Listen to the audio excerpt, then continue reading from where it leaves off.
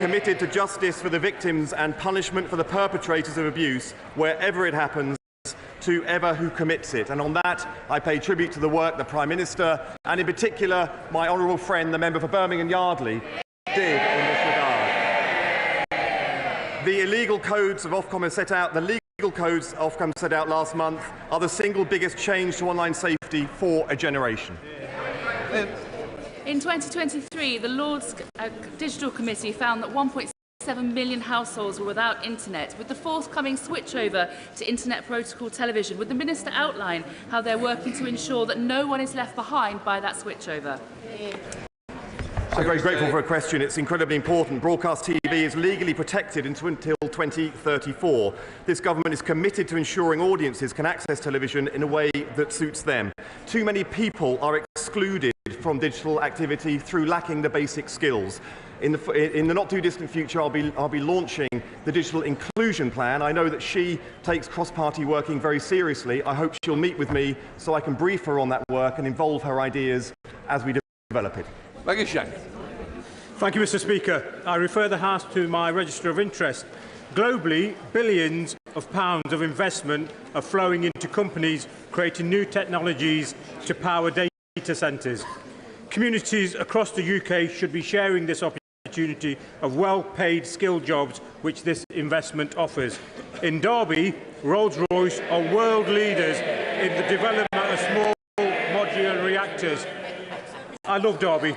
Does the Secretary of State agree with me that they show British innovation at its strongest and would be a dynamic partner for any technology company wishing to invest in the future? I'm grateful for his question. I do agree, of course. And of course, the other side seem to as well. I agree that technological innovation will be the key to move to net zero, and the UK will be at the forefront of that. And SMRs are particularly exciting. I've met with Rolls-Royce. They have a great advocate in the honourable member. I look forward to hearing more from him and seeing how we can support this exciting technology into the future.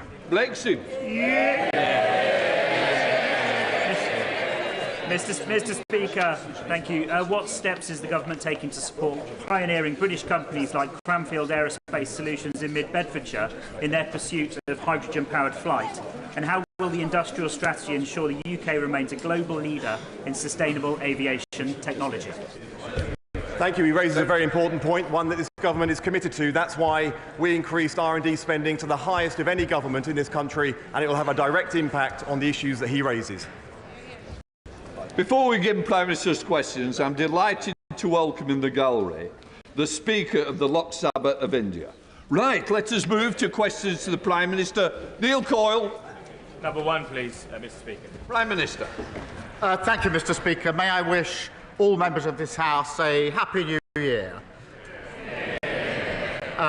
Mr. Speaker, our thoughts, of course, are with those affected by the recent flooding. And we thank the responders who are working hard to keep communities safe.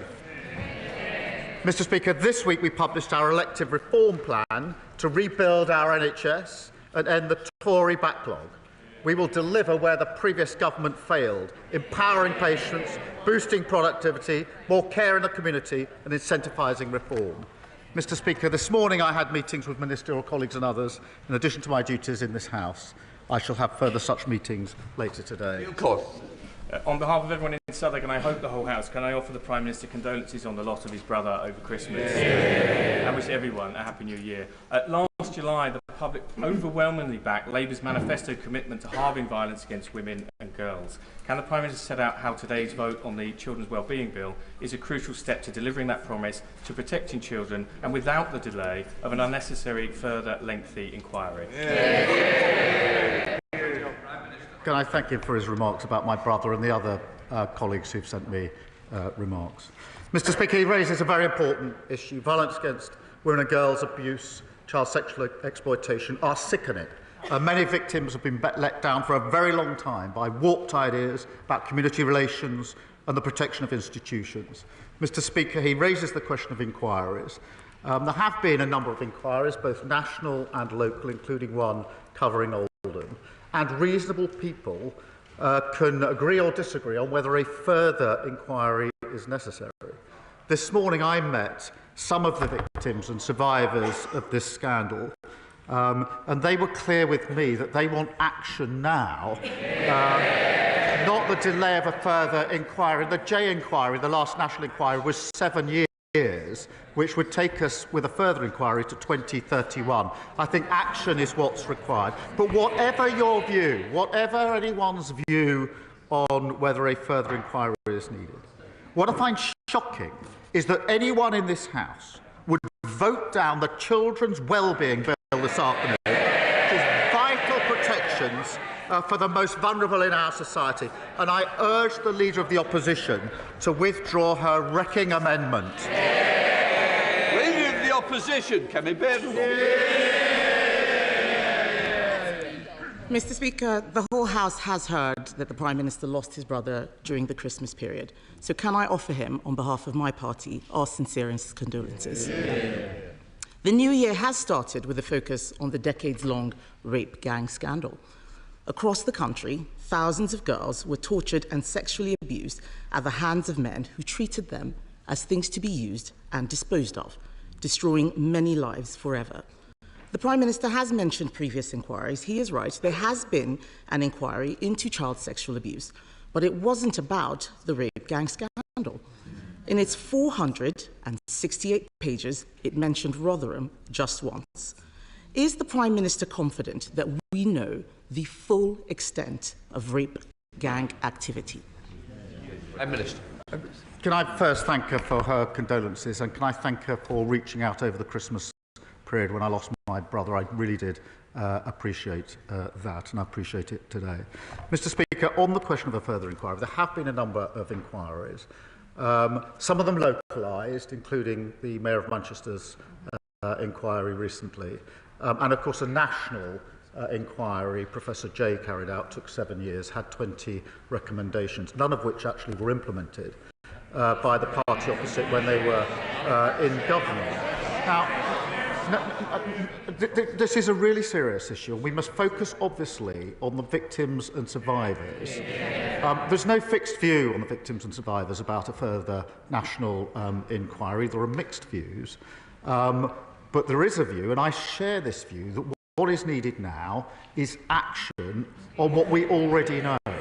We already know, myself from personal knowledge when I was Chief Prosecutor, that warped ideas, myths and stereotypes about victims are at the heart of this. We've known that for a decade. The J report called for mandatory reporting. I called for it 11 years ago. What we need now is action. What can't be tolerated is the idea that this afternoon members opposite will vote down a bill which protects children, include Mr. Speaker, Mr. Speaker, let me just. One of the provisions in the bill is to protect children vulnerable today who are out of school, to prevent abusers ever taking those children out of school. I implore members opposite to defy the misleading leadership of the Leader of the Opposition and vote for a really important bill. Mr. Speaker, I'm shocked that the Prime Minister would say that actions were not taken. He knows full well that we accepted 18. He knows full well that we accepted 18 of the 20 recommendations in the J inquiry and went further, launching a gangs task force that found 550 more perpetrators. That shows that there is still work to be done. In Rotherham alone, there have been over 1,400 victims. Across Oldham, Bradford, Bristol, Rochdale, and dozens more towns, there have been thousands more victims, but no one has joined the dots. No one has the total picture, and it is almost certainly still going on. One victim from Telford, and I know he says that victims have different views. We have different views across this House. But one victim from Telford says she wants a national inquiry because it will hold people accountable in a way that previous inquiries have not. It is very possible to have actions, take on more, and still have a national inquiry. So why won't he listen to victims and launch a national inquiry which would have the power to summon witnesses and make them give evidence under oath. Prime Minister. Mr. Speaker, she says they accepted the recommendations. They didn't act on them. One of the central recommendations was mandatory reporting, and it still hasn't been enacted. I called for this 11 years ago. They've been tweeting and talking. We've been acting. Well, Mr. Speaker, the Leader of the Opposition has been an MP, I think, for 8 years. Her party have been in government for 7.5 of those 8 years. She was the Children's Minister. She was the Women's and Equalities Minister. I can't remember her, I can't recall her once raising this issue in the House, once calling for a national inquiry. It's only in recent days she's jumped on the bandwagon. Now, Mr. Speaker, in fairness, if I'm wrong about that, and she has raised it, then I invite her to say that now, and I will happily withdraw the remark that she hasn't raised it in this House in the 8 years that she's been here until today. Mr. Speaker, the Prime Minister is being very specific because I have raised this issue. I've raised it in speeches, I've raised it publicly. He knows that as a minister, I would not have been speaking on this specific issue. I was not a Home Office minister, but Mr. Speaker, I will remind him about other victims who came to me, who I did help. The victims of the Tavistock scandal, who came to me as a minister. I didn't send them away like his safeguarding minister. I made sure, as his Labour Party were calling me transphobic, that we launched the CAS review, which even his Health Secretary has accepted. So we do right by victims, Mr. Speaker. The reason why a national inquiry is important is because this issue is systemic. It has been involving local and national officials, the police, prosecutors and politicians. He talks about some of the local inquiries, but these interlinked issues cannot be covered by local inquiries alone. In fact, the leaders of the Manchester inquiry resigned because they couldn't get evidence, they couldn't summon witnesses, and not a single person in a position of authority has been held to account. The Prime Minister called for 9 inquiries in the last Parliament. Does he not see that by resisting this one, people will start to worry about a cover-up?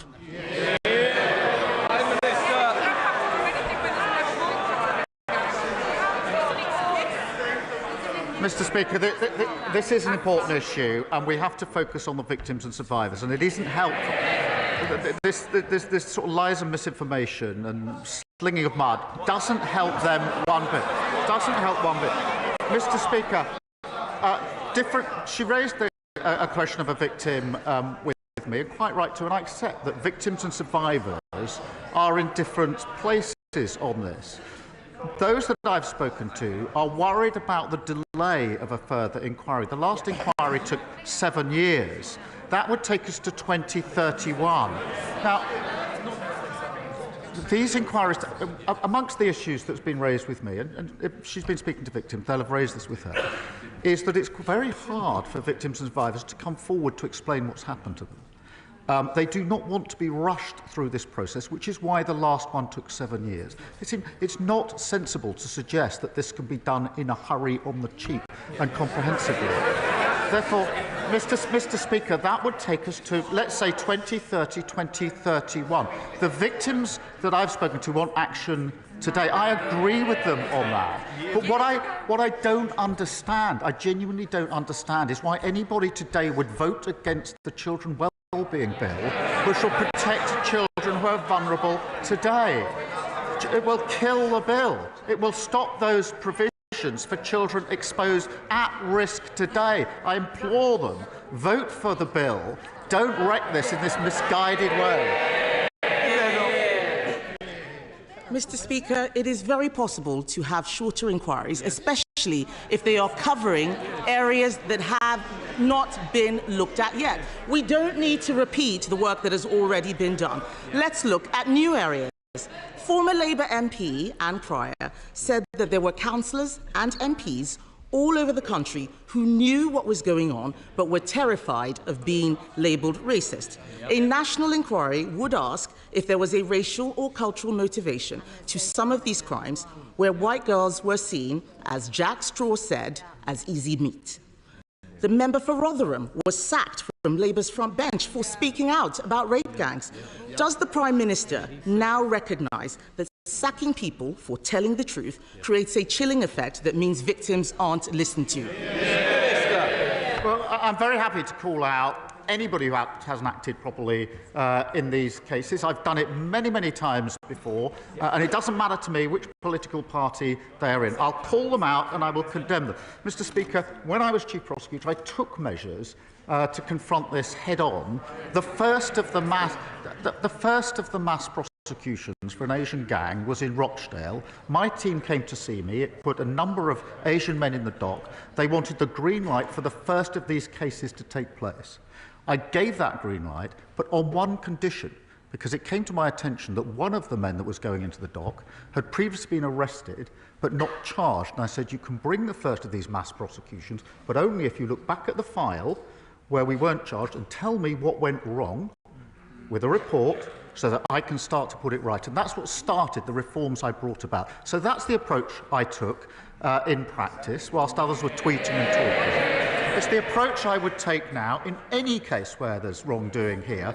But what we've got to do now, Professor Jay has said this, we have had a number of strong findings. There are 20 on the table from Professor Jay. We've got to get on with action. Don't block it this afternoon. Mr. Speaker, we need to focus on what this is really about. This is not about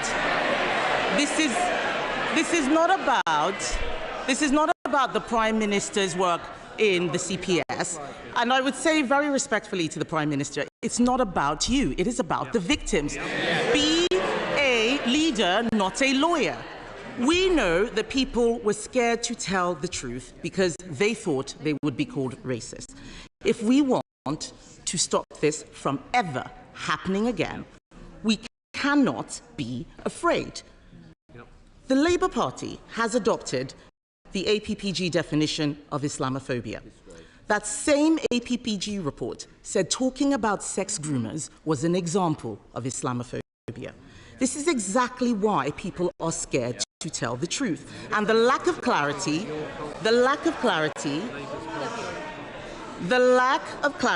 means that innocent British Muslims are smeared by association. That is not fair, and only a national inquiry can solve this. So will the Prime Minister look again at the Labour Party's adoption of the definition of Islamophobia, its chilling effect, and rule out introducing it in government? Prime Minister. Mr. Speaker, I will call out any aspect that has prevented anybody coming forward or any case going forward when it comes to violence against women and girls, child abuse or child sexual exploitation, as I have been doing now for the best part of 15 years. But, yes, some people will say there should be a further inquiry. But that does, I accept that, but that means all the victims and survivors who are going to give evidence need to be in a position to do so. Not all of them are. I've been speaking to them. There are some that do think they are. It will take time. All of the institutions will have to give evidence. That will take time. This will delay things till 2031 also. But Mr. Speaker, we already know what the major flaws are. And my argument is we should get on with that action. And that's why we're bringing forward the bill this afternoon. Mr. Speaker, the Prime Minister has effectively told us that he's not able to do two things at the same time. This issue of a delay is a weak excuse, and I would say to him that by refusing this inquiry, he is enabling those people who wish to smear all British Muslims based on the actions of a small minority. He is talking about distraction tactics. Let us have the truth. The Prime Minister cannot tell the House the full scale of the scandal. He doesn't want questions asked of Labour politicians who may be complicit. He won't listen to the victims. He won't listen to the victims who are calling for a national inquiry. He is making this all about a bill this afternoon. Later today, he will tell Labour MPs, including in Telford, Rochdale, Bristol, Derby, Aylesbury, Oldham, Bradford, Peterborough, Coventry, Middlesbrough, Newcastle, Ramsgate, to tell all of these people to vote against a national inquiry into the gangs which have systematically gang-raped children in their constituencies. This is one of the worst scandals in British history, Mr. Speaker.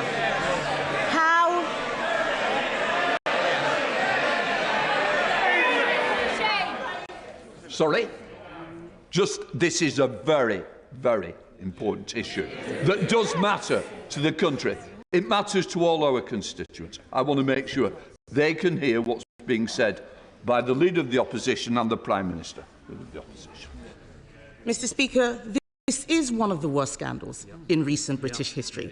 But how are they going to explain to their constituents that obeying his whip is more important than doing the right thing? She's right to say it's one of the worst scandals. It's terrible. That's why I acted on it. Her recently acquired view that it's a scandal, having spent a lot of time on social media over Christmas, not once in 8 years did she stand here and say what she's just said. Not once in 8 years.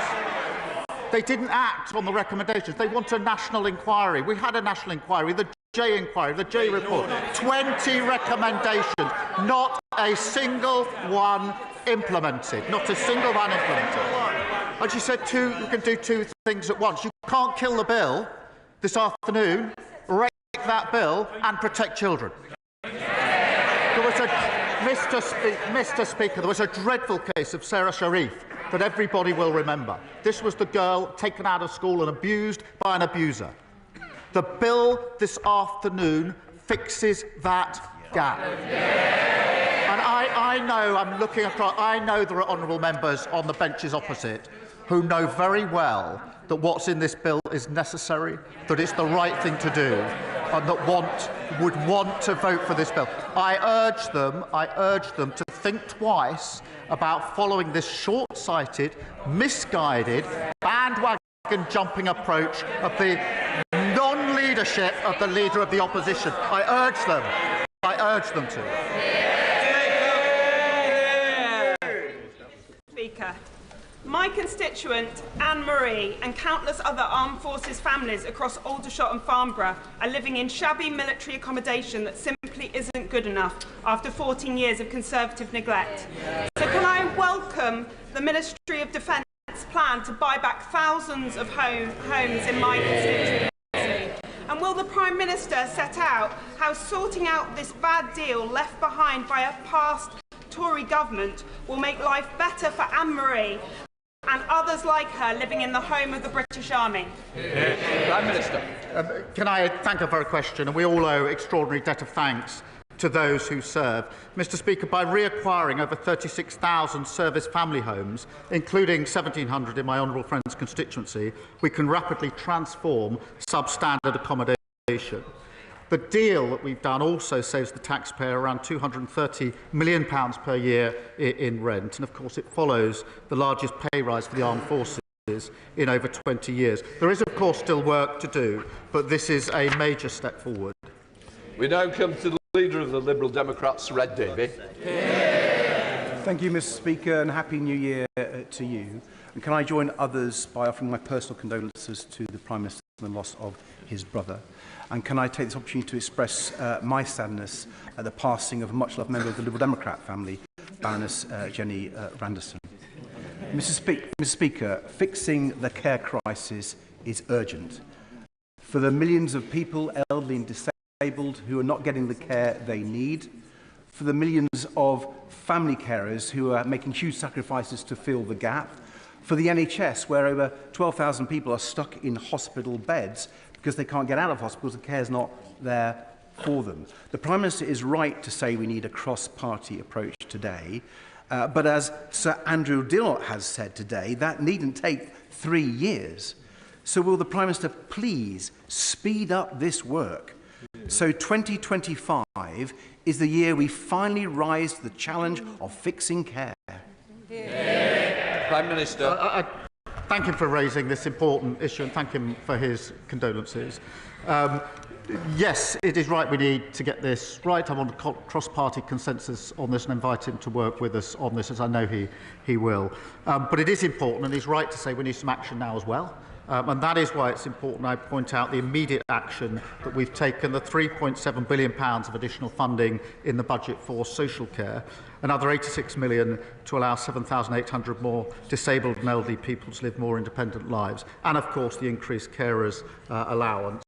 And the way in which we've set this up is in stages so that we can act and improve as we go along, but making sure that we've got consensus for the bigger changes that may be proposed in the review. And I do invite him and members across the House to work with us on this so that we can get this right and make sure that what we put in place endures beyond just a few years. Thank you. Red David. Mr. Speaker, I'm afraid if the government doesn't bring in these long-term social care reforms this year, their NHS reforms, this Parliament will fail. So I hope he will revisit the timetable. But moving on, Mr. Speaker, while the honourable member for Clacton may miss out on his big allowance from Elon Musk, the spectre of the richest man in the world trying to buy a British political party should give us all pause for thought. And after years of the Conservatives taking millions of pounds of Russian money, will the Prime Minister now work with us to bring in long overdue reforms of party funding so that power in this country lies with the voters and not wealthy overseas oligarchs? I think we all had a smile on Sunday when the honourable member said how cool it was to have the support of Musk, only for Musk to say he should be removed. Just a few hours later, that's the rough and tough of politics. And of course, we're looking at the question of funding more generally. Joseph. Thank you, Mr. Speaker.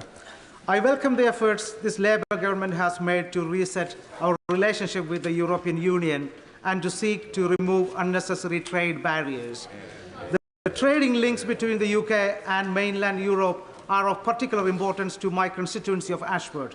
So would the Prime Minister support my efforts and those of other Kent colleagues to restore international train service to Ashford International Station that will help economic growth in my constituency, Kent and wider South East? Prime Minister. Right. Thank my honourable friend for raising this question. Businesses in his constituents have been badly let down by the deal of the last government, and we, of course, are resetting and strengthening that relationship on the economy, on energy, on security to deliver the growth that we need. I know this is an issue of considerable frustration to his constituents.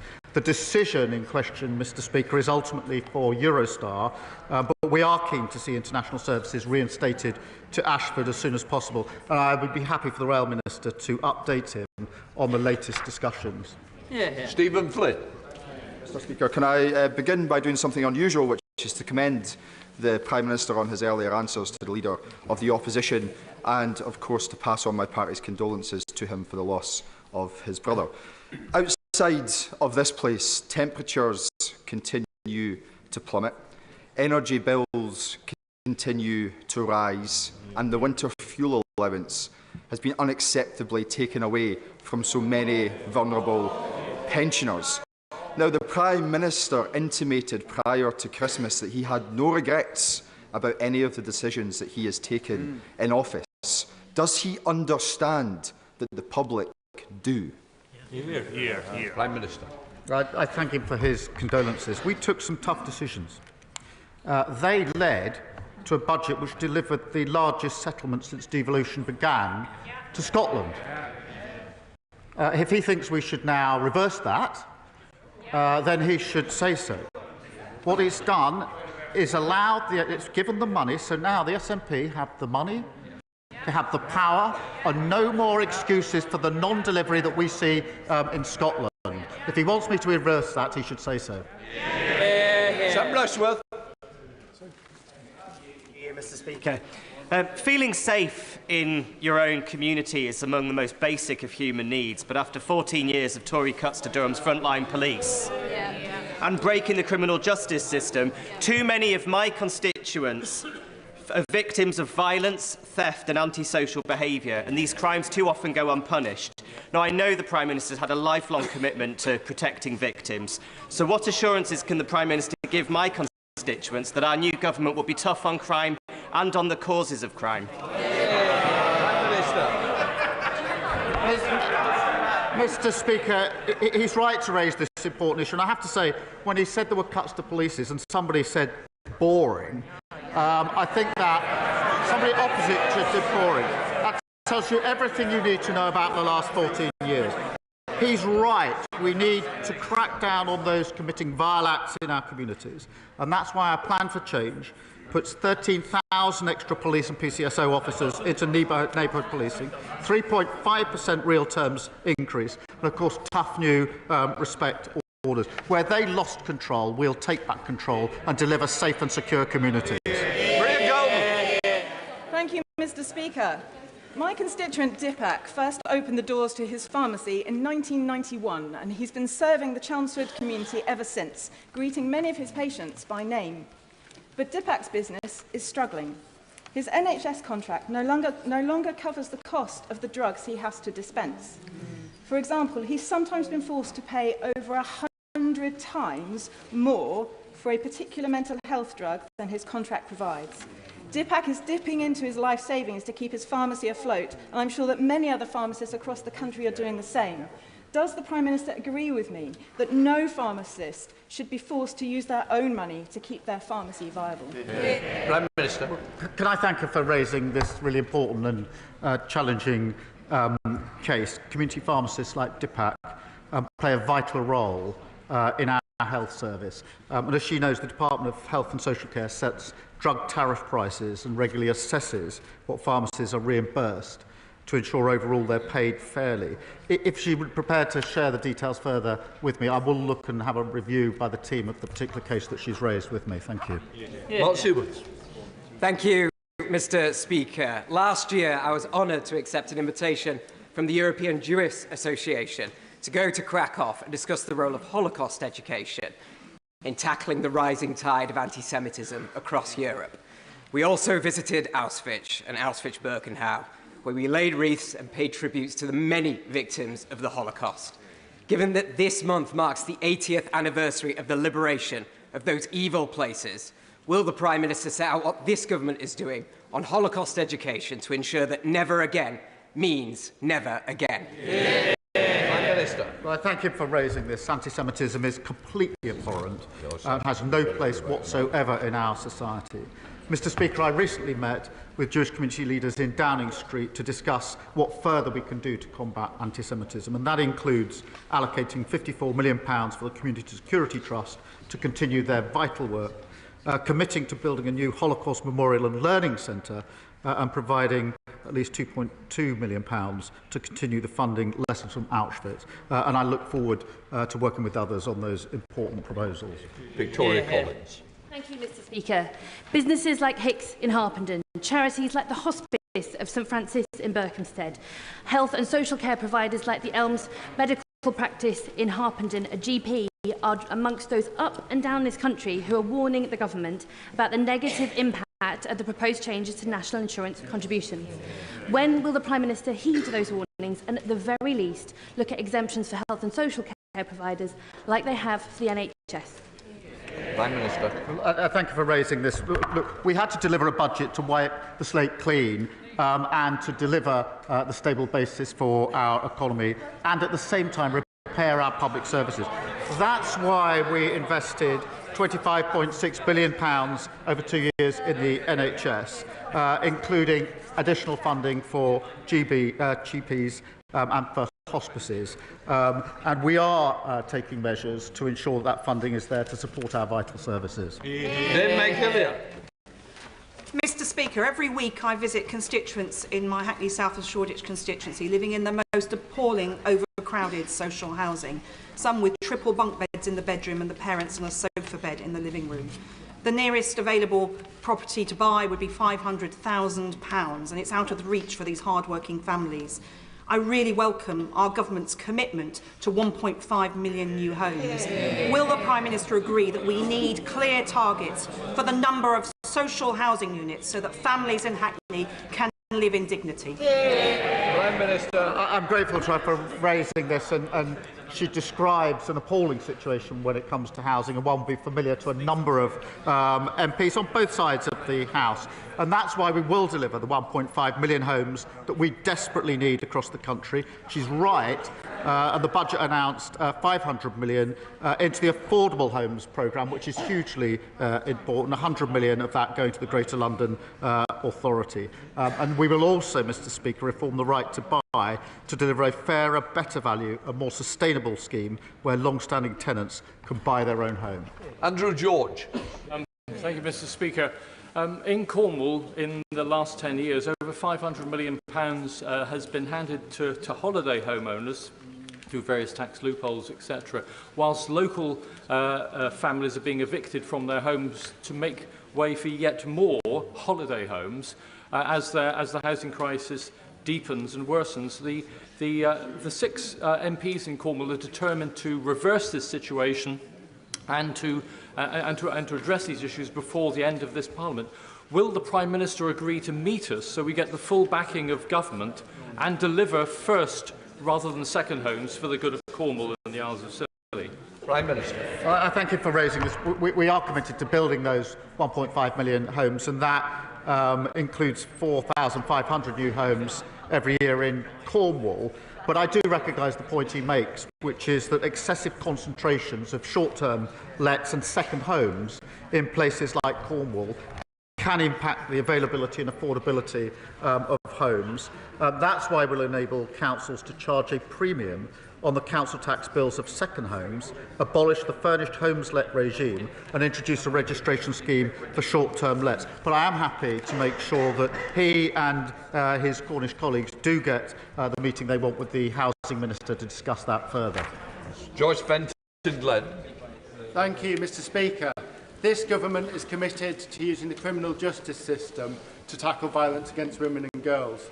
But when an abuser can use a child custody battle to continue their abuse, as happened in the case of one of my constituents, it is clear that we need to raise the issue in the civil courts too. Will the Prime Minister please look at ending the absurd assumption that a domestic abuser's involvement in a child's life is advantageous to their welfare? Prime Minister. Yeah, absolutely, and he's right, Mr Speaker. Family courts must never be a tool that domestic abusers can use to continue their appalling abuse, and that's why we're expanding the number of new Pathfinder courts to provide dedicated support to survivors and protect the welfare of children. We are reviewing the presumption of parental involvement, and we'll set out our position in due course. And I'll make sure that he meets the relevant minister to discuss this further. Christine Jolly. Thank you very much, Mr Speaker, and can I associate myself with the remarks of the Liberal Democrat leader and others today. Happy New Year to everyone, but 2025 is already proving a challenge for many of my constituents.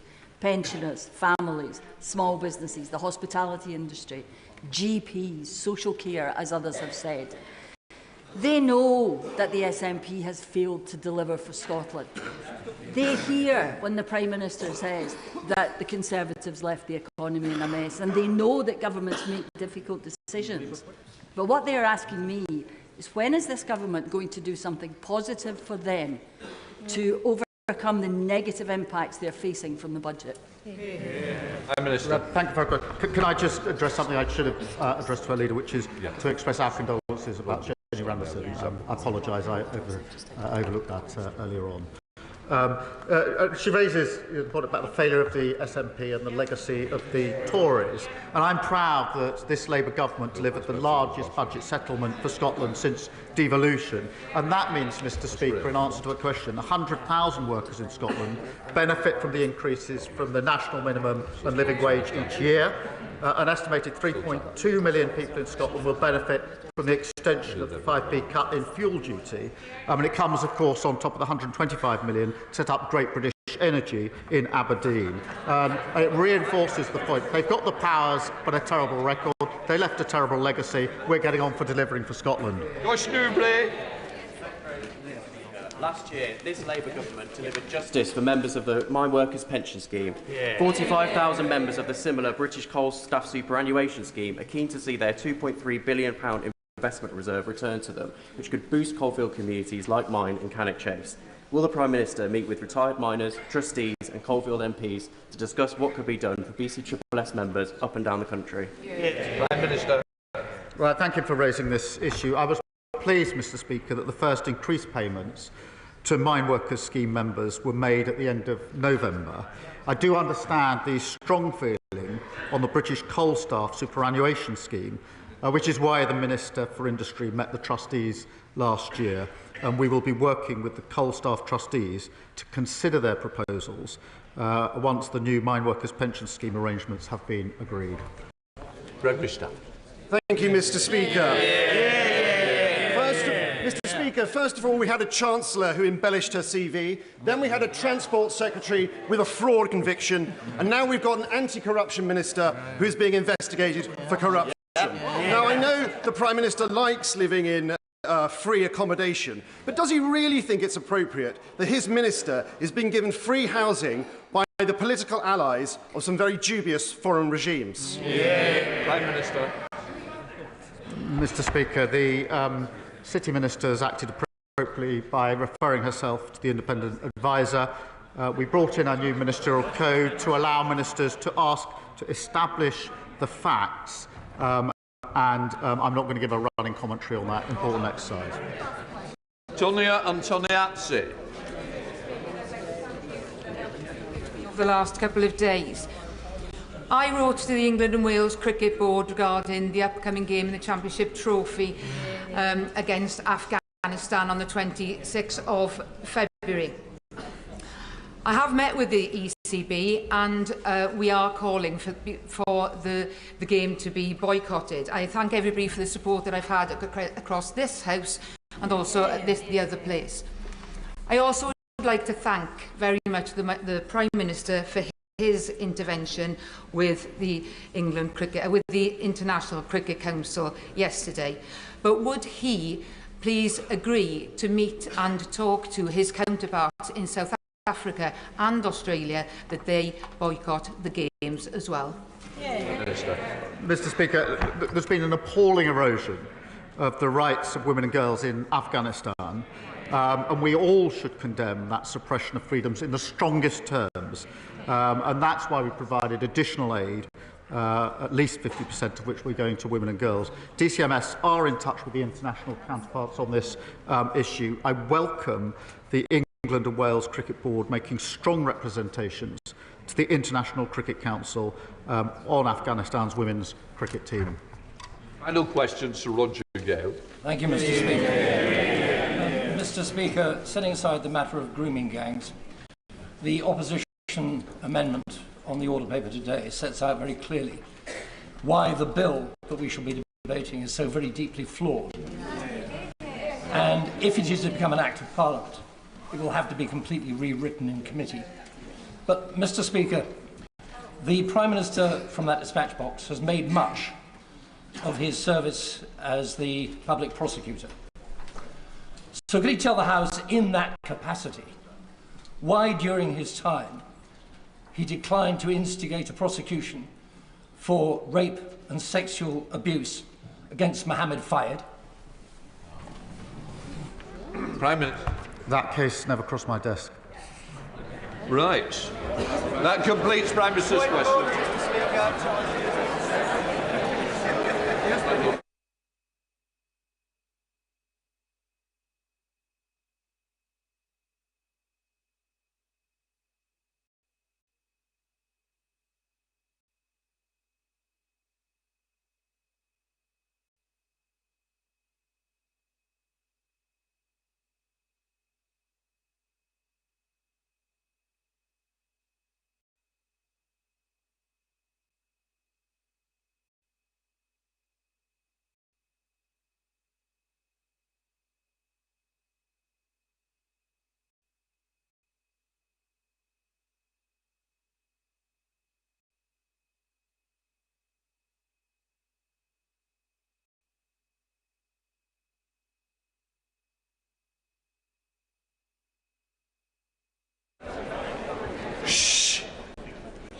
Point of order, Paul Holmes. Thank you, Mr. Speaker. On a point of order, during an answer about police numbers, the Prime Minister said that someone on this side of the House shouted boring. Can I correct the record following a request from Hansard that I actually said bingo because of repetitive and overused cliches that the Prime Minister was using during PMQs? Well, I would say you've corrected the record. The thing is, I wouldn't have owned up in the way you did, but there we are. Let us move on. Right, let us come to the 10-minute rule bill. Rupert Lowe. Thank you, Mr. Speaker. Mr. Speaker, I beg to move that leave be given to bring in a bill to prohibit quantitative easing, to prohibit the government from indemnifying any losses that may result from quantitative easing, and for connected purposes. The purpose of this draft legislation is to ensure that the state is as economically accountable to the people as the people are to the state. To do this means terminating the state's ability to debase the value of money through practices such as quantitative easing, which are not an option for the individual. Clipping, sweating, plugging and cutting are forms of coin debasement either by government or by individuals. The most famous modern UK example was the Great Debasement between 1544 and 1551, when Henry VIII reduced the gold and silver content of coinage by use of base metals such as copper in order to fund his bacchanalian overspending and wars with France. It has been a common feature of government behaviour over the 5,000 years of trading history of gold and continues today in the form of quantitative easing. With no gold standard to constrain unproductive investment and direct capital to sound and profitable investment ventures, policymakers have today become obsessed with short-term stimuli centred on the performance of stock and bond markets.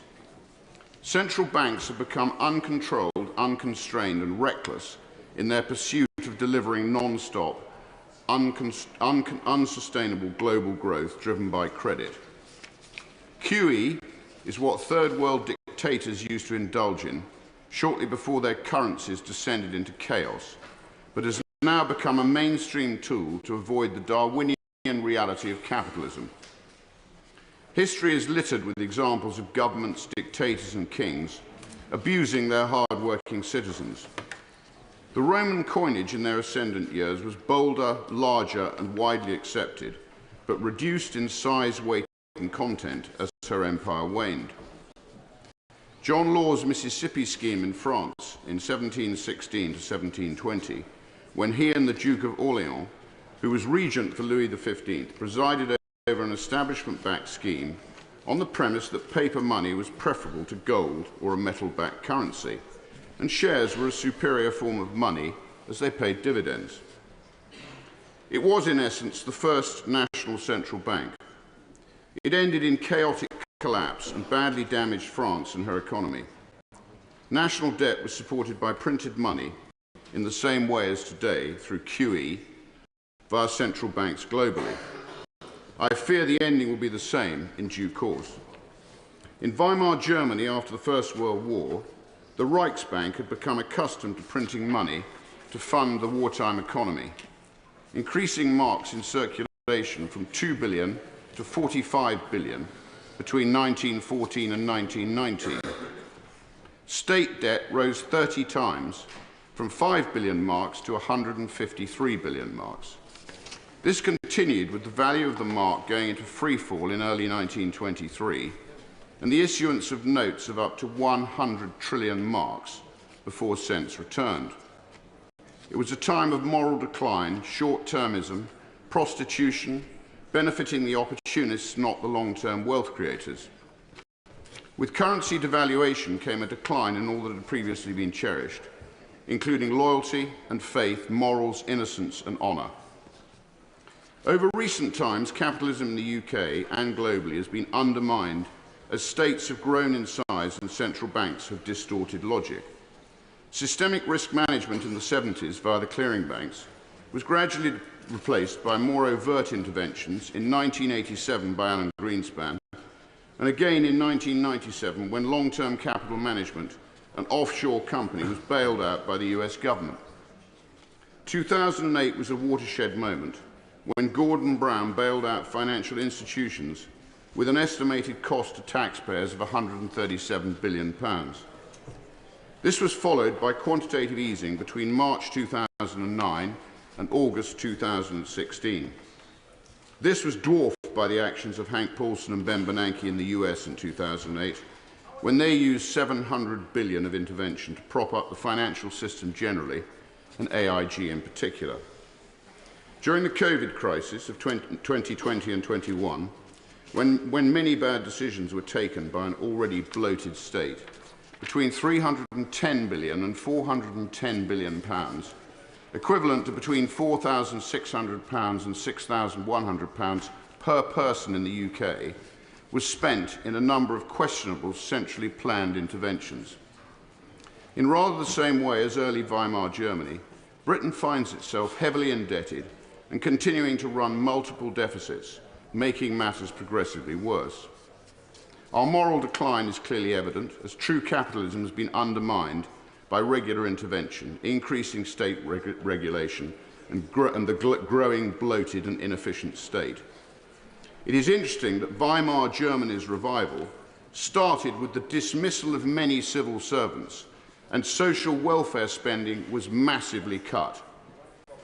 The French government's recent funding crisis makes it look even more like a national Ponzi scheme than in the UK. Both wings of French politics refused to sanction debt reduction, despite the budget deficit being expected to rise to over 113% of GDP by this year. Market concerns are pushing the euro lower and France's borrowing costs higher, with bond yields briefly surpassing Spain's for the first time in since 2008. Javier Milei, Argentina's president since 2023, has brought significant economic reforms with his radical libertarian agenda, earning both praise and criticism. Milei's focus has been on cutting public sector spending, reducing inflation and implementing drastic fiscal adjustments, which have led to improvement in Argentina's economy. Inflation has fallen from nearly 300% to around 119%. Public sector jobs have been reduced by 35,000, and the country has achieved a primary surplus. Argentina's economy has also exited recession with a growth rate of 3.9%, and borrowing costs have dropped, signalling reduced debt default risks. Elon Musk has been appointed to lead Donald Trump's new Department of Government Efficiency, DOGE, which he will co-run with Trump ally and entrepreneur Vivek Ramaswamy. Musk said the department's creation would address government waste and inefficiency. Trump described DOGE as a transformative initiative, likening it to the Manhattan Project, aimed at slashing bureaucracy, cutting regulations and restructuring federal agencies. Money is the foundation of all human exchange of enterprise and replaced barter in the earliest communities. It allows for the transfer of skills through a transferable medium such as a coin, a note, or indeed a transfer. By a continuous process of inflation, however perpetrated, governments can confiscate, secretly and unobserved, an important part of the wealth of their citizens. In doing so, the size of the state inevitably grows and becomes a self-serving, greedy master of the people they should be serving.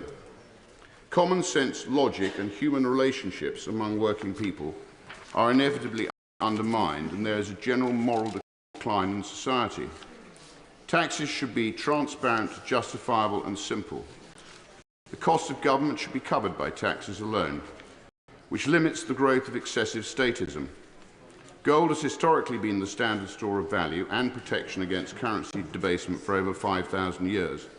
It's interesting that profligate governments always denigrate gold holding, and holding it is often banned by governments in crisis who have deceived their electorate.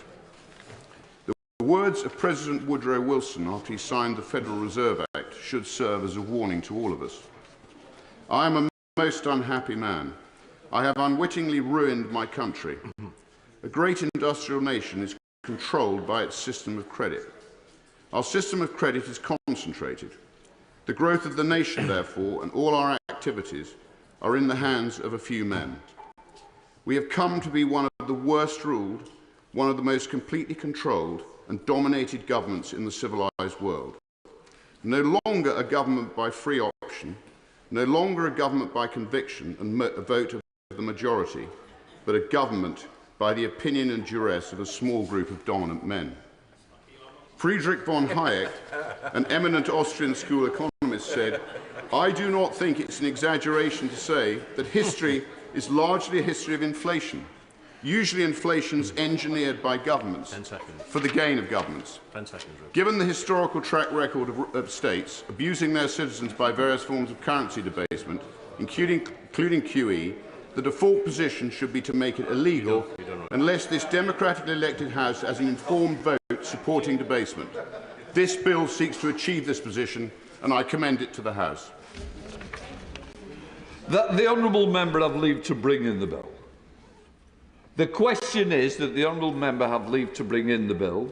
As many of that opinion say aye. The contrary, no. I think the ayes have it. The ayes have it. One of us has got to sit down, Rupert. I've got to do my bit. You're coming back on in a minute, don't we? So, who will prepare to bring in the bill? Mr. Speaker, Richard Tice, Jim Allister, myself and others. You've got to name them. You can't not name them. McMurdoch. And me. And a one, right, OK. Say Ed David. Put Ed David down. Put Rachel. Rachel from the Counts. Maybe Rachel Reeves, I don't know. Can you just read the names for clarity so that Hansard's got it? Tice, Jim Allister, James McMurdoch, Lee Anderson, and myself. Oh, it's a shambles. Absolute shambles.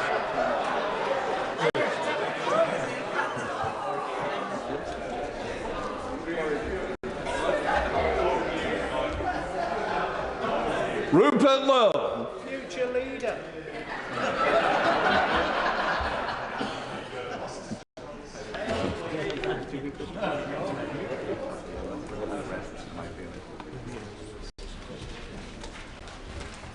Quantitative easing prohibition bill. Second reading, what then?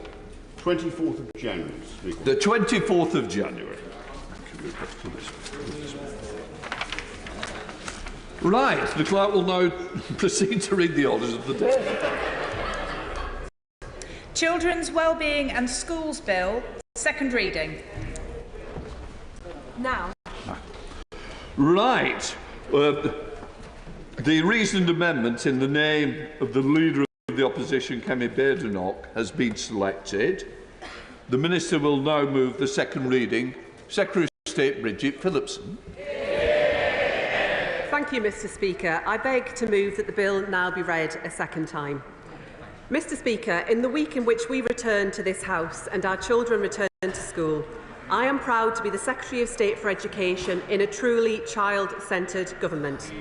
The actions I take, the decisions I make, they are always in pursuit of what is best for the children of this country. And that starts, Madam Deputy Speaker, with keeping them safe. And after little more than 6 months in power, we are delivering the change that is many years overdue. No more lessons learned, no more paper pushing, no more foot dragging. It is time for government to act. And this government will act with the urgency our children deserve and our country demands. So, Madam Deputy Speaker, this bill puts forward bold new measures to keep children safe. A new legal obligation for safeguarding partners to work hand in hand with education, because it's often teachers who first see the signs of abuse and neglect.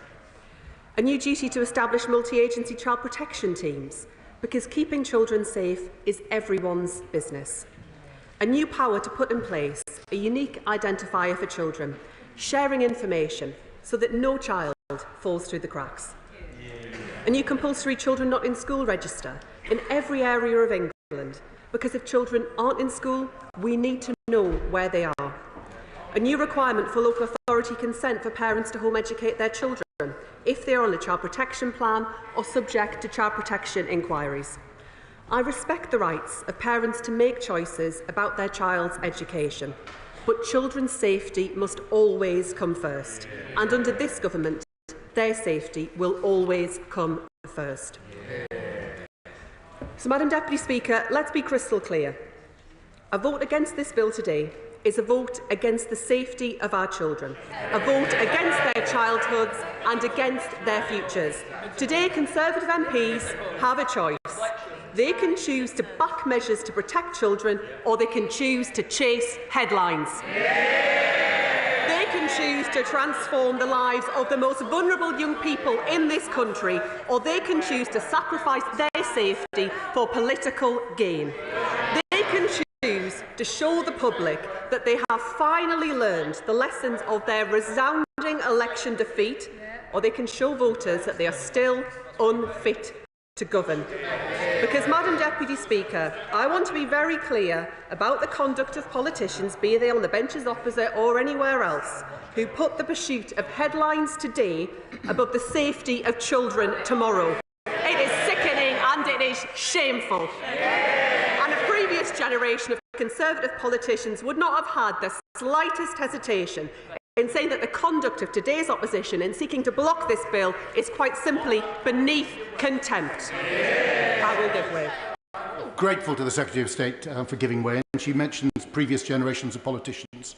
And we must all in this House recognise that we follow in the footsteps of giants. Tony Blair, Lord Adonis and others created the academy system, which was built on under the last Conservative government, and brought about a transformation of English education. Why does the Secretary of State want to dismantle the work of decades by members across this House and bring about a kind of a gross socialist uniformity which will destroy the progress that has been made? Mr. Speaker, Madam Deputy Speaker, it's just simply a mischaracterisation, and the right honourable gentleman knows it. And I note in what he had, and I will come on to in my speech, the wider schools measures here, but I note that in his intervention he had nothing to say about the safety of children and the measures that we are discussing today, and the wrecking amendment that the Leader of the Opposition has put down that would block the very important, very serious measures they have been telling us for days they want to see put in place. If they want those measures, they need to support them. Madam Deputy Speaker. Will the Secretary of State give way on that point? I will give way. I thank the Secretary of State for giving way on that point. The party opposite mentioned uniform, but the only uniform measures I can see in the bill are regards actually saving parents money on uniform bills, which I think we can all welcome. Would you also agree with me? Would she also agree with me? She agree with me that actually the defragmentisation of the school system created by the last government led to many young people falling through the gaps, which is a huge issue. Madam Deputy Speaker, I will come on to the wider point in my speech around collaboration, which I do believe is crucial across the school system. But my honourable friend is right to draw attention to the really important measures in this legislation that will put more money back in parents' pockets, cutting the cost of school uniform and bringing in breakfast clubs in primary schools across our country. Madam Deputy Speaker, this is child-centred legislation through and through, legislation that backs parents to do the best for their children. This government is on a mission to break down the barriers to opportunity, driven forward by the Plan for Change unveiled by the Prime Minister in December. The Children's Wellbeing in Schools Bill is a huge step forward in that journey of reform, starting with child safety and building from there. It's an agenda for excellence, for safe and secure childhoods, because healthy and happy futures are built on nothing less. It's an agenda for excellence, for high and rising standards, because we will accept nothing less. It's an agenda for excellence, for a top-quality core offer in all of our schools, because parents demand nothing less. It is an agenda for excellence because every child in this country deserves nothing less. And it is what mission-led government is all about. Child-centred action across departments, between professions and through partnership. Madam Deputy Speaker, what matters about families is not the shape that they have, but the love that they give. And that's why back in October, we announced the expansion of our work on fostering and on the trialling of a new kinship care allowance. It's why in November I came to this House to set out the biggest reform of children's social care in a generation. It's why this government then backed those changes with almost £300 million of investment, including the biggest ever investment in kinship care. And it's why today I return to this House to cement our reforms in legislation, to build a children's social care system that is forward-looking, excellence-driven and child-centred. Our first priority is to keep children together with their families wherever it is safe to do so. So the bill mandates all local authorities to offer family group decision-making. With the guidance of skilled professionals, families with children at risk of falling into care will be supported to build a plan that works for them. And we're strengthening support for kinship care so that vulnerable children can live with the people they know and trust wherever that is possible. But despite the best efforts of all involved, some children will inevitably need to enter care. So we must reform the system so it works for them. And I know that members here right across this House share my outrage at the excessive and exploitative profit-making we have seen from some private providers. It is shameful, it is unacceptable, and it will end. I will give way. I thank my right honourable friend for giving way, Madam Deputy Speaker. And I know she has a good head on her in numbers. Will she be doing some evaluation of the cost and benefits of investing in things like kinship care to save not just the cost to the child, but also the cost to the taxpayer of otherwise expensive child social care?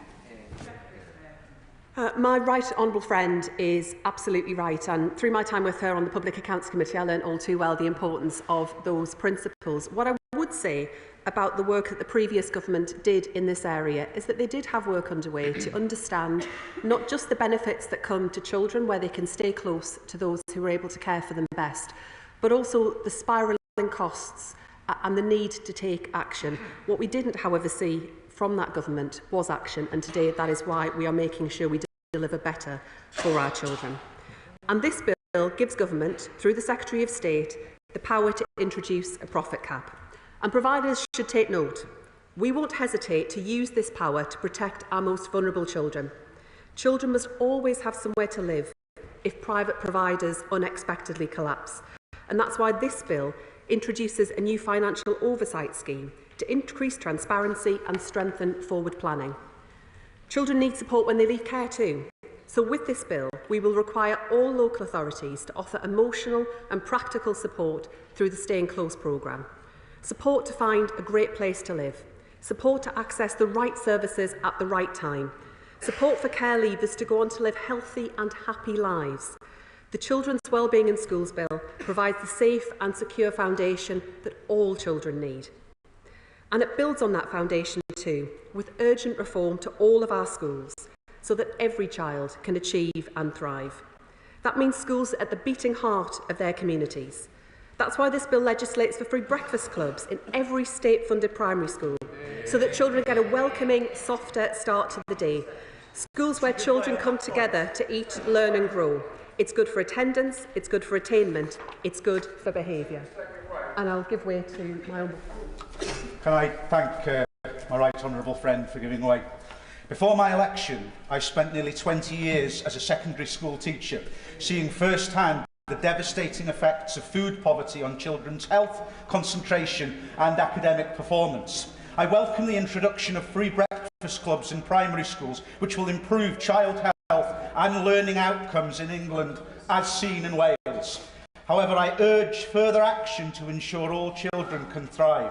Will the government consider extending free breakfasts to secondary school students?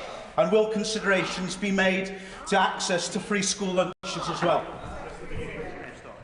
Madam Deputy Speaker, I would say to my honourable friend that of course we will always keep further action under review, and it is through the Child Poverty Task Force that I'm co-chairing with the Work and Pensions Secretary that we are considering what further action is required to make sure that families have more money in their pockets, are able to increase their income, and that we take action, because the growing numbers of children that we have seen in poverty in our country is a source of national shame, and members opposite are responsible for that record.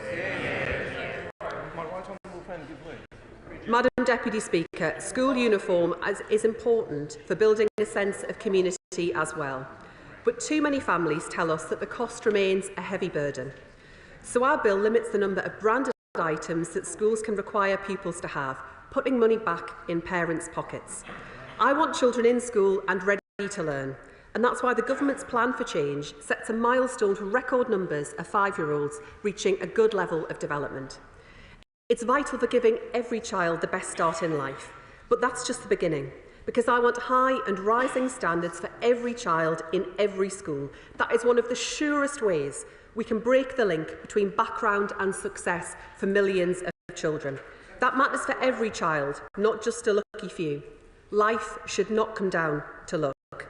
And when governments forget this, it's not the children of members opposite who lose out, it is working class kids across our country. And I know that better than most, and I'll take no lectures from the party opposite on what it takes to deliver better life chances for working class kids. I thank my right honourable friend for giving way, Madam Deputy Speaker. Reported figures for 2022 and 2023 show an increase in the proportion of children living in low-income families and no change in the proportion of children living in absolute low-income families. Does the Minister agree that this legislation will actually improve the household finances of families and the life chances of children in my constituency of Wolverhampton West? Absolutely, Madam Deputy Speaker. It will put hundreds of pounds back into the families' finances and back into parents' pockets by cutting the cost of school uniform, by introducing breakfast clubs in every state-funded primary school. But we recognise, Madam Deputy Speaker, that there is so much more that we need to do, because child poverty scars the life chances of far too many in our country. For giving way, and I'd like her to comment, if she could, on the issue of falling rolls in some parts of this country at the present time, particularly in London, which means that most local authorities then take the option of unfortunately closing the school, which is very damaging to the children and to local communities. Clause 50 of the bill appears to give her powers to do some degree of intervention where we could perhaps downsize schools to keep that sense of community school, which is so important, particularly in the poorest parts of many London boroughs. Is she able to give us some hope of intervention to ensure we keep community schools? What I would say to the right honourable gentleman is that there are a number of provisions within this bill that deal precisely with that challenge that he raises. We do recognise that here in London, but shortly right across our country, there are challenges that come of falling rules and of making sure that we manage that process properly. It will require schools to work together with local councils and to collaborate to manage admissions and place planning, and it will also require decisions about how we make best use of the school's estate. It's why we've started a process of encouraging primary schools to bid into open primary-based nurseries. The recent pilot programme for that closed, and we were delighted to see so many applications. But I think there is also an opportunity to think about how we use that space that is opening up through falling rules to create additional provision for children with special educational needs and disabilities, so that they can go to school much closer to home and with their friends in their local communities. Madam Deputy Speaker, there has been a welcome consensus that a high-quality state education should be the right of all children. That consensus has helped innovations from Ofsted to the national curriculum to academies to stand the test of time, as governments of all parties have driven reform. Academies, introduced by the last Labour government and expanded by the party opposite, have been instrumental in raising standards in our school system. They have delivered brilliant results, particularly for the most disadvantaged children, and they will continue their record of excellence under this Labour government. Yet this consensus must not stifle progress. And while the party opposite did make some progress over the past 14 years, it must reckon with its many failures. 1 in 4 children leaving primary school without meeting the expected standard in reading, writing and maths. Tens of thousands of children not securing good maths or English GCSEs. 1 in 5 children regularly absent from school, unable to learn if they aren't there, holding back their classmates when they do return. Hundreds of thousands of children in schools that perform poorly year after year. Protecting the foundations should not mean that we don't build on them.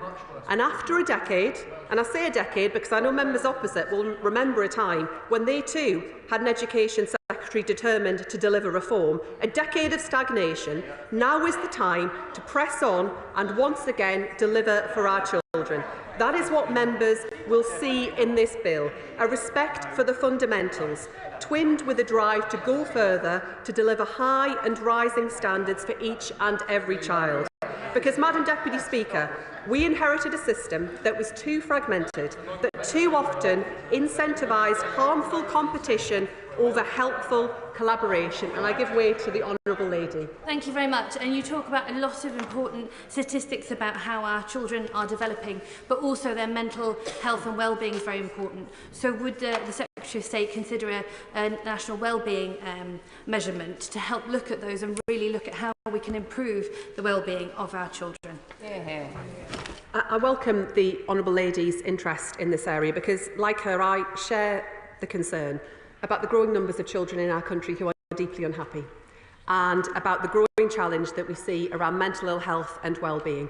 There are far too many children who are not receiving access to the timely support that we need, and we are looking very carefully at the issue that she has identified. I will give way. I thank the Secretary of State for giving way.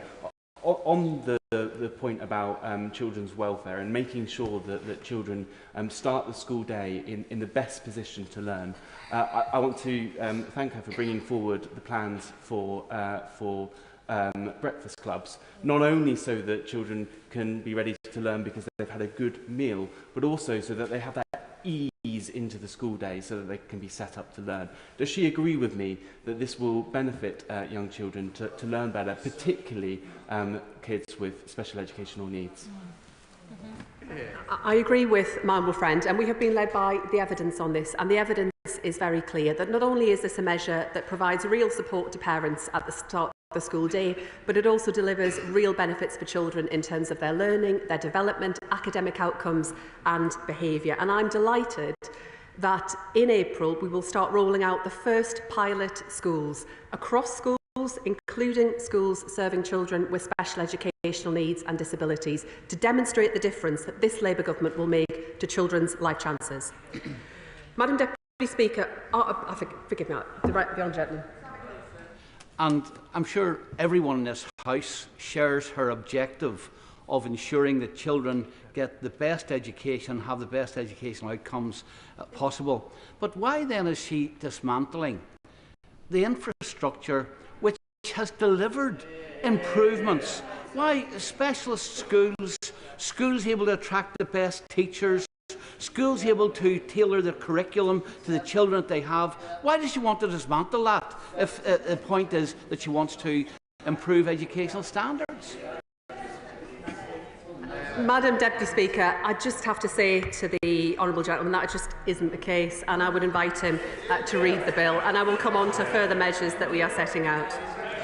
Madam Deputy Speaker, if we believe that every child deserves the best, that every classroom deserves a top teacher, that every state school must be a great school, then we can't have excellence for some children and just fine, just okay for the rest.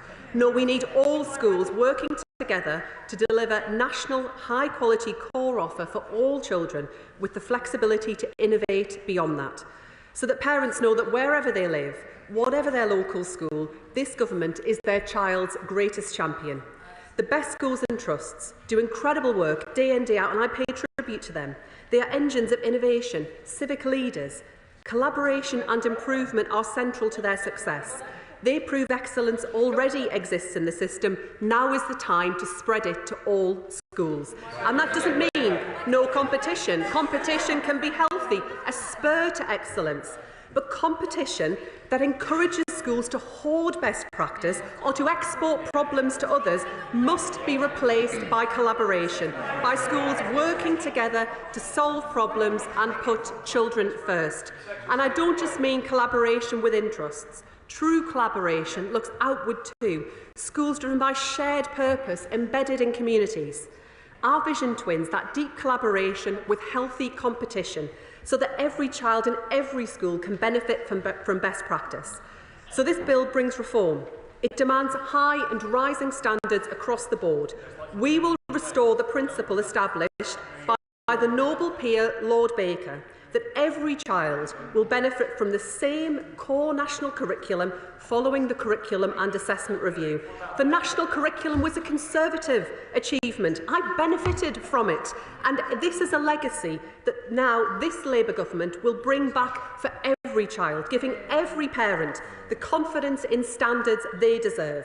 And every child will be taught by an excellent, qualified teacher who has undertaken statutory induction, supported by giving every school the flexibility to create attractive paying conditions offers to recruit and retain excellent teachers, and backing the schools already doing this to keep it going.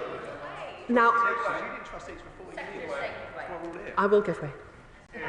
Thank you very much indeed. And I agree, as would everybody here, that we want excellent standards for all schools. So can I ask why one of the ideas this side of the House had, which is if it was a failing school, new management would go in to increase the standards, and yet the opposite sides and the Secretary of State now wants to dismantle that? I'd call that vandalism on our education system. No, Madam Deputy Speaker. And I would invite the Right Honourable Lady to look carefully at the measures that are here. We will not hesitate to intervene in failing schools, but actually we'll intervene a lot sooner than they did in schools that are coasting. Those that fall short of the statutory level of intervention will see regional improvement teams in their schools driving up standards. Madam Deputy Speaker. Madam Deputy Speaker, where there is failure in the system, where schools are not delivering the standards that every child deserves, we will act. But that action will always be guided by what's best for children in those schools. That may well be academisation. It may be targeted intervention to drive change in practice and drive up standards rather than structure. So this bill will convert the duty to issue academy orders into a power to better deliver high and rising standards for all children, strengthening the range of ways through which failure can be tackled. There can be no excuse for fixating on structures, not on standards, because what matters, Madam Deputy Speaker, is what works.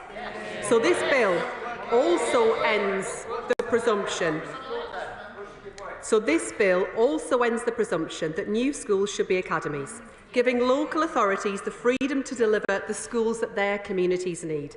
That includes the ability to open new special schools, something that members right across this House know is a major challenge that we face. And this government will work tirelessly to make sure that all children with special educational needs and disabilities receive the support that they need to achieve and thrive. The last government left this in the too difficult box. We will tackle it and make sure that all of our children get a great education. Very grateful to the Secretary of State for giving way. She mentions special schools, and all members across this chamber will have postbacks filled with far too many children not getting the support they need, whether they're at special schools or otherwise with their mental health.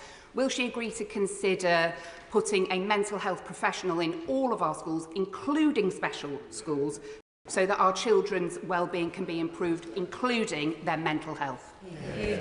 I share the Honourable Lady's concern about the mental health challenges that many of our young people are experiencing, and we are committed to rolling out mental health support right across our schools. What I would also say on the wider challenge that we see around support for children with special educational needs and disabilities, I want to make clear to this House that the reform that we do need to engage in this area, the change that is required, is complex and it will take time. And I invite members across this House to work with us on the change that is required, her party and others, in order to get this right, because for far too long, children with special educational needs and disabilities have been failed by this system. Parents have lost trust and confidence in it, and it is bankrupting local councils. I'll give way to my honourable friend. Can I thank my right honourable friend for giving way? She's spoken about academies and various other forms of schools. Can she confirm that there is nothing at all in this bill that would result in a teacher in any school getting a pay cut? Honourable friend brings a wealth of experience to this House as a teacher, and I know that teachers will want to hear what this will mean for their pay. So I will reiterate today that the measures in this bill and the changes that we will bring forward to the school teachers' pay and condition documents in the following remit will not cut teachers' pay. I will give way. Secretary of State for giving way. She's spoken about her focus on standards. Well, the Free Schools programme has driven up standards across the country.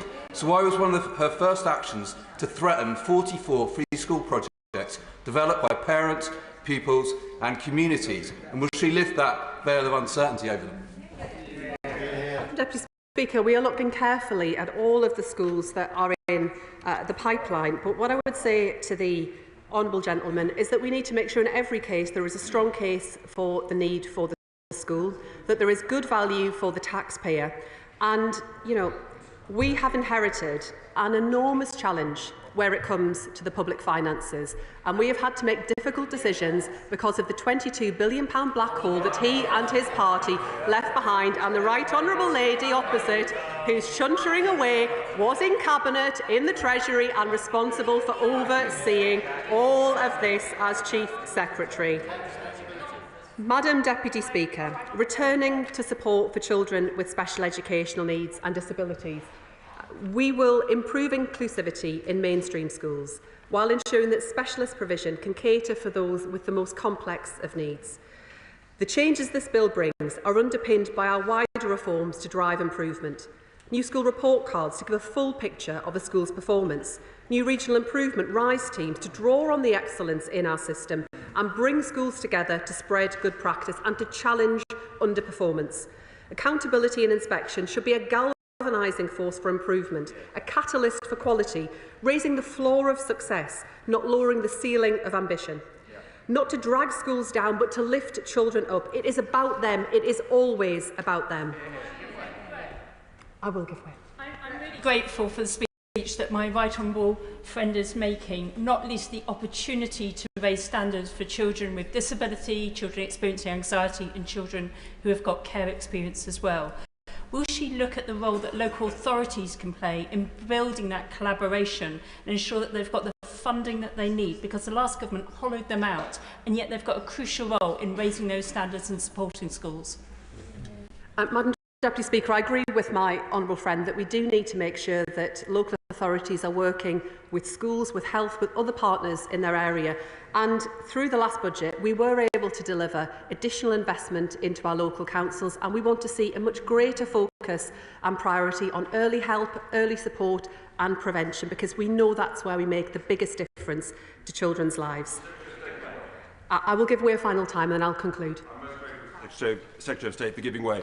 I was Chair of Governors of the 15th Academy and welcomed Sir Tony Blair in 2008 to that academy in Northampton to show him the benefits of the freedoms for governors to act with regard to the national curriculum, with regard to pay and conditions and with regard to innovation.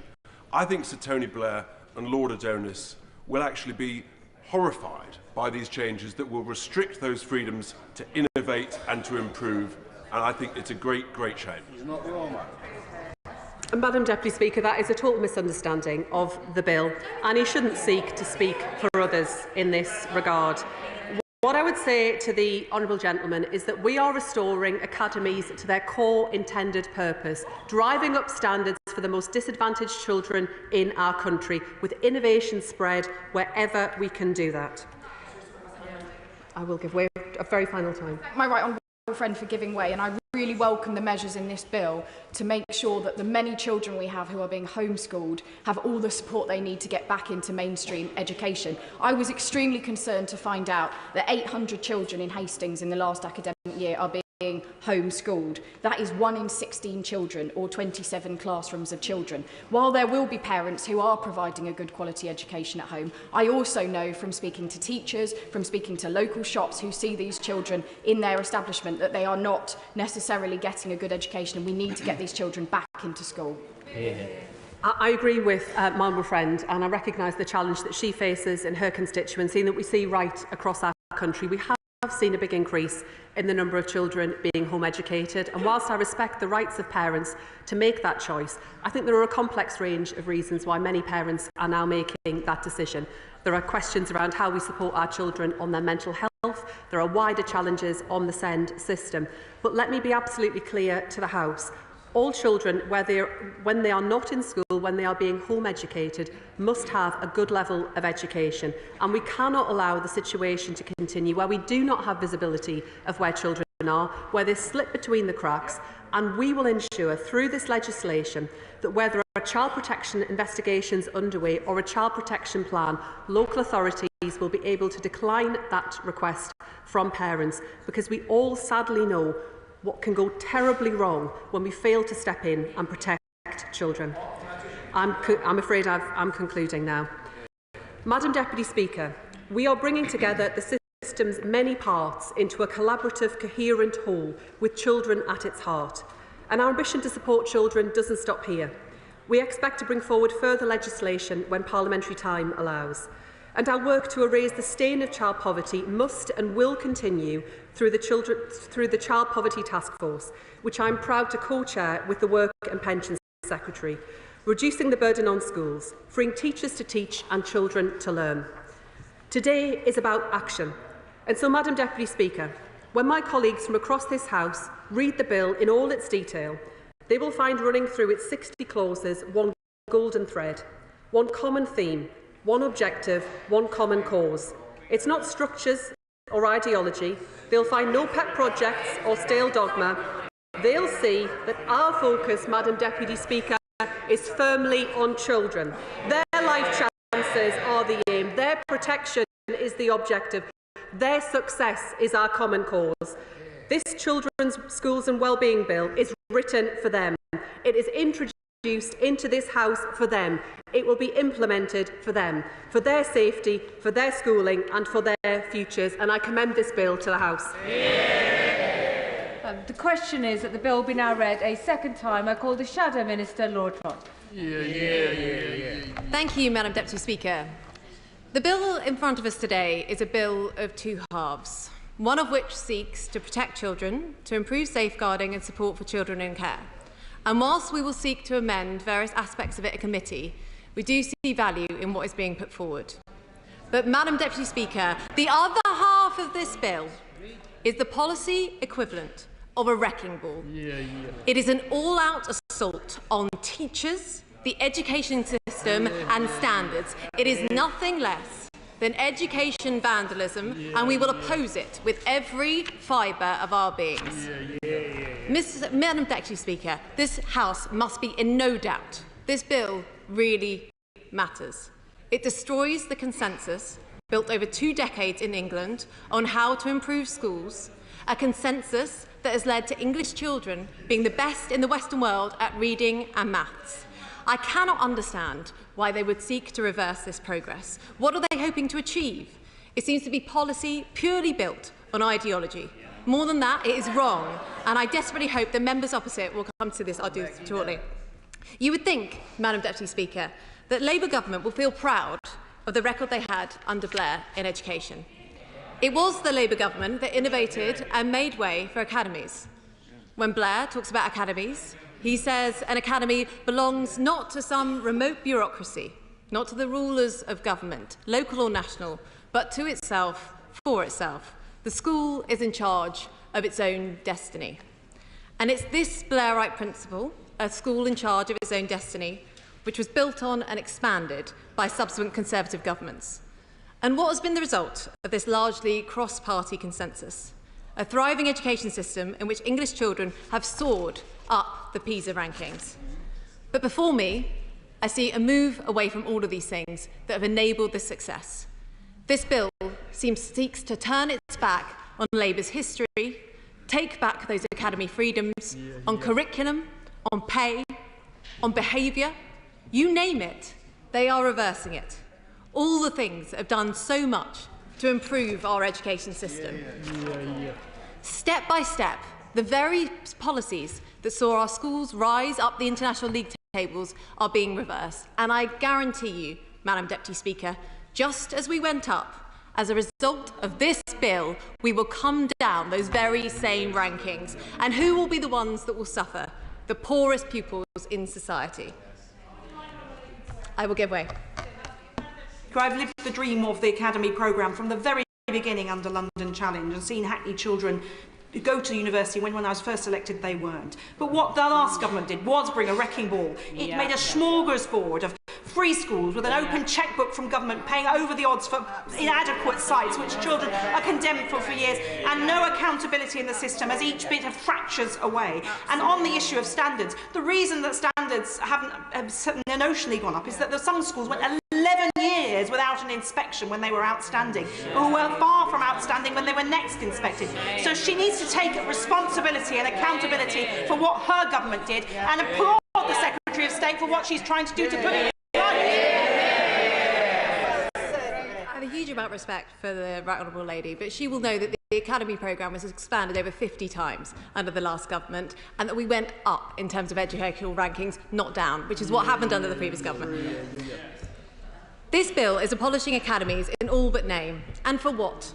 Because education ministers think that they know better than Catherine Birbalsingh and Sir John Coles. As Blair said in 2005, command public services today are no more acceptable than a command economy.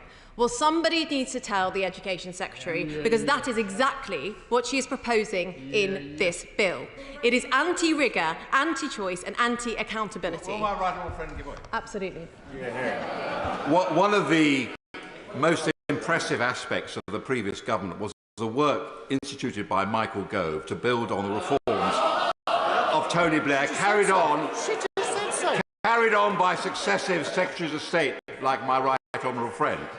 Will my right honourable friend commit the next Conservative government to reversing these changes and ensuring that we have more choice for head teachers on curriculum, on hiring and firing, on expulsions, so that we bring competition into the school sector, not the dead hand of a Whitehall bureaucrat?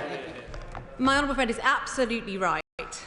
And to be clear, this bill is proposing a pay cut for nearly 20,000 teachers in future years because they are imposing national terms and conditions on teachers in academies. You have to ask, Madam Deputy Speaker, what is the problem that the government is trying to solve here? Teachers outside of national pay scales are paid more, not less. What have they got against high-paid teachers? Why on earth are the government coming here today and telling tens of thousands of teachers that their pay is too high? It is absurd. Levelling down seems to be this government's priority. And the flexibilities given on terms and conditions allow academies to offer things like a longer school day. Are the Labour government proposing to ban this? The explanatory notes to the bill set a new standard in doublespeak when they praise the positive innovation and good practice in teachers' pay and conditions in some academies, and say that they want to ensure that local authority maintained schools also have the opportunity to implement it. So, what are they doing? Are they giving these same pay flexibilities to local authority schools? No, Madam Deputy Speaker, they are doing the opposite. They are taking pay flexibilities away from academies. And don't try to make any sense of this, Madam Deputy Speaker, because it's impossible. It is entirely contradictory. The government are also removing the requirement for failing schools to be taken over by an academy, despite recognising the, and I quote, strong track record of multi-academy trusts in turning around failing schools. And what are they replacing it with? They mention regional school improvement for standards and excellence, so-called RISE teams, officials sitting in the Department for Education, but in another breath, they said that these teams are not going to be involved in failing schools. The government have clearly themselves totally failed because they do not understand that the reason failing schools become academies by default is because it is the most effective intervention. If it is not mandatory, I will shortly, there will be lots of massive rows about what will happen to failing schools and inevitable delays and legal challenges. And what is the upshot of this? More time with children in failing schools not being dealt with. So what is their plan for failing schools? What is their plan to protect these children from falling behind? What is the evidence that this approach is better? Have they trialled this anywhere?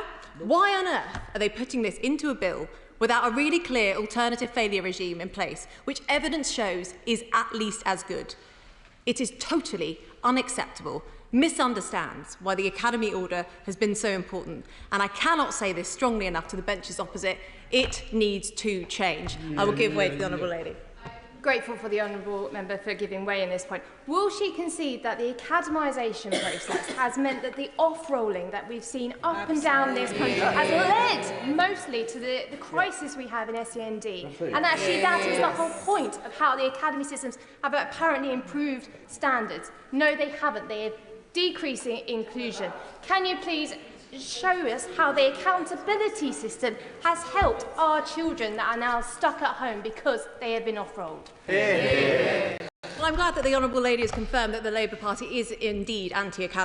It goes on and on, this bill. Rampant centralisation in search of a cause. Why are they making all the schools follow the national curriculum? Where is the evidence that there is a problem with this? Why are they putting in place sweeping powers to direct academies on unspecified things? What possible justification do they have for this? They say in the notes this is to prevent unreasonable use of power. I say, look in the mirror. I'll give the way to the Honourable Director. I'm grateful to my right honourable friend for giving way, and she's mentioned pay and power, and I think they lie behind this because it's the education unions have opposed every step in the way under the last Labour government and under the last Conservative government. And we have the dinosaur tendency, of which we just heard from the Honourable Lady opposite, showing that they viscerally dislike freedom of academies and they turn their face against the transformation of educational outcomes, not least for the poorest, because of ideology rather than a genuine commitment to the child. Sadly, I think my right honourable friend is absolutely correct. I see no other reason why the academy provisions in this bill would be in place. It actually says in the explanatory notes of the bill that the primary aim of this legislation is to make the education system, and I quote, more consistent. This, Madam Deputy Speaker, is at the heart of the problem today, because more consistency does not a better education system make. This is a classic Labour argument, one size must fit all, lobbing the tops of the tallest poppies. God forbid that schools might be able to innovate and learn from each other. Teachers might have freedoms in the classroom to try new things, backed up by a regulator which rigorously inspects and identifies failure, because that is an excellent education system. A system which aims solely for consistency is not. A system of command and control, stifling teachers, suppressing innovation, everything decided in an office in Whitehall, far away from the classrooms. Same old Labour, consistency for all and excellence for none. I will give way to the Honourable Lady. He has referred repeatedly to command and control and consistency as if the latter were a problem. The Right Honourable Lady was presumably part of the government which sought to use academies as a mechanism by which to literally control individual schools from Whitehall rather than having the individual involvement of local authorities. The whole point of academies is to drive up standards by freeing it from state control. The bill undermines all of this, which is why it's abolishing academies in all but name. I urge members opposite to actually look at what the education part of this bill will do. Look at the Labour history under education secretaries like Lord Donors. Don't destroy something that the Labour Party helped build. The government must get rid of the academy elements of this bill. They will not improve the school system. They will make it worse. Don't destroy the work and policy of 2 decades at the stroke of a bureaucrat's pen. We have to ask ourselves, who is this all about, Madam Deputy Speaker? Are we on the side side of ideology, unions and bureaucrats, or are we on the side of children and teachers and making sure the disadvantaged get the best possible education?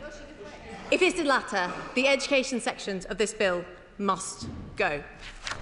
And lastly, Mr. Speaker, I have to come to the final part of our amendment, a national grooming gang inquiry. This debate has been taken too far away from the victims and what is right for them. There are legitimate arguments to be had in this area, but the one I will not accept is to call for this is to be far right. The Labour government have to understand that they must explain their actions, not just call the opposition names.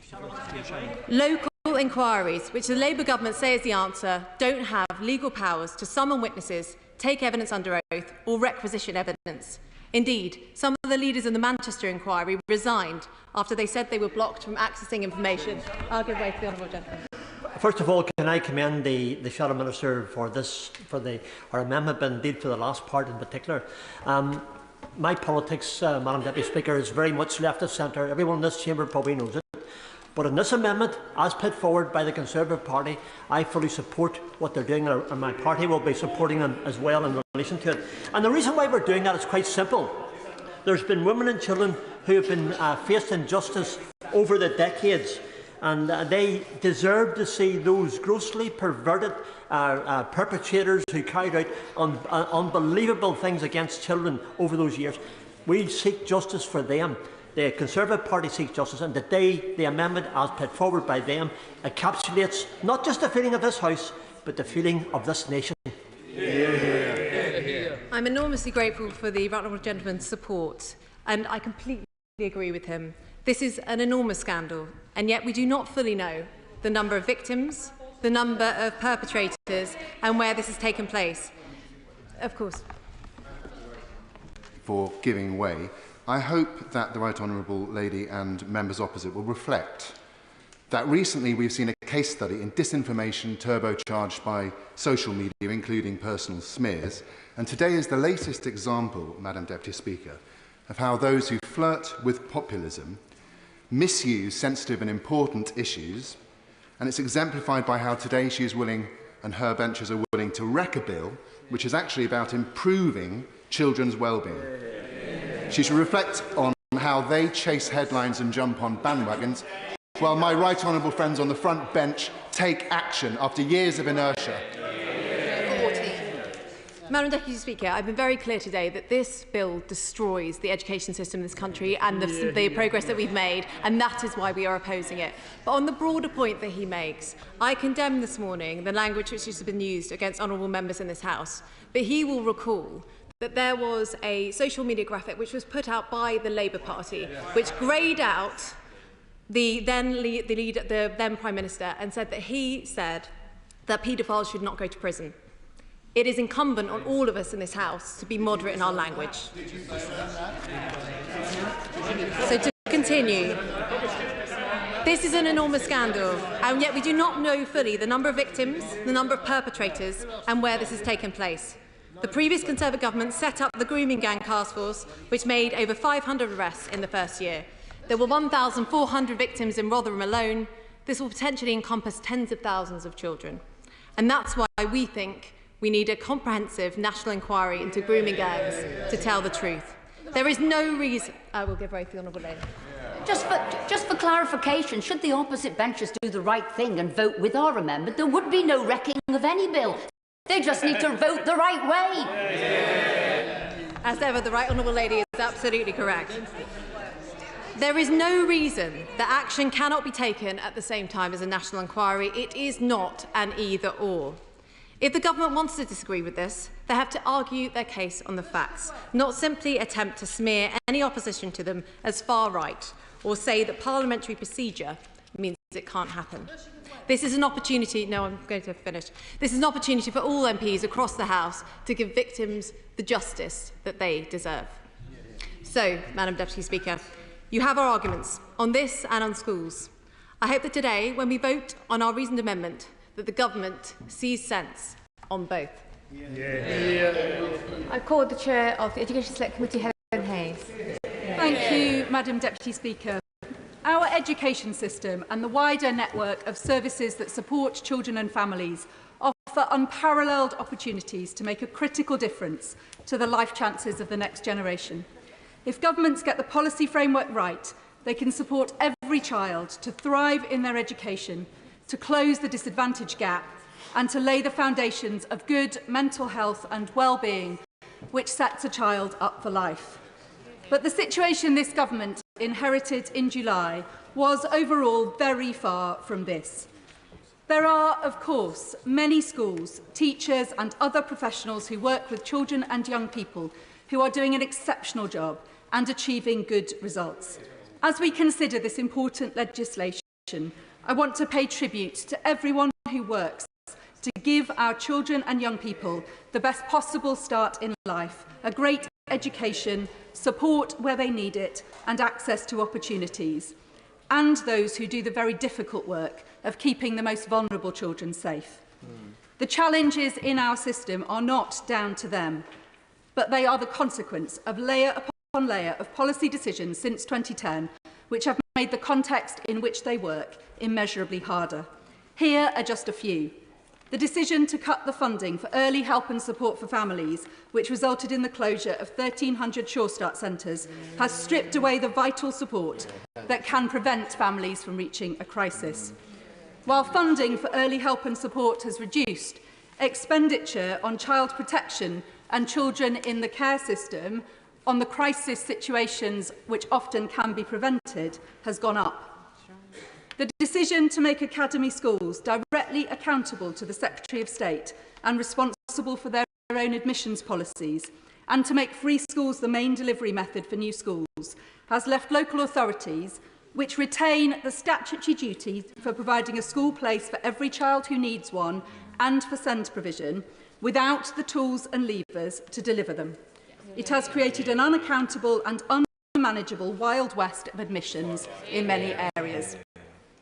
The neglect of the SEND system has allowed it to reach breaking points. While children are routinely let down, the capacity of schools to meet their needs has been eroded, and there is a lack of accountability for the role of health services. Local authorities are being pushed to the edge of effective bankruptcy. School attendance has been falling at a completely unacceptable rate, and our children and young people have the worst mental health and well-being in Europe. Where we should have a system of many parts, all working together in the best interests of children and families, we have a broken system in which some parts are missing entirely while others are buckling under the pressure. Far too many children, particularly those with SEND, are being let down, and in too many cases children are not being protected from harm as they should be, or the outcomes that result from the attempts of the system to protect them from harm are shamefully poor. We need only to look at the shocking overrepresentation of care-experienced people who are homeless or in the criminal justice system to know that our current systems are failing, or to reflect on the names of children who have been tragically killed at the hands of those who should have protected and nurtured them: Star Hobson, Arthur Lavinia Hughes, Sarah Sharif, amongst others, to know that child protection urgently needs to be strengthened. In this context, Madam Deputy Speaker, I welcome this bill, which begins the work of stitching back together a system of support for children and families, and which places children once again at the heart of government policy. Measures such as the single child identifier and creating a register of children not in school, restoring the ability of local authorities to deliver new school places and to intervene on admissions, tackling profiteering by providers of children's homes, delivering free breakfast clubs, reducing uniform costs, and many of the other measures in this bill will make a big difference to children and their families. The Education Select Committee is taking a close interest in this legislation, which is relevant to our ongoing inquiries on children's social care, SEND and many other aspects of our work. And there are a number of areas on which I would like to press ministers today. The measures in the bill to improve children's social care are welcome, but it is well established that there are huge cost pressures facing local authorities, which mean that the system does not function as well as it should. Local authorities that are currently trapped in a cycle of spot purchasing residential places for looked after children from expensive providers out of area will need support and funding to make the transition to more positive ways of working, even if new ways of working can bring down costs in the longer term. So I want to ask what investments the government will make in children's social care to ensure that the changes in this bill can be fully delivered with the maximum impact.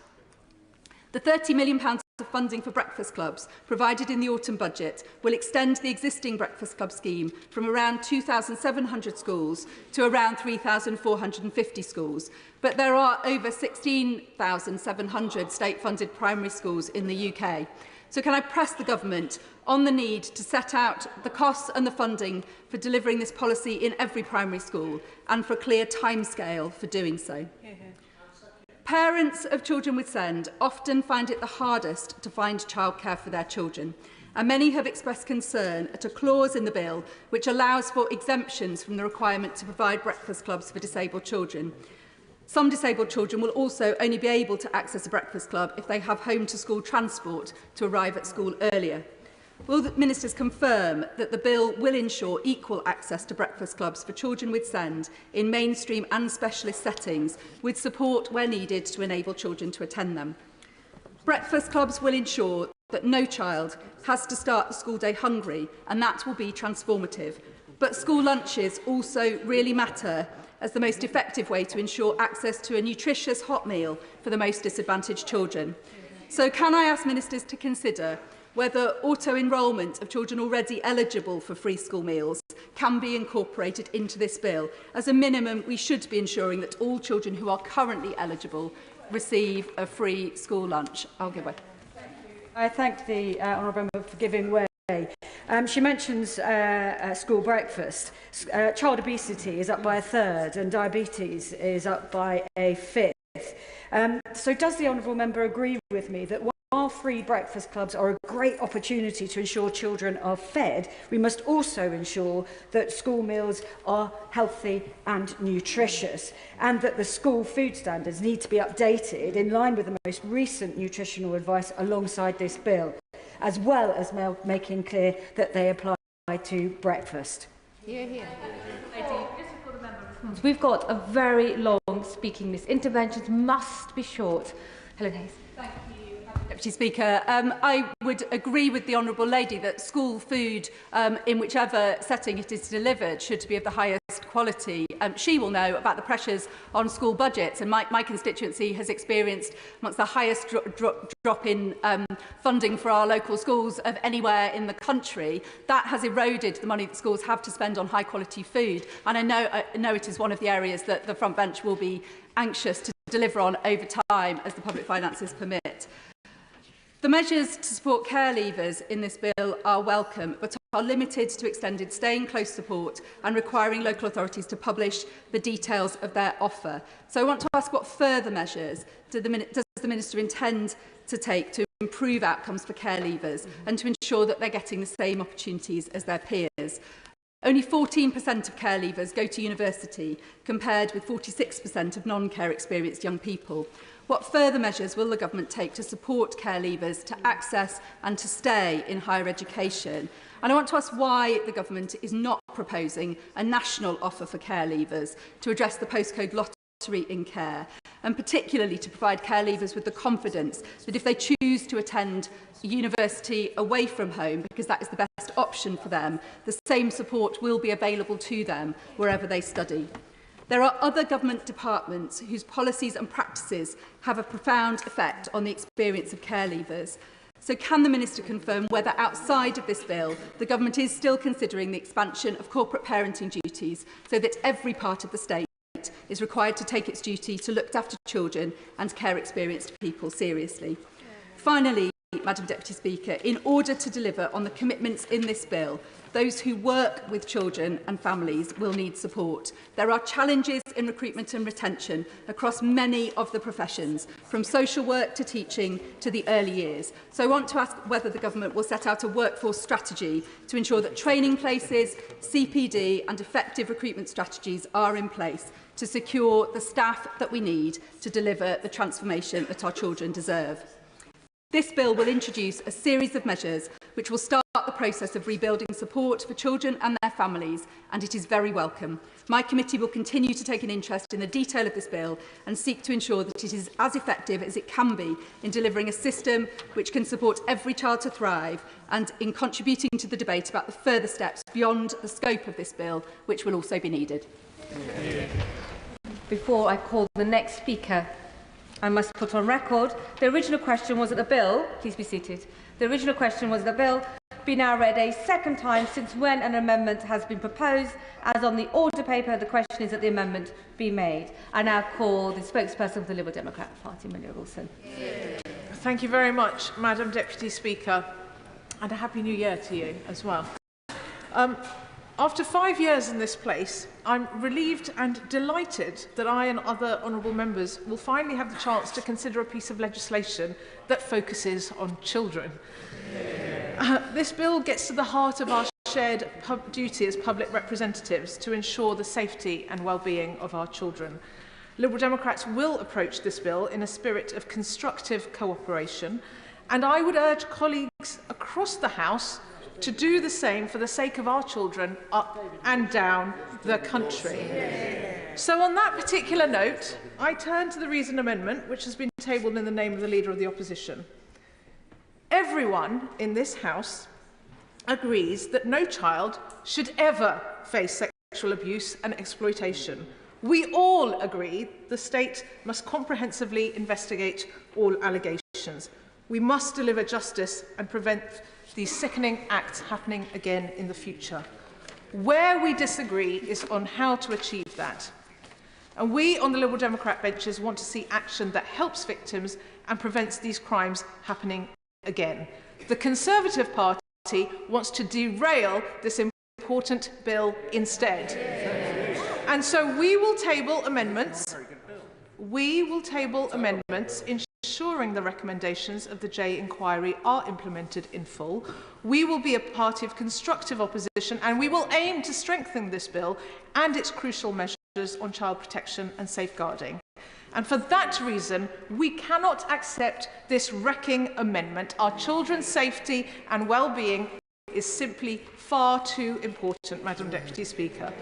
We owe it to them all to get this right. Will the Honourable Lady give way? I will give way.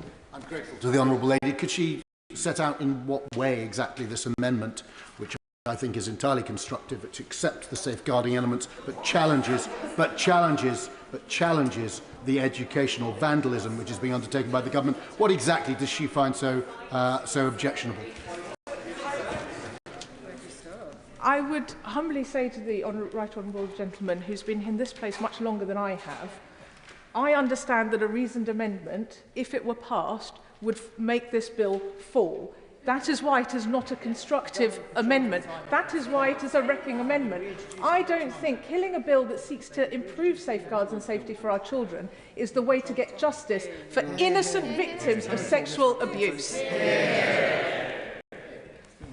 So there is much in this bill that we on these benches welcome, but of course there are areas of detail where we will seek to probe, where we will seek to strengthen, and measures where we will seek to go further. And as this bill makes its way through the House, we will provide that detailed scrutiny, challenge and improvement. Some of those important changes, Madam Deputy Speaker, are in the provisions on kinship care. The Secretary of State will be aware that this is a subject that is close to my heart and the hearts of my party colleagues. On that point, my honourable friend give way. I will give way. Thank my honourable friend for giving way. It is an issue close to my heart as well, as I moved into the care of my grandparents as a young teenager. Does she agree with me that it's crucial we get this absolutely right first time, because it's such a rare opportunity to address kinship care, and so that ministers should keep listening to kinship organisations to fill in the gaps that they see in this bill, particularly in relation to the definition and mental health care support? Can I thank my honourable friend for his intervention? He's absolutely right, and I welcome measures that put information about the local kinship care offer on a statutory footing, recognising the crucial role of kinship carers, as is finally putting a statutory definition into law, which we have long called for. Yet a definition in and of itself will not provide the financial and indeed the practical support many families and children need. and areas where the government is taking action are limited to certain subgroups of kinship carers and their children, thus undermining the value of the proposed definition. And Kinship, the charity, have said that they hope to see future legislation and the forthcoming multi-year spending review further prioritise wider kinship care reform.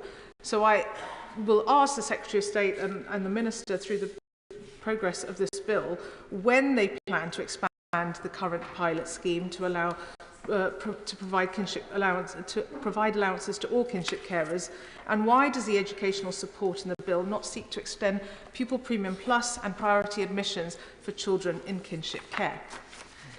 We welcome the bill's provisions on child safeguarding, including the register of children not in school. As Liberals, our party firmly upholds the right of parents to educate their children at home when it is the best choice for their child. In 99% of cases, a parent knows what is best for their child, but it is deeply concerning that there may be many thousands of children whose whereabouts are simply unknown. That reality can contribute, as we have seen all too recently, to tragic safeguarding failures, and that cannot continue. Will the Honourable Lady give way? I've already given way to the Honourable Gentleman once. Oh, okay. Honourable Lady, I wonder if she can give a single instance where a child who was in home education, you've got to remember that children spend about 86% of their time when they're at school, out of school. A single instance where a child who was at harm wasn't known to social services already. And there's a conflation of a failure of social services, which needs to be fixed, with home education, which is entirely separate. So I thank the Honourable Gentleman for his intervention. All the evidence points towards the fact that education and schools, and that's why it's in the bill, have to be a key safeguarding partner. So where a child is at risk and been identified as being at risk, ensuring that that child is in school, as this bill seeks to do, will help to safeguard them. But we saw too tragically in the recent case of Sarah Sharif, the fact that she was taken out of school and then being abused at home and tragically died. But the point is, this is just an additional measure to make sure that she's safe. I want to reiterate again, and to colleagues on all benches, that we absolutely support and champion the right of parents to home educate. This is not an attack on home education. This is about ensuring that all children are safe. And when the Children's Commissioner, when the NSPCC, when many other organisations, and in fact parties on all sides of the House, the Conservatives themselves started to legislate for this in the last Parliament and then binned the provision. So I think there is actually cross-party consensus on this measure, and as I'll come to, there are areas of detail on this measure that we need to dig into through the progress of this bill. But in headline terms, I think having a register is a crucial tool in the armoury that we give to local authorities to make sure our children are safe. So, as I've said, the register has been called for by many organisations and all parties. However, the volume of information requested from parents, as written in the bill, places a significant and potentially intrusive burden on those who choose to home educate for the right reasons. So we must ensure that data collection is strictly necessary and proportionate and being used appropriately. And on clause 24 specifically, which lays out the cases in which parents and carers must seek permission to withdraw their child from school, I would question the inclusion of children placed in special schools. Where there are safeguarding concerns about a child, it is right that the local authority should be able to step in to make sure they receive their education in school. However, in some cases, children will not have their needs met in the special school in which they are placed, and parents may feel that they have no option but to home educate.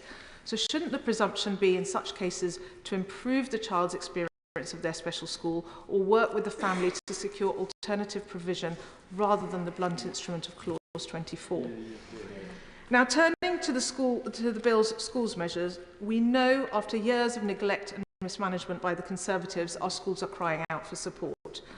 For students, parents and teachers enduring crumbling buildings, persistent underfunding and a spiralling SEND crisis, hearing the Conservatives' rhetoric today will be utterly galling. This bill takes welcome steps in restoring local authorities' powers to propose new maintained schools, especially given the desperate need in many areas for new special schools, which local authorities have been regularly prevented from establishing in recent years. And it's disappointing that this bill does nothing else to start addressing the desperate reforms that we need to improve the special educational needs system. We also welcome cooperation on school admissions criteria. Together, these changes empower communities to allocate education resources locally.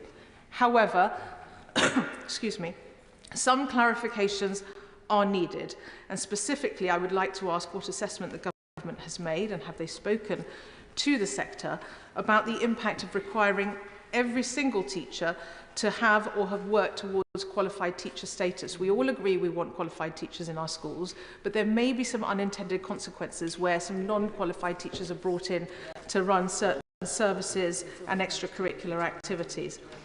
Are they confident that this measure won't lead to those unintended consequences? And the provisions on pay should only seek to set a minimum floor, not a maximum ceiling on what staff can be paid. Now, I take on board what the Secretary of State said in response to an intervention, that nobody will see their pay cut. That's a retrospective reflection.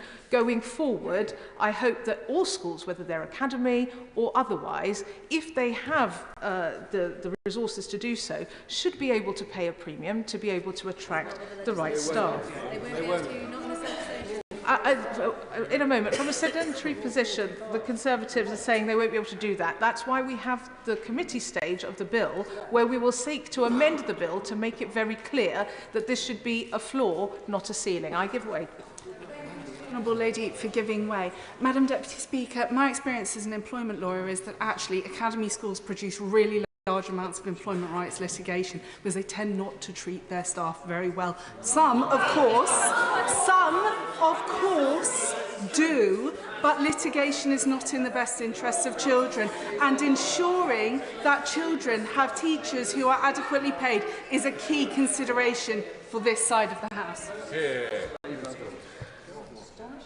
Madam Deputy Speaker, I'm not in a position to comment on what the stats are with regards to employment law issues in different types of schools. I suspect that whichever type of school you look at, there will be cases across the board. I'm not sure that's up for debate today here. But, Madam Deputy Speaker, the title of the bill includes children's well-being. And child poverty is the key issue hindering the well-being of our children in the UK today. And the shameful legacy of the Conservative government is one of far too many children going hungry in school. Now, we Liberal Democrats have put forward a fully costed plan to extend free school meals to the 900,000 children in poverty up to the age of 18 who are currently excluded. It's disappointing to see the government has not taken this opportunity to ensure that no child goes hungry throughout the school day. A meal at lunchtime might be the only hot, nutritious meal some children get, and all the evidence shows it helps them to concentrate and learn through the course of the day and achieve better outcomes. We must also remember that hunger doesn't end at 11. Breakfast clubs can be useful, but expanding lunch provision is a far more ambitious measure, and one that would make a greater impact on child hunger. And I will in a moment. And the fact is that far too many children who are entitled to claim free school meals aren't doing so, as the Chair of the Select Committee pointed out. There are an estimated 470,000 such cases. Not only are those children missing out on the hot meals to which they are entitled, the schools are also missing out on much-needed pupil premium funding. I give way to the honourable gentleman. Thank the honourable lady for giving way, and I welcome her comments about the need for young people to get hot food. In Durand's primary school in my constituency, their kitchen is closed because of RAC and a failure of the last government to actually provide the funding for that school to actually have a kitchen, so the children can't have none of them can have hot food. Would you agree that is would the right honourable lady agree that that is not good enough? I thank the honourable gentleman for his intervention.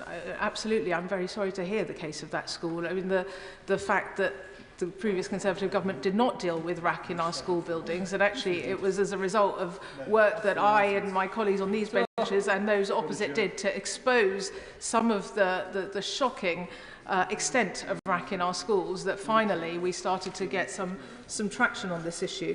Just going back to the point about auto-enrolment, Madam Deputy Speaker, for free school meals, the Liberal Democrat-led coalition administration on Durham County Council introduced auto-enrolment for free school meals in September last year. They have now seen an extra 2,500 children signed up and an extra £3 million in pupil premium funding for the county.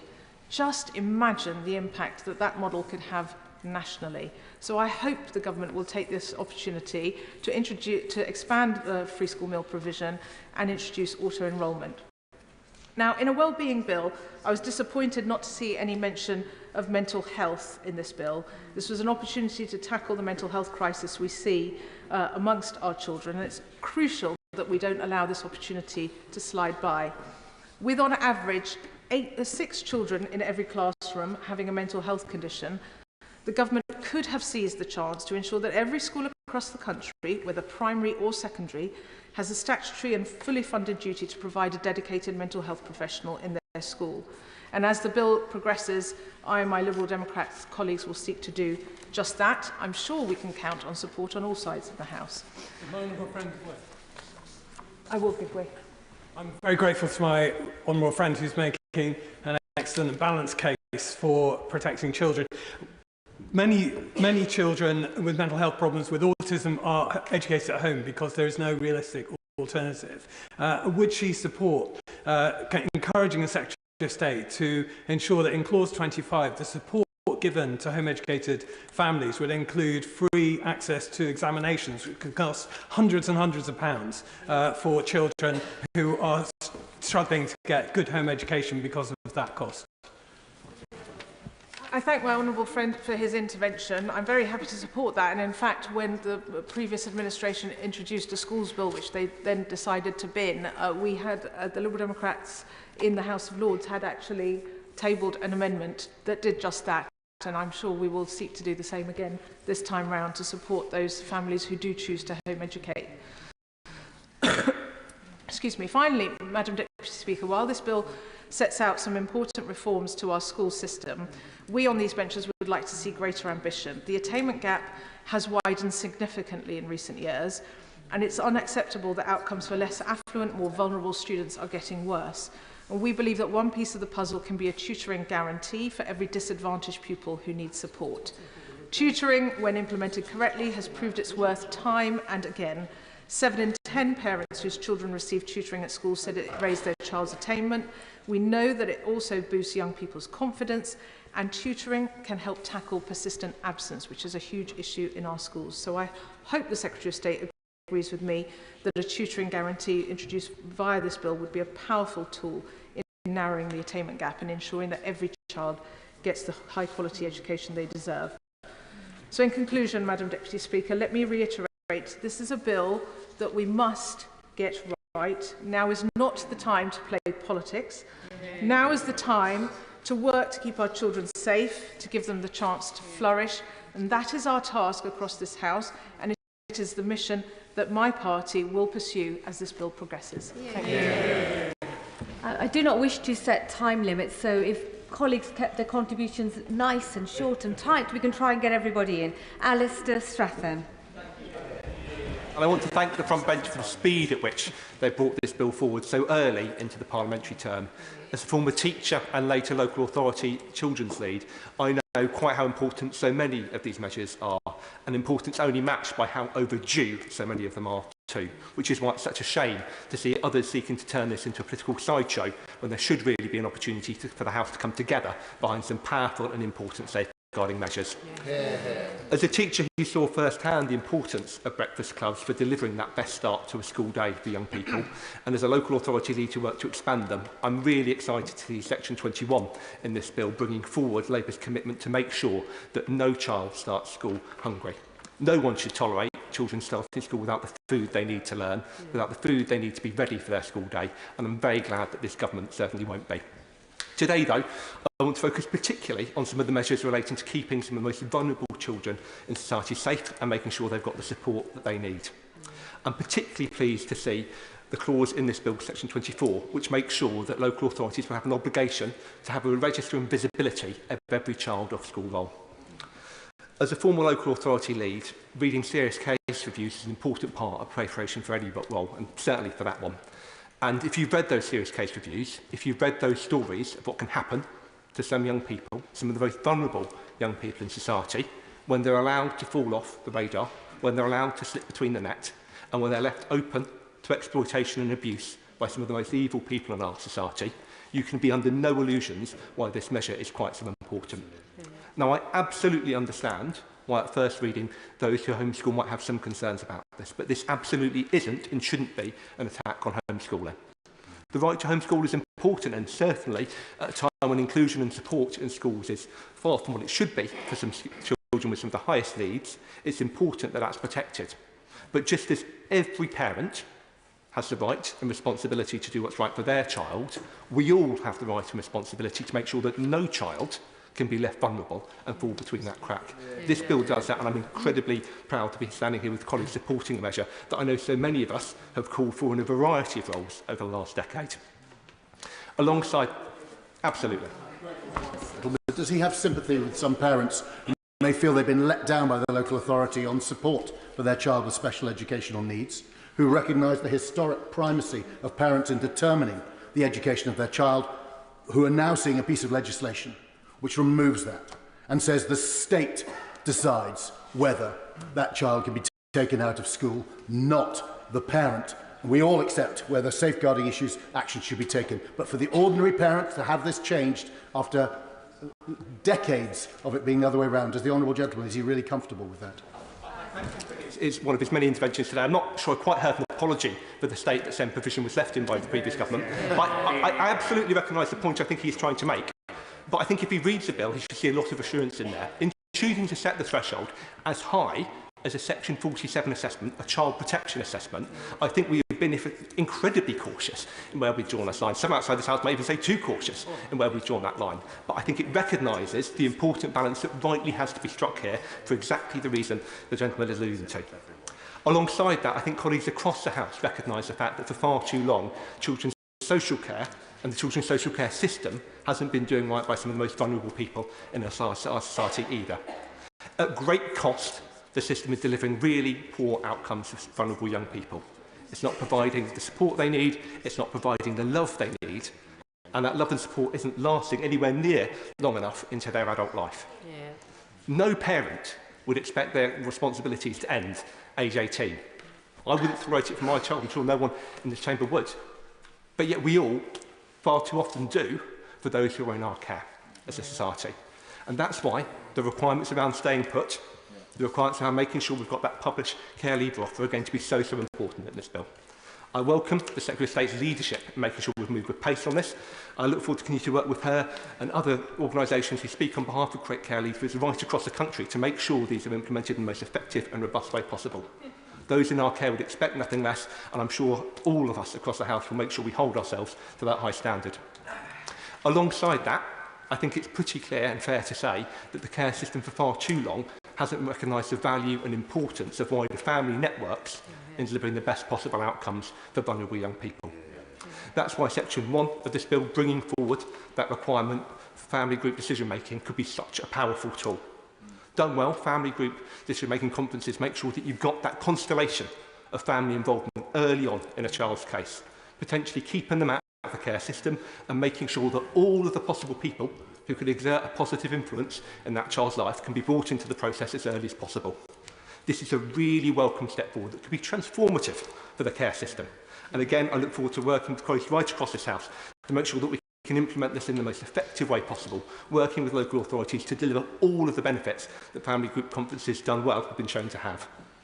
Alongside this is someone who, alongside many colleagues and members opposite too, have campaigned on behalf of kinship carers many times in my, albeit quite short, parliamentary career. I'm very glad to see some important recognition of their role in this process too. Kinship carers step up for a vulnerable young person in their care, and it cannot be right that so many of them are foisted and stalled from doing what they'd like to support young people in their care by a rigid and bureaucratic care system. No kinship carer should have to sign up and become a foster carer just to look after a young person.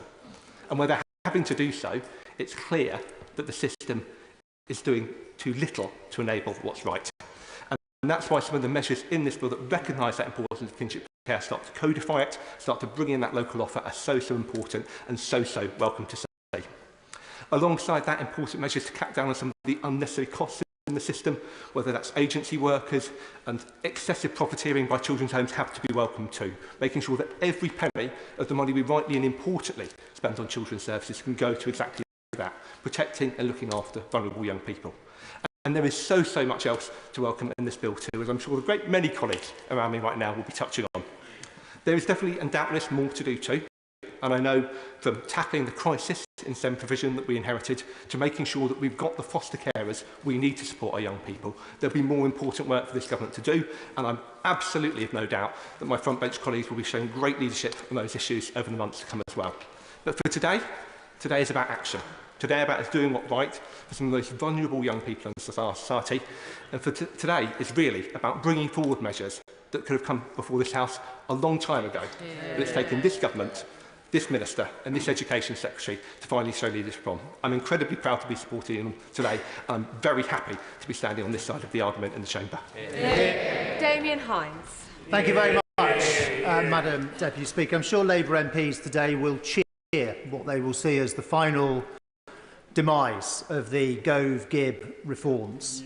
But what we have before us today reverses far further back than that. If this bill passes in anything close to its current form, it will be as if Lord Adonis was never the Schools Minister, as if Lord Blunkett had never sat in the Secretary of State's chair. It will be as if Tony Blair had never been Prime Minister and had never made central to his pledge and contract to the British people in 1997 those famous three words: education, education, education. Now, to be clear, there are things in this bill that we agree with. There are things that were in our bill. There are things that build on the work that we were doing on staying close, on virtual school heads, on kinship care and more. Of course, there are also things in this bill which are just there to be, and this is something they did learn from New Labour, to be eye-catching initiatives, retail offers in the jargon, on breakfast clubs. There are thousands of breakfast clubs already in our country. And by the way, we'd like to know what happens to the breakfast clubs at secondary school, where actually they make more impact on attendance than in primary school, or the provisions on uniform. And we have had for a long time, statutory guidance on uniform. Why it's necessary to write it into law, I have no idea. The principal aim seems to be to outlaw primary schools that require the wearing of a tie. But the biggest part of this bill, read the detail, the biggest part of this bill is about attacking school and trust autonomy and giving power back to Whitehall and to the LEA.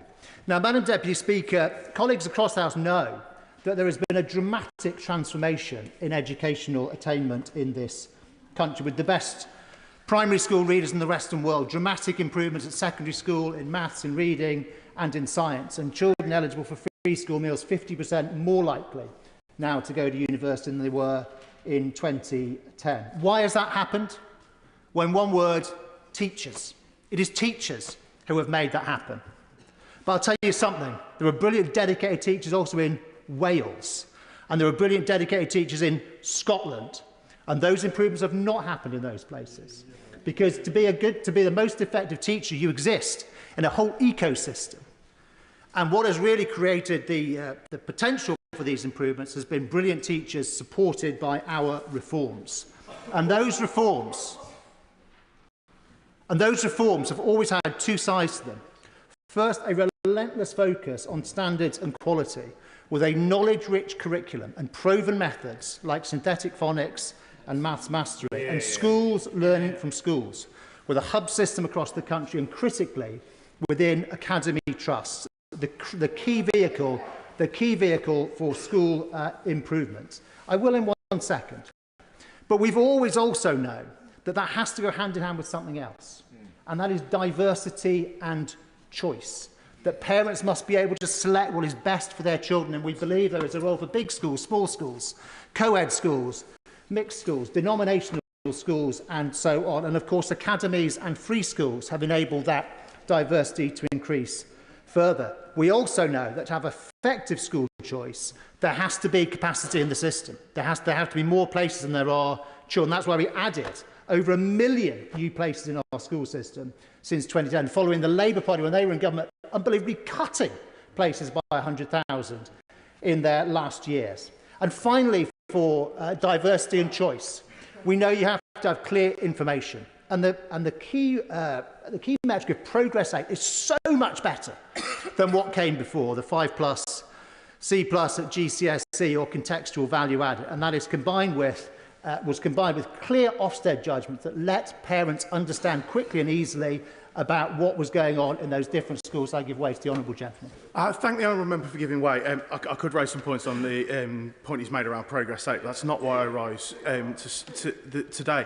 Just yesterday, my local paper in Lichfield, on my local news website, reported that the founding head teacher of Maple House School for Dyslexia in Lichfield, which is an award-winning school, and Dr Brown is an award-winning head teacher, in his 90th birthday message, he used that to say that the obsessive focus around synthetic phonics is actually holding back pupils. That is not me saying that. That is coming from an award-winning head teacher in an award-winning school.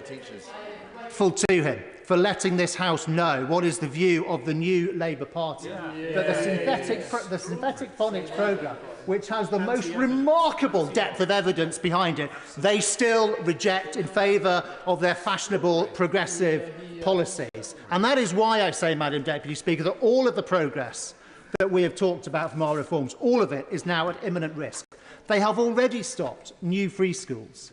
Now there will be far fewer academy conversions, and even for those that are already in place, the academies that already exist, their freedoms are about to be eroded. And what is the practical benefit of all these erosions?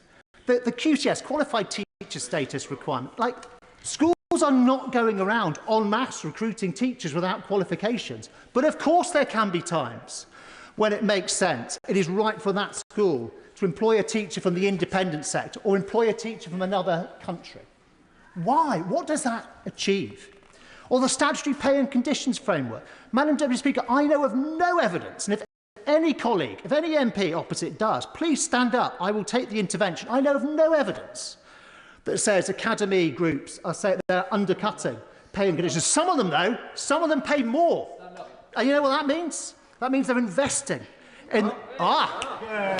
let's hear it. I think what you need to... what the honourable gentleman needs to understand is it's not just about pay, it's about school teachers' pay and conditions, and that needs to be nationally if we're going to recruit and retain the teachers we have. The previous government failed on every single measure to retain and recruit qualified teachers in schools. Madam Deputy Speaker, again, look, I'm very grateful to colleagues opposite for their interventions, because they tell us, they tell this House, they tell the country what they need to know.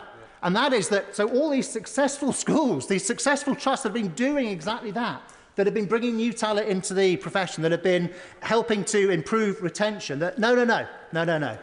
They're not the right people to make that decision, are they?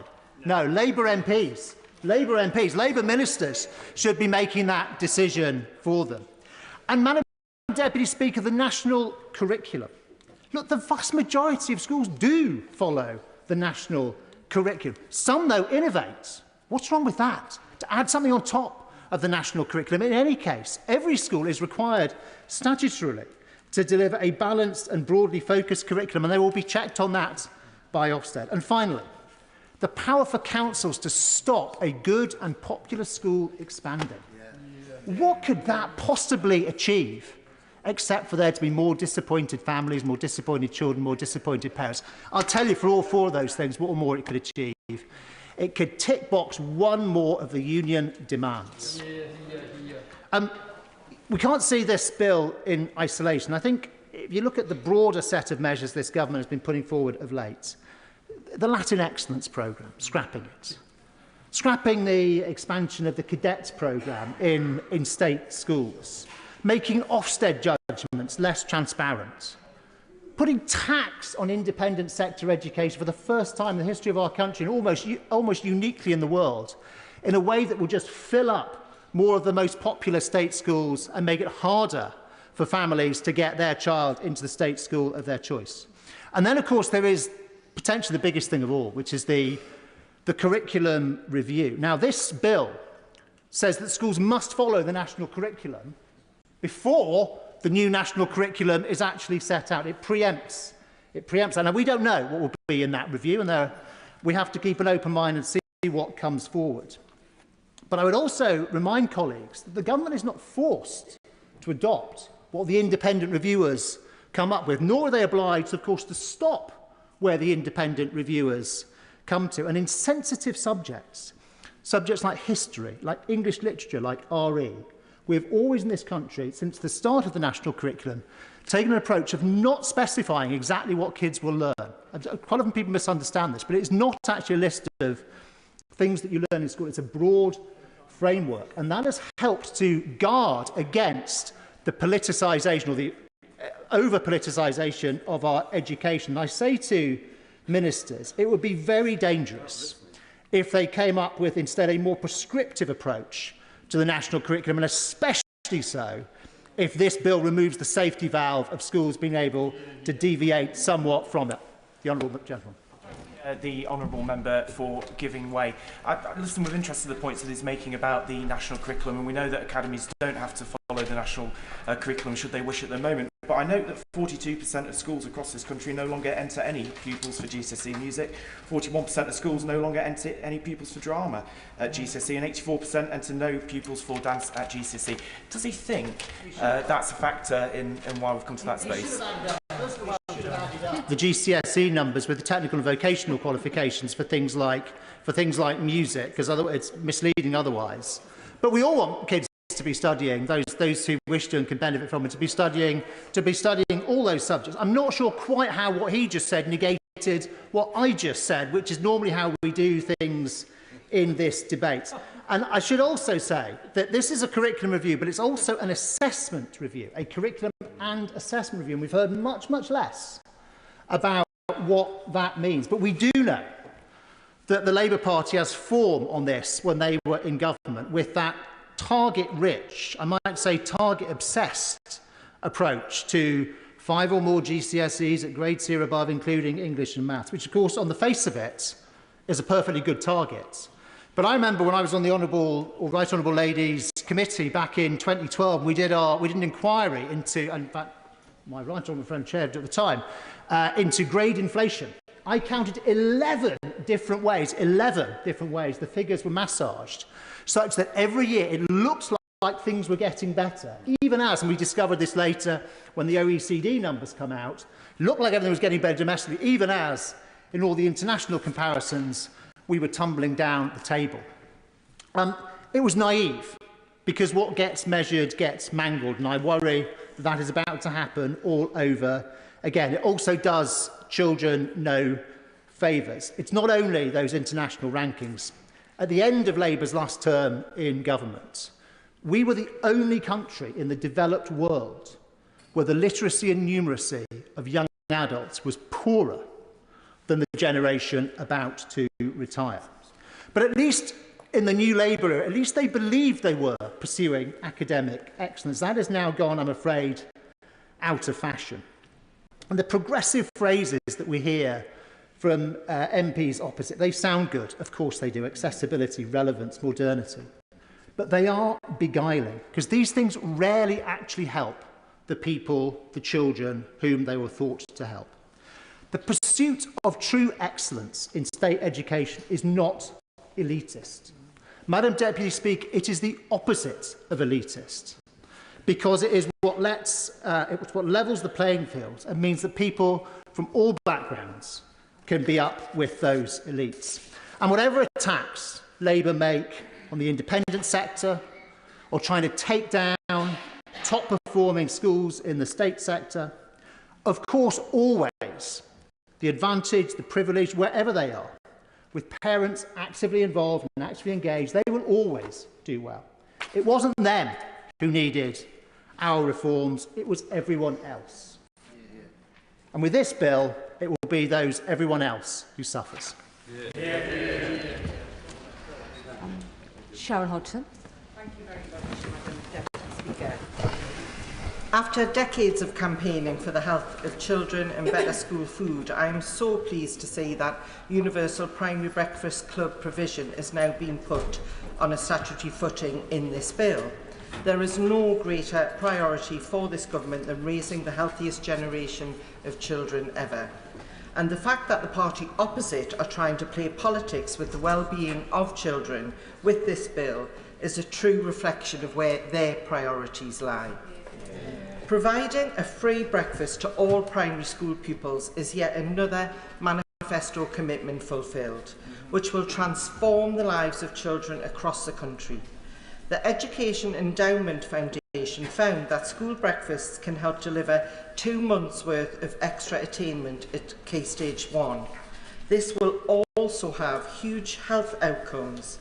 1 in 3 children are already at risk of future food-related ill health, such as type 2 diabetes or heart disease, by the age of 10. That's 1 in 3 children.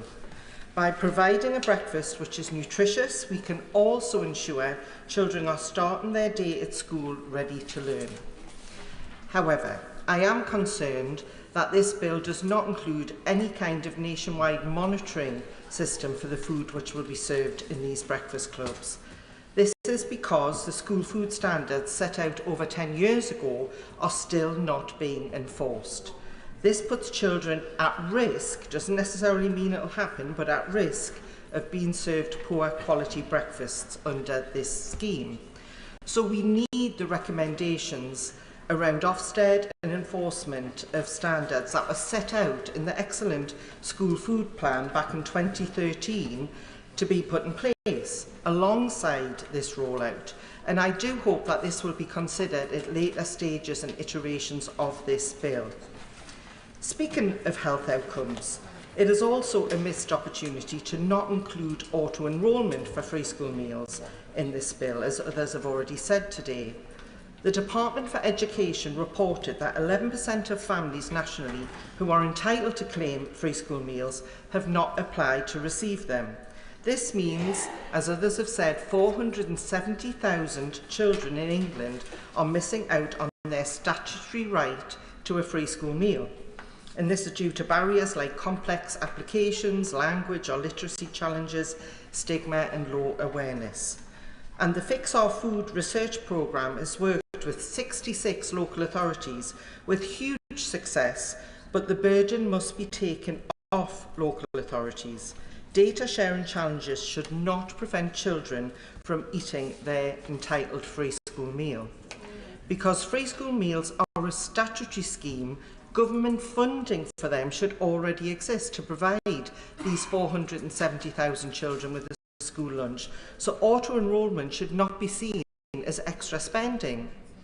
This also would importantly go on to unlock extra vital pupil premium funding too.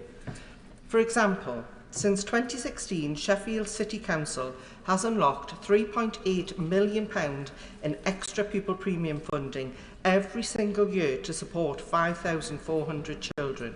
And this is just one example of many available. So, including provisions in this bill to provide these children with a free lunch would have a very low cost but with extremely high impact. Free school meals empowered by the new breakfast programme are shown to be beneficial for both attainment and attendance at school. In fact, the case for universal free school meals is also a no-brainer. Impact on Urban Health found that for every £1 invested in universal free school meals, it returns £1.71 in core benefits, including massive savings for the NHS and reducing rates of childhood obesity. The London Mayor's groundbreaking scheme to expand free school meals to all primary age pupils has also had unprecedented impacts. 84% of parents said that the scheme had helped or significantly helped their household finances. And an evaluation report was recently released, and I encourage the Minister present and the Secretary of State to read it if she has not done so already. It contains significant findings that more than make the case for universal free school meals to be rolled out. So alongside hopefully more quality school lunches, I look forward to seeing the success of the Breakfast Club programme as it's rolled out, and I hope that this creates further appetite for better and expanded school food provision in future. Thank you. Nigel Farage. Thank you, Madam Deputy Speaker. I have no doubt this bill is based on socialist dogma. It will reduce choice, it will reduce competition, it will take away parents' freedom to educate at home, ultimately, and I'm against it. And I'll vote against it, and the government will vote for it, and that's how politics in this country works. But how on earth can we look up at the screens and see children's well-being and debate and vote on that when out there in the country our constituents are talking? Well, we used to call it grooming gangs. I think we've moved on now to mass and gang rapes. I've tried a campaign since 2012 for more truth, more honesty about what has really gone on. Although the Labour MP for Keighley, Anne Cryer, was doing this as far back as 2002. But at every attempt to try and have a proper national debate on the scale of this problem, it has been shut down. Now, we thought initially that in half a dozen northern towns there was a serious problem. Mass sexual assaults and rapes of children and young women. But recent research from journalist Charlie Peters at GB News now says he's certain this has taken place in at least 50 different towns in our country, at least 50, and that it's still going on today. I will give way. Thank you. I really sincerely thank the member for giving way. I appreciate the need to look at these issues in the round, but does he accept that there are measures in this bill that will protect children based on what we already know, that it will help children, stop them being abused and make it harder for groomers to get access to them across this country? And that's what we all want to do, isn't it? I hope he agrees with me. I don't. No, I don't. And whatever measures are in this bill to protect children, and we all want to see children protected for goodness sake, no, it will not. And here's the thing. Here's the thing. The Prime Minister is doing his best to tell us there's been an inquiry, the J inquiry. Well, there has, and it's 459 pages long. Grooming gangs are not mentioned once. Rotherham is literally mentioned once in passing. And the scope of that inquiry was like a shotgun. It was to cover a whole range of areas in which children were being abused. What we need and what we're calling for is a rifle shot inquiry, one that looks specifically at to what extent were gangs of Pakistani men raping young white girls. Because ultimately, it seems to me there's a deep racist element behind what happened. Now, I might be right, I might be wrong, but doesn't the country deserve a full, open national inquiry? And I'll say this, if the government won't do this, and I do believe there is now overwhelming support on all sides of the political spectrum for this, and Parliament should not be in denial about this. If it doesn't, then we will raise the money at Reform UK and appoint independent arbiters, because we need the truth to be out there. Now I will vote with the amendment that's been put forward by the Leader of the Opposition, although I do note that as Women and Equalities Minister from 2022 to 2024, she didn't meet a single victim of these rapes and never raised the issue once. Insincere though it may be, I will vote for it, we will vote for it, but I beg those on the other side of the House to think, don't you believe that your constituents need to know the truth about this great evil that has happened in our country? Hear, hear. We have over 60 colleagues hoping to get in, so I will implement a 5-minute time limit. And the next speaker for 5 minutes is Nadia Whitto. Thank you, Madam Deputy Speaker. Madam Deputy Speaker, every year around 500,000 children in this country are abused. It likely could be higher because, of course, the vast majority of abuse is hidden. This bill is about safeguarding them. It's about stopping vulnerable children from falling through the cracks, such as through a homeschooled register. It's about trying to prevent horrific crimes like those committed against Zara Sharif from ever happening again. The Children's Charities Coalition have called it a major step forward. Now, I want to be clear that no party has completely clean hands in this area. Under successive governments, vulnerable children have been systematically failed by the institutions that were supposed to protect them: the police, social services, local authorities, the CPS, their schools. They were disbelieved and their lives were devalued. We in this House owe it to victims and survivors of the past, the present, and sadly the future, to give them justice and protection where the state previously so badly failed. And in order to do that, we cannot turn child sexual abuse and exploitation into a political football. And I want to be clear too that it's by no means all members opposite who are guilty of this.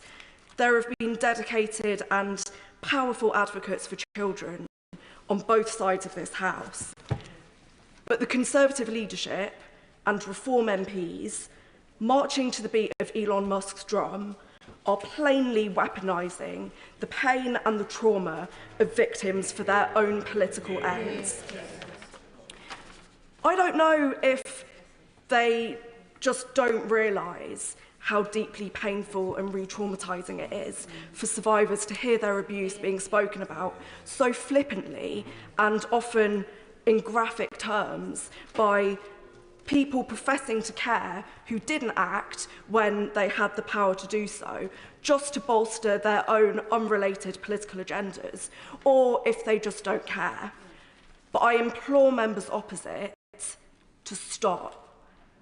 Because when you say that child sexual abuse and exploitation is the result of alien cultures or a multiculturalism project that has failed, you mask the reality, which is that child sexual abuse and exploitation is happening in every area of this country, perpetrated by members of every social class, every race and every religion.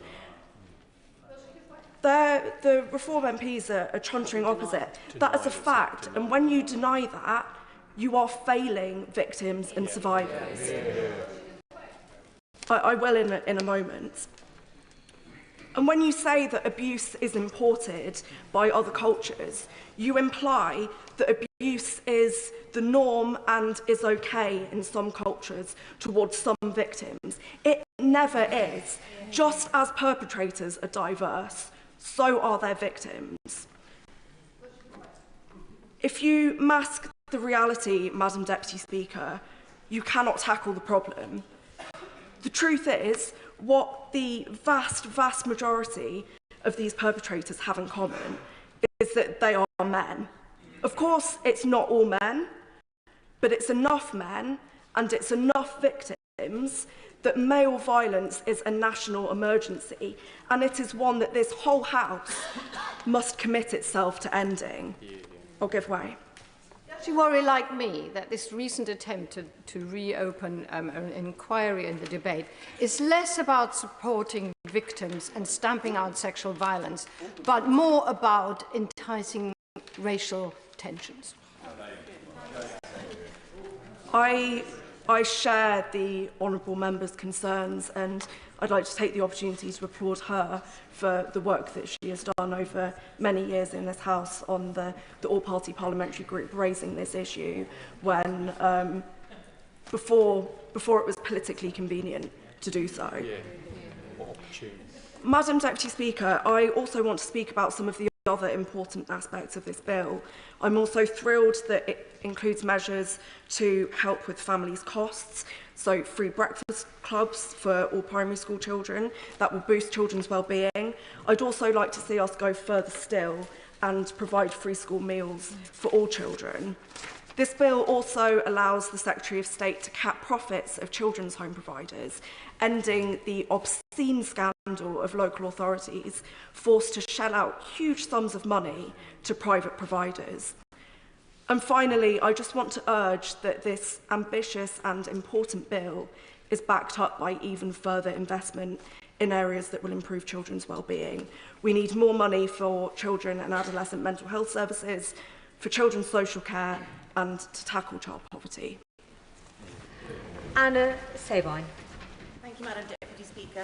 I'm actually standing up to talk about the important issue of school uniform, but I would just like to say that the member for Nottingham East was quite right to point out that child sexual abuse takes place across our society. We've just seen the Archbishop of Canterbury and others in the Church of England resigning over child sexual abuse, and for the member for Clacton to deny that it affects all aspects of society is really for the birds, frankly. On school uniform, I'm a single parent to 2 teenagers, and like many other parents in this place, I know how many expenses are involved in sending children to school. As they grow and progress through school, they require different pairs of shoes, sets of stationery and money for school trips. State schools should represent a level playing field for children of all backgrounds, where pupils are treated with the same respect and given the same opportunities. I recognise that school uniform allows pupils to go into school with the same appearance and not be discriminated against or bullied for what they wear. However, school uniform is one of the biggest costs in sending children to school, and while I welcome the government's commitment to limiting the number of branded items students are required to have each year, I think that more needs to be done to support parents during the cost of living crisis when they're already facing higher energy bills and food costs. From my experience of sending my daughter to state school, branded school uniform items are being sold for an inflated price from monopoly suppliers compared to those items bought from high street shops and charity shops. This bill talks about restricting schools to 3 branded items of uniform, which, by the way, I don't read as excluding primary schools from letting kids wear ties, but anyway. The bare minimum of 3 branded items of a jumper, a polo shirt and a skirt for my daughter's school costs over double that than from a high street shop. For a family with 3 children to have 2 sets of 3 branded items per year costs over £300 compared to £108 from my local supermarket in Frome, nearly 3 times as much. This doesn't even account for a sports kit and shoes, or for the fact that children often require new items each year as they grow. There are also parts of my constituency of Frome and East Somerset which operate a 3-tier school system, meaning children move around 3 different schools with 3 different uniforms before they're 16. This can mean that parents have to adapt to 3 totally different uniforms, colours and requirements. We should aim to strike a balance between students looking smart and not making uniforms overly complicated and exclusive. The more simple the uniform, which is based on staple and easily available items and colours, the more reusable. We should foster an environment where school clothes can be easily handed down through families, regardless of gender, and exchanged between families, either through the school or through charity shops, instead of focusing on brand new items for each child. This also reduces clothing and textile waste. I would ask the Minister to consider, for example, why 3 items was chosen rather than perhaps 1, a school tie or jumper, which makes students easily identifiable as from a particular school, but which leaves maximum options for parents to buy the other uniform elements from other retailers. Or indeed, what other additional measures could be taken to keep down the cost of uniform. Kitting a child out for a new term at school is an expensive business, and anything the government can do to support parents in keeping these costs down would be most welcome. Jake Richards. Madam Deputy Speaker, this bill is an important moment. For many decades, children's social care has been overlooked and afterthought for government, and over the last 30 years, politicians of all different colours have too often failed the most vulnerable children in this country, the children who are unable to be looked after by their own family. And I'm delighted that this Education Secretary and her team have put these children at the heart of this piece of legislation. It's a testament to her personal commitment to social justice and fairness. The statistics on outcomes for children in care and the risks of exploitation are well known. They represent 1% of the child population, but 37% of those in youth justice. Just 15% of those looked after children receive GCSEs from C to A star, compared to the national average of 55%. But, Madam Deputy Speaker, I want to focus on the child placement estate, which is a more dry topic. But if we do not provide sufficient and safe accommodation for these children, then the rest is frankly broadly redundant. And I have personal experience of this. Before being elected as an MP, I was a barrister, often working in child protection law, and many Friday afternoons would be spent in court seeking orders on an urgent basis for removal of children from their primary carer before the weekend. My work would be done upon judgment being given and my drafting of the order, but for my social work team, their work had only just started. They would have to collect the children, often relying upon the police to assist, and then often late in the evening, the arduous task of attempting to find suitable accommodation for these children would begin. calls late into the night pleading with reluctant foster carers or residential units to take young people, who would often sit obediently at the local authority offices waiting for their fate to be decided. I have known of incidents whereby children slept on the floors of such offices while searches were being undertaken. It's a complete disgrace about the lack of sufficient accommodation in this country. And, Madam Deputy Speaker, the government cannot say that they were not warned about this. In 2022, the High Court sent a judgment, took the unusual step of sending a judgment to the relevant ministers, raising the issue about the lack of appropriate accommodation for such children. If I can just find my place in my speech. I'm very grateful. Very grateful that the honourable member has given way. Does he agree with me that provisions in the bill for measures such as regional care cooperatives that would agglomerate services, bring them together across local authorities to do some of this commissioning, recruiting and building of children's homes would help with the problems that he's describing? I'm very grateful to my honourable friend, and his review before being elected to this place raised some of the provisions which are now in this legislation. He should be praised for that review. Madam Deputy Speaker, the High Court, as I was saying, raised this issue in 2020. They took the unusual step of sending a judgment to the relevant government ministers, setting out, quote, the nationwide problem of demand outstripping supply and accommodation. The facts of that case show the human cost of a lack of investment and strategy. A 15-year-old girl from a family unable to care for her had been moved 14 different placements in 12 months. None were suitable. She had repeatedly fled unregulated accommodation units and was deemed to be a serious risk of self-harm and sexual exploitation. And Madam Deputy Speaker, those who raise the important issue of child sexual exploitation but have shown no interest in children's care services should hang their head in shame for trying to make political points of this very, very important issue. Now, this bill takes important steps in this regard, and my right honourable friend for Whitehaven and Workington has already raised the important introduction of regional cooperation, which will certainly add capacity. There is also, however, as has already been raised, the financial backdrop to this issue, and I no doubt that ministers will be making representations to the Chancellor about the estimated £6.2 billion funding gap for local authorities and social care. But, Madam Deputy Speaker, it's not just about money. Whilst capacity is undoubtedly required, the system also needs national and local leadership and a national and local strategy. There remains, despite this very welcome bill, a lack of a comprehensive and national plan for care placements. There is a lack of an overarching assessment of how this market will fulfil the functions necessary in the years and decades ahead. Bluntly, we will still not know what is needed and where from across the nation. And we know from experience that the market will not do it for us. We have learnt that lesson already. There needs to be an accurate assessment of the need in the sector, the types of placement, the number and location of care settings across the country. There needs to be a funding strategy. Madam Deputy Speaker, my private member's bill provides for a modest change in this area, simply requiring for all local authorities to think ahead, to have a plan for types of placements that they are able to offer, and a strategy for where they will need to be based on an assessment of the needs of the demand. Whilst there is a requirement in the guidance, there now needs to be a statutory responsibility for local authorities to think ahead in this area, because at the moment, the issue is not merely about capacity, but where the accommodation is. More than a fifth of children in care live more than 20 miles from their home, with one account given of a child being placed over 500 miles from her community. These are young lives being separated from their community, their brothers and sisters, friends and teachers, with all the associated damage to their relationships and education. And this problem has increased by over 50% since 2019. So I hope that the government will properly consider the modest suggestion that local authorities should simply have a sufficiency plan for where to place these children.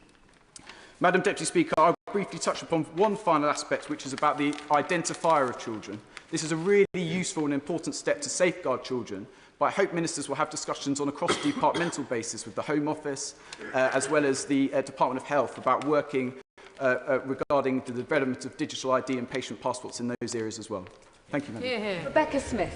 Thank you, Madam Deputy Speaker. Clause 7 of this bill, stay in close support, builds on the previous Conservative Conservative government's Stable Homes Built on Love strategy, in particular the pledge to strengthen the staying close offer and provide a statutory basis for it. So therefore I welcome the commitment to this within the bill, in particular the requirement of local authorities to provide suitable accommodation for formerly looked after children well into childhood. At an event last year, which was also attended by the Minister for Children and the member for Lewisham East, who's no longer in the room, I had the privilege to co-host, and we heard from 4 young people, Tahir, Bella, William and Jess, who have all been supported by Home for Good and Safe Families in supported lodgings. Now, supported lodgings is where you stay with a family who provide you with life skills, essentially. There's more to it, I can explain another time, but that's the basics of it. And all of these young people shared powerful stories of how living within a household had enabled them to pursue education and work and given them a place to call home, and in some cases, as one of them described, a second family. So how can supported lodgings help with the aims of staying close in this bill? Well, in October 2024, a report was published, The Voices of Supported Lodgings, which the 4 young people I've mentioned worked on. And it found that every staying close support category that is listed in the bill has been proven to be provided by supported lodgings. Health and well-being. 84% of the young people reported that supporting lodging feels like home. Relationships. 89% had a good relationship with their host. Education, employment and training. Young people in supported lodgings are 8% more likely to be in education and employment or training than other care leavers. And participation in society. 90% of these young people felt more confident in their ability to live independently. And don't forget, these are looked after children. These are children who've spent a considerable amount of time in care. Therefore, would the government amend the bill to specifically reference supported lodgings provision as a high-quality example of the staying close support that local authorities could provide for local care leavers? And with this, will they commit to provide the ability for local authorities to develop supported lodgings in their area through recruitment and the training of hosts? Now, a further point around staying close in particular, for some young formerly looked after people, private rented accommodation may actually be the choice of where they wish to live. However, without family to support them in securing a deposit or even acting as a guarantor, will the government seek to extend the role of local authorities as corporate parents to require them to facilitate a rent deposit and guarantor scheme for looked after children? I want to also touch, though, in my contribution today on homeschooling. Now, I didn't get homeschooled, and I don't always think it's the best option, but for many, it's the choice that they have made for their children. But it feels like this bill is using a hammer to crack a nut. Now, I fully appreciate the risk of children going missing from education and that homeschooling can be used for inappropriate reasons.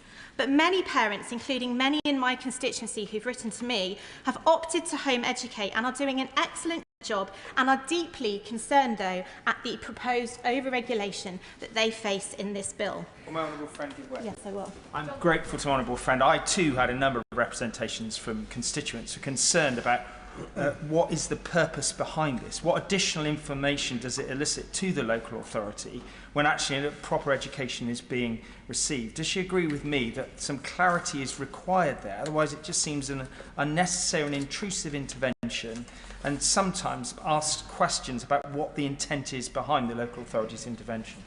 Yes, I thank my right honourable friend for his intervention, and absolutely I agree with him. We are looking to, or the bill is seeking for parents to provide such detailed explanation of what they are planning to do at home with their children that, quite frankly, is going to hinder the work that they actually do in educating those children. And arguably, some of that information schools are probably not readily providing either. I'm also, though, concerned at the implication in the bill that the state is better at parenting than the parents themselves. The changes in this bill directly contradicts Section 7 of the Education Act of 1996, which affirms a parent's legal duty to ensure that their children have an efficient and full-time education through regular school attendance or otherwise. Now, why, you might say, is this important? Because it underscores the principle that parents, not the state, hold primary responsibility for the education of their children, except, I admit, in the minority of cases where there is harm or neglect.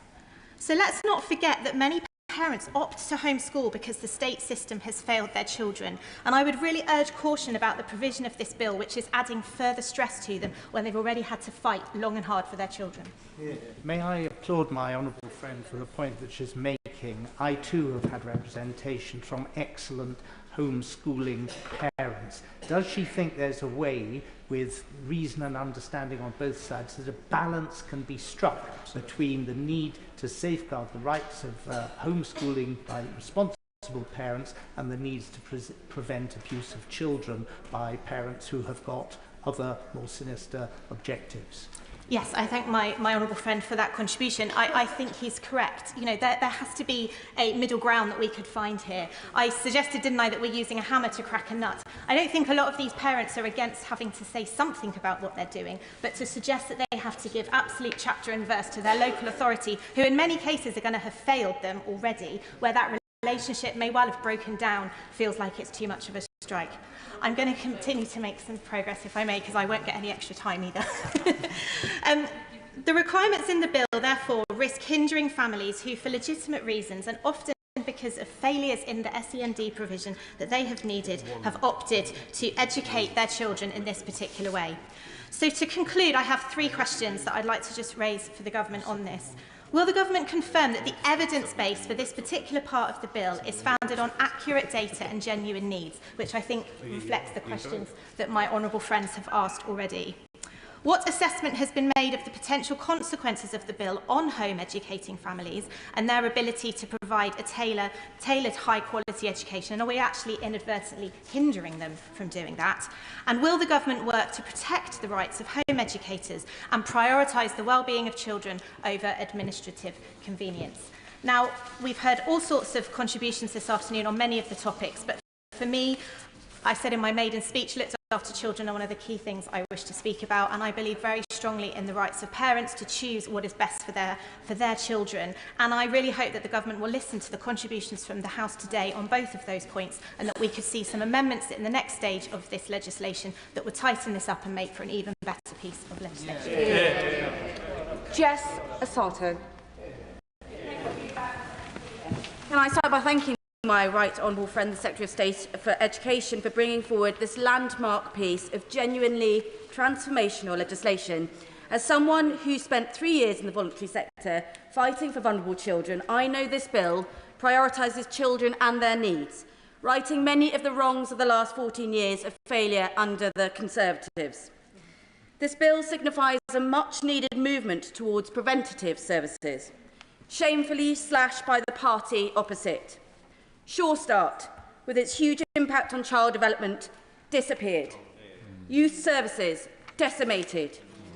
Due to the huge cuts by the party opposite, in England we spend 11 times more on late intervention, and spending on early intervention has fallen by 44% since 2010.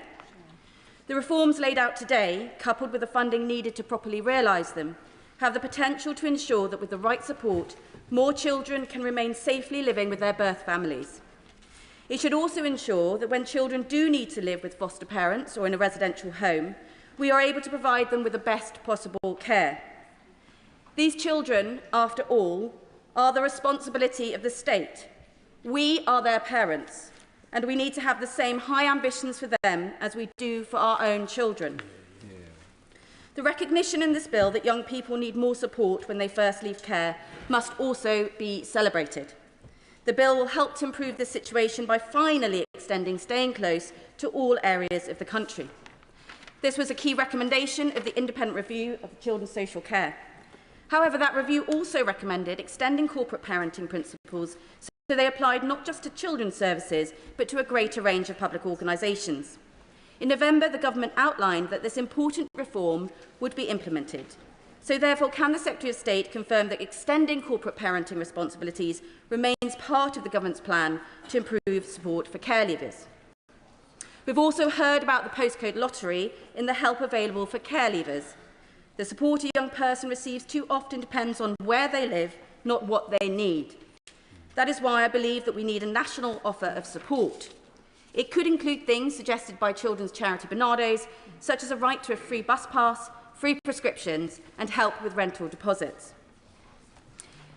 And finally, like the Children's Commissioner for England, I believe this bill presents an opportunity for this House to finally ensure that children in England, like their counterparts in Scotland and Wales, receive equal protection from assault and battery. We cannot adequately ensure children's welfare if we fail to protect their physical safety and well-being. A 2021 Lancet review of 70 studies found that physical punishment had no positive outcomes for children and was instead linked to greater child behaviour problems over time. The Royal College of Paediatrics and Child Health have also found that children who experience physical punishment are 2.6 times more likely to experience mental health problems and potentially 2.3 times more likely to experience more serious forms of physical abuse. These children are also more likely to believe that violence is an acceptable and normal way of expressing frustration, contributing to a cycle of violence in society that we need to break. And though for many of us physical punishment may seem a relic of the past, data from 2020 to 21 found that more than 1 in 5 10-year-olds have experienced physical punishment, and the NSPCC has seen a 3-fold increase in the number of child welfare calls mentioning physical punishment in the past couple of years. Given 71% of adults believe physical punishment is unacceptable, the time to end this injustice is now. In the context of one child dying every 4 days from deliberately inflicted injuries and the horrific murder of Sarah Sharif, whose father sought to justify her treatment under the dark cloak of discipline, it is clear that the threat of violence children face should no longer be given the pretence of legal cover. This bill does so much for children and young people, and it's my view that by extending corporate parenting, ensuring equal protection and establishing a national care leavers offer, we can do even more to ensure that everyone growing up is given the opportunity to flourish. Thank you. Rupert Lowe. Thank you, Madam Deputy Speaker. Given that the opposition amendment has been accepted, I'm not going to stand here and outline my disgust at what has happened with regard to the historic grooming scandal. The British people want answers, so I'm going to ask questions of the Labour Party and several of them. Will the government commit to urgently deporting all guilty foreign nationals involved, including family members who were aware of the crimes and therefore complicit? Wives, sisters, mothers, cousins, if they knew and said nothing, these individuals are just as guilty as the rapists themselves. Will the government commit to stripping citizenship from dual nationals implicated and deport them as well? Race or religion must protect nobody. Will the government commit to pausing all Pakistani visas and foreign aid into the country until the Pakistani government agrees to accept any of its deported citizens that have perpetrated these crimes on British soil, and also imprisons these rapists and their accomplices in Pakistan, however they see fit? Will the government undertake a full investigation into officials who had knowledge of these crimes yet failed to act? Establish a specified task force to root out this wicked evil. Don't just fire these vile individuals, prosecute them. How many girls are estimated to have been raped? Is there a tally for the overall number of rapes? Horrifyingly, it may well be in the millions. We just don't know. How many vulnerable young girls are estimated to still be involved in these gangs? If there is no estimate figure, why not? Will a regular update be published detailing ongoing prosecutions and sentencing? Will the government publish a full nationality breakdown of those convicted for such offences, along with the location of their crimes? How many known foreign rapists per town, per region? Will they publish a breakdown of the immigration status of those involved? On what grounds were they in the UK? Do they have previous convictions? How many foreign nationals found guilty have been released but not deported? And how many re-offences... I'm going to carry on if that's right. How many re-offences have occurred since release? How many of these monsters are walking on the same streets as the girls they raped and abused? One report suggested a victim had come face to face with her rapist in a supermarket. Is the government comfortable with that? How many of the foreign rapists were in receipt of any form of state benefit? Would the honourable member give I'm going to carry on if that's right. How many released currently receive any state benefit? How many children have been born following a rape from these men? How many have been given access to the child against the mother's wishes? And how many have used the child as a route to remain in the UK? Will the government commit to preventing this in future? How many deportations have been blocked due to the rapist's right to a family life or other ECHR influences? Will the government set up a dedicated, confidential and accessible official process for whistleblowers to safely raise their concerns regarding foreign rape gangs, ensuring it is safe, secure and easy to find? Will the government release all court transcripts relating to these cases so the British people can understand just part of the horror for themselves?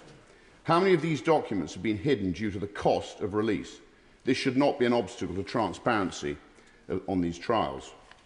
Will lifelong sentences now be considered for those British citizens involved in the crimes, but also those in positions of power who acted to cover up the scale of the abuse? Which politicians, local and national, had knowledge of these events but failed to act? Again, going as far as to actively conceal what was truly happening. These are the facts that the British people want to know and the British people deserve to know. All of these questions have also been submitted in written form, and I look forward to receiving open and transparent answers. The mass rape of young white working class girls by gangs of Pakistani rapists is a rotting stain on our nation. This is not about Elon Musk. This is not a bandwagon of the far right. This is about the victims and ensuring swift and brutal justice is delivered to those demons responsible.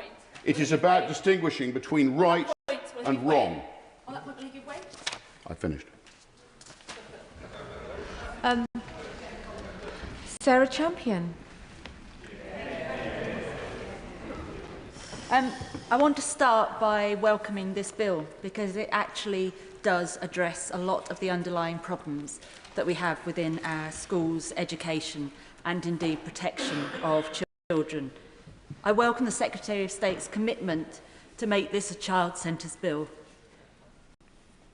I've got to say, I feel disgusted by what the Honourable Gentleman has just said.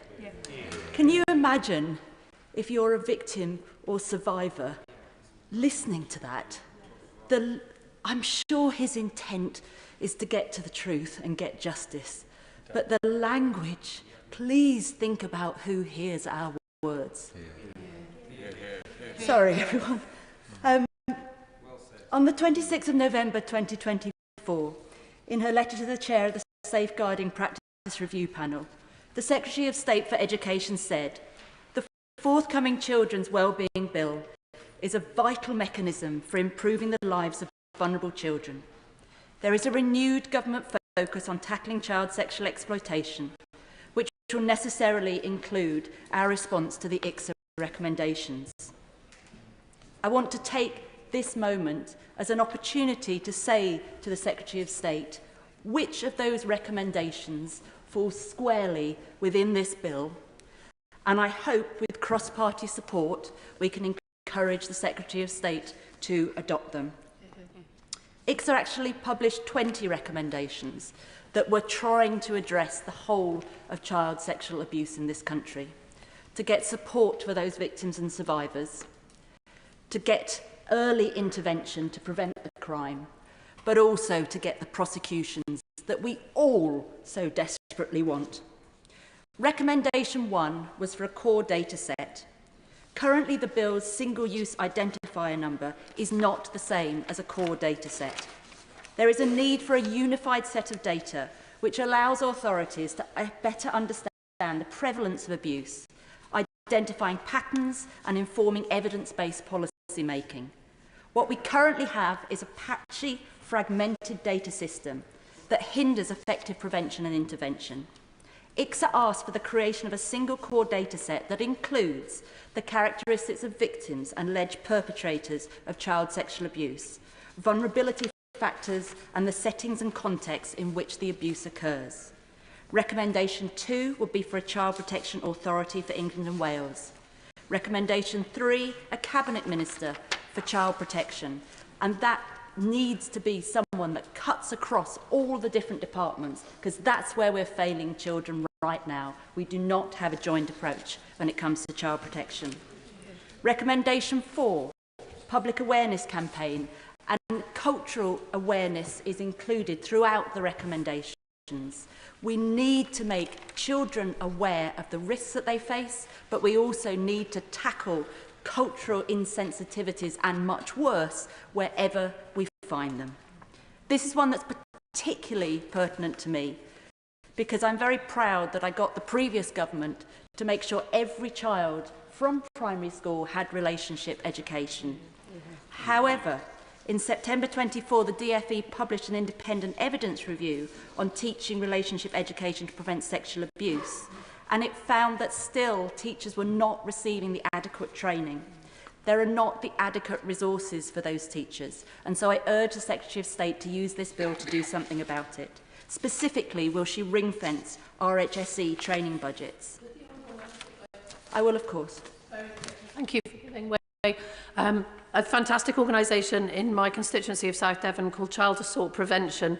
I worked with them when I was working at Devon Rape Crisis. They had to close their doors 2 years ago because their funding was cut by the previous government, and they were doing really, really vital work with primary school age children, teaching them about the dangers of sexual assault and how to avoid it. So I would really welcome the government looking at reinstating funding to organisations like this who are working in this very sensitive area with young children. And I would absolutely recommend and echo what she's saying. It's so important. Recommendation 13 is on mandatory reporting. And I was keen to hear the Home Secretary say that this was going to be one of her objectives, but it also needs to cover those in all positions of trust. I'm very, very concerned as well that if we just have mandatory reporting without the resources for the administration to actually act on that, it becomes no more than a tick box exercise, but also the very teachers and training staff that should be protecting children get penalised, worse, prosecuted as a consequence.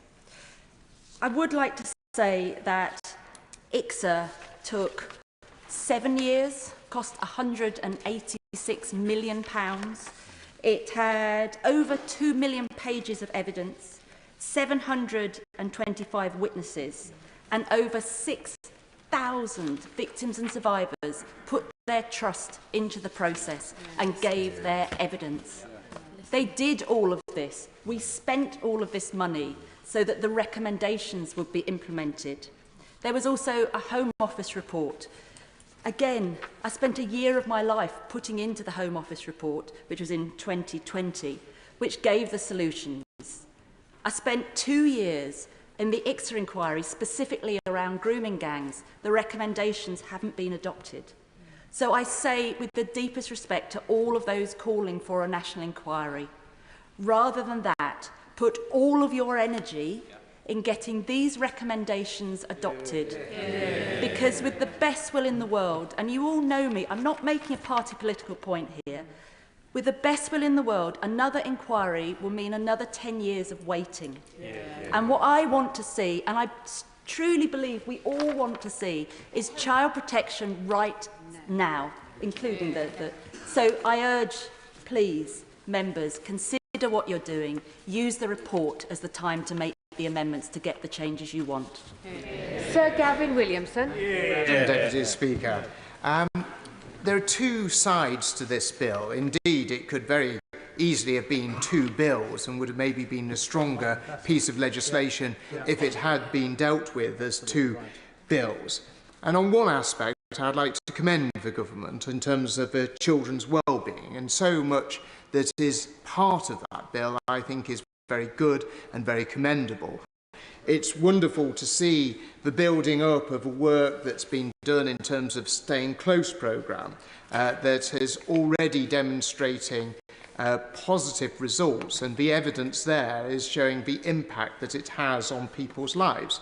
And I was delighted to see that much of the work that was undertaken by the Honourable Member for Workington and Whitehaven when he was commissioned to do the report under the last government has been embraced and taken as part of this and is being built upon. I'm also delighted to see the work that has been done in terms of fostering and kinship care. We know that this has such a positive impact on so many young people's lives, and it's good to see that as part of the bill. However, The other side of the bill, in terms of schools, is an area that I think does raise very serious concerns. As was said by the government, it said that the current discrepancy between maintained schools and academies leaves potential for inconsistencies in education standards, opportunities and outcomes for pupils from different types of schools. And it's an interesting point, because actually as you look through this legislation, if you look through the clauses, it doesn't seem to be about making sure that excellence within our schooling system is actually driven forward. It seems to be about dragging the excellent down. And if I may take the chance to go through some clauses, and maybe even the ministers could take the time to actually make themselves familiar with some of those clauses. Because actually, if you look at section 45 of the bill, ending academy schools' freedom over pay.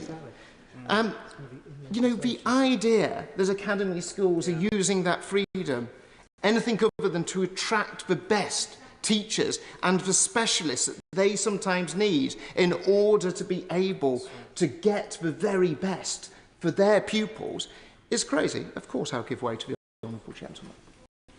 Thank you, and I'm grateful to the honourable member for giving way. Is it not the case that there are some multi-academy trusts that in respect of sick pay offer terms and conditions after 6 weeks that are only a little above the statutory minimum?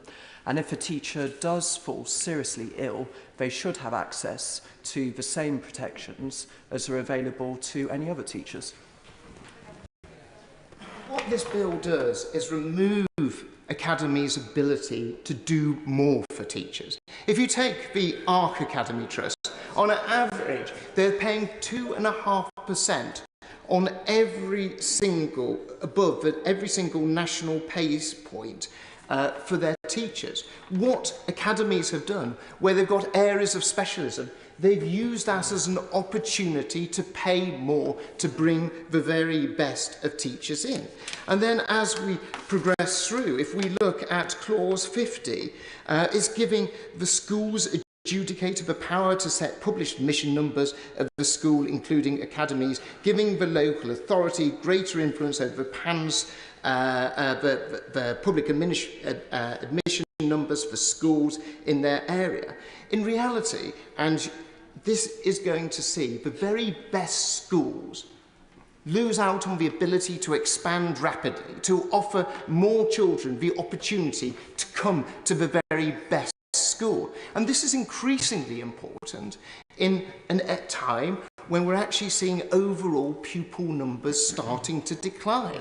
We're seeing the best schools having less opportunity to offer more spaces to pupils within their community. And if we look at clause 44, the bill repeals the requirement to turn failing local authority schools into academies.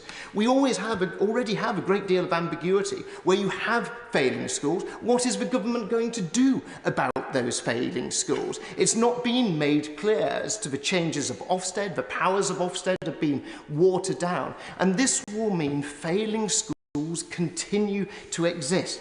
There will be no change. I'll give way to my right honourable friend. And does he agree with me that ministers need to set out how failing schools will be tackled, because we cannot have a system in which children are left in a school which is letting them down without immediate action. And that's what the previous Academies programme brought about.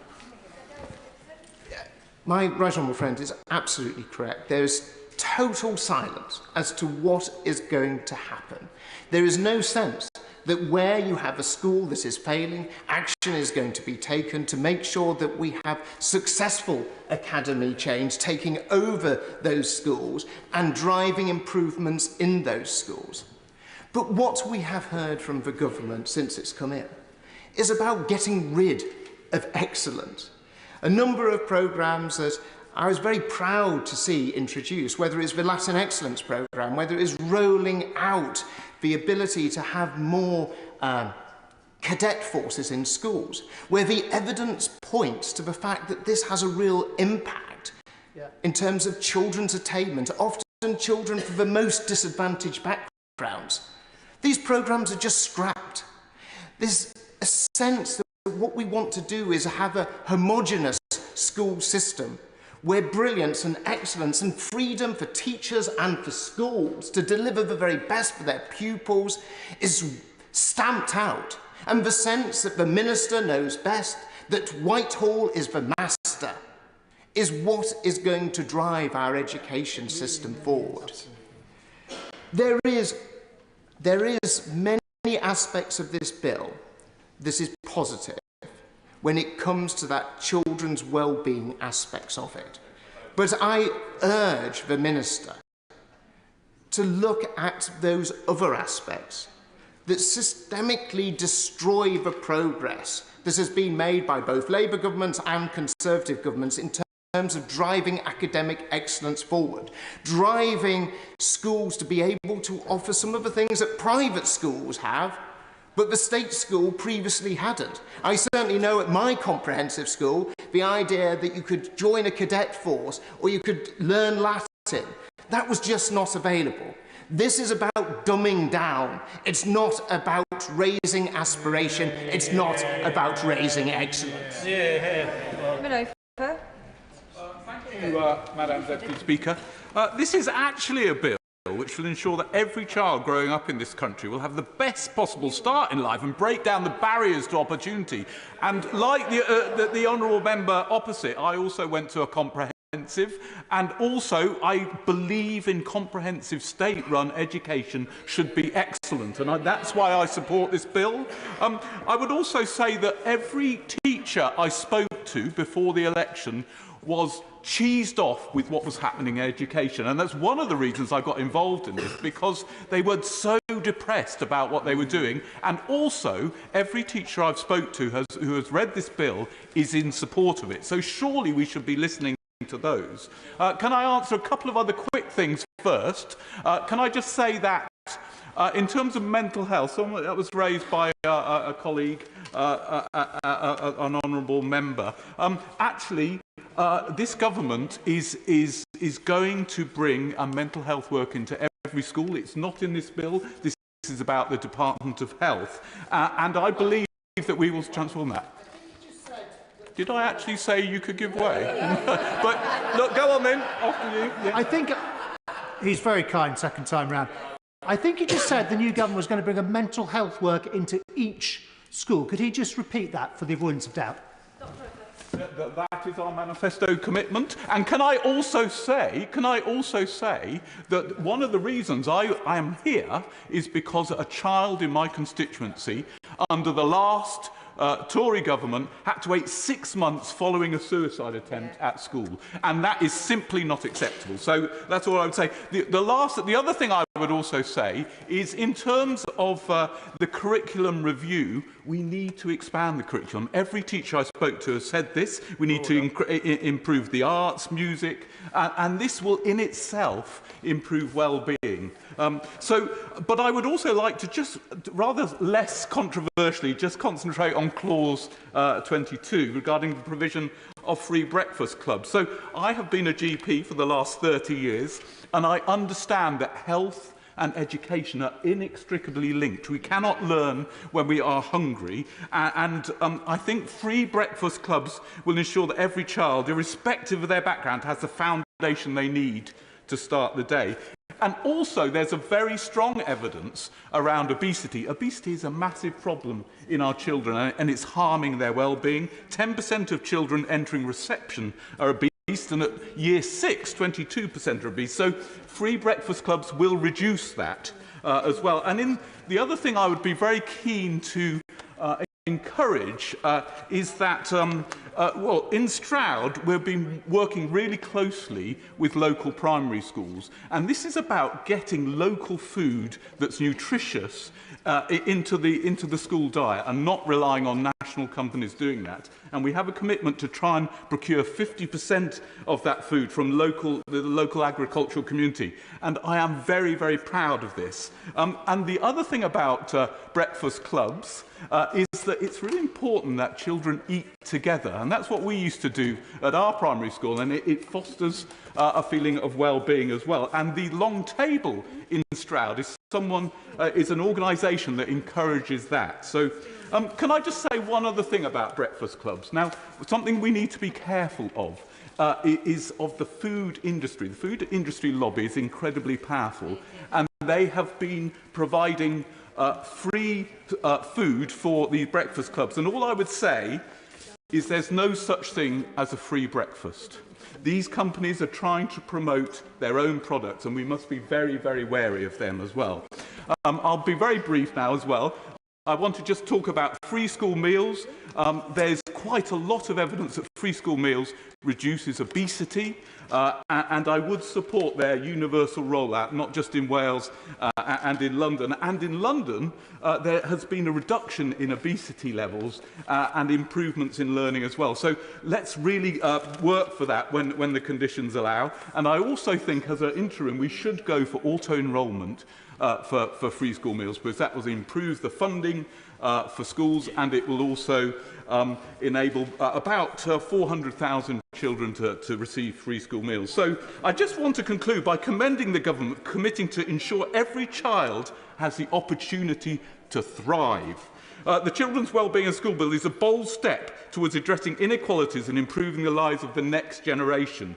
But introducing free breakfast clubs, this government is not only tackling hunger, but also investing in health and education. So I urge my honourable friends, do not get waylaid by these political things that are going on around this bill. This is an excellent bill and we need to support it. Thank you. To ensure that as many colleagues can get in and not many are then disappointed for not getting in, we're going to reduce the speaking limit to 4 minutes. And next I call Vicky Slade. Thank you, Madam Deputy Speaker. I shall go as quickly as I can because I've timed it to 5.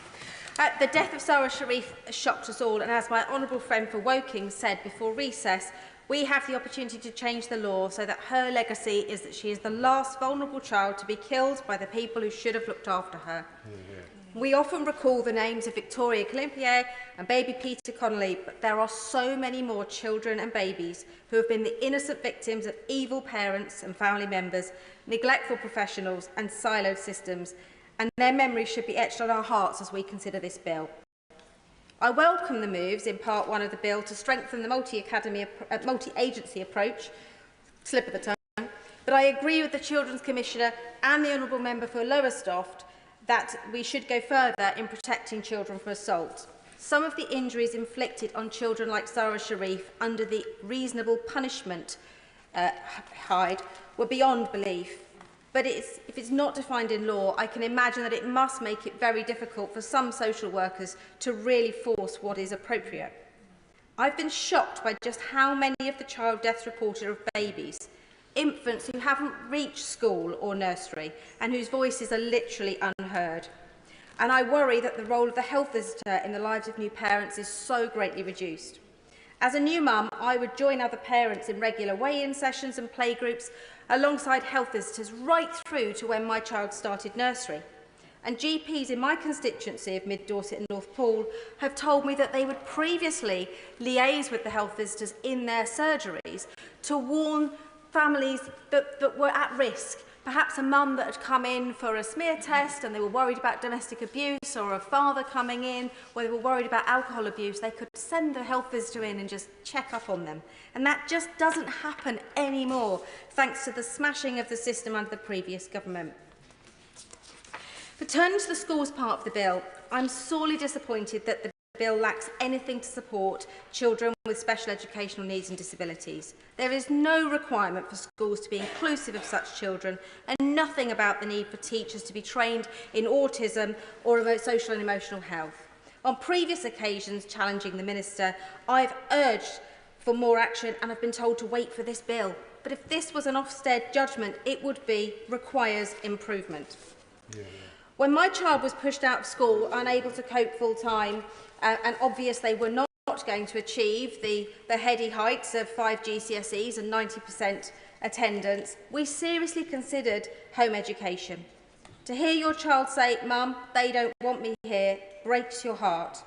And the lack of accountability in the academies is just not okay, and I welcome the move to bring them under more control of local authorities. But home education is a right of parents, and it can be transformational for some children. My constituent Katie, who chooses to educate her children at home, has raised concerns about the potential for schools to refer a family to social services if they indicate their wish to move to home education. I would wish that the Minister could confirm this will not be possible for a school to refer simply because a family chooses to opt out. They're also concerned about the risk to parents fleeing domestic abuse, where one parent has no involvement, and this bill requires the register to get permission from both parents and to list both parents, which simply won't be possible. And if this means single-parent families are excluded, that's simply not okay. Finally, there is the opportunity to properly support families for whom school does not work. Page 55 talks about support but provides none.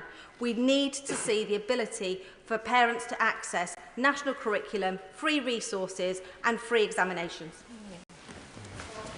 Russell. Thank you, Madam Deputy Speaker. There are so many fantastic provisions in this bill, it's quite hard to know where to start.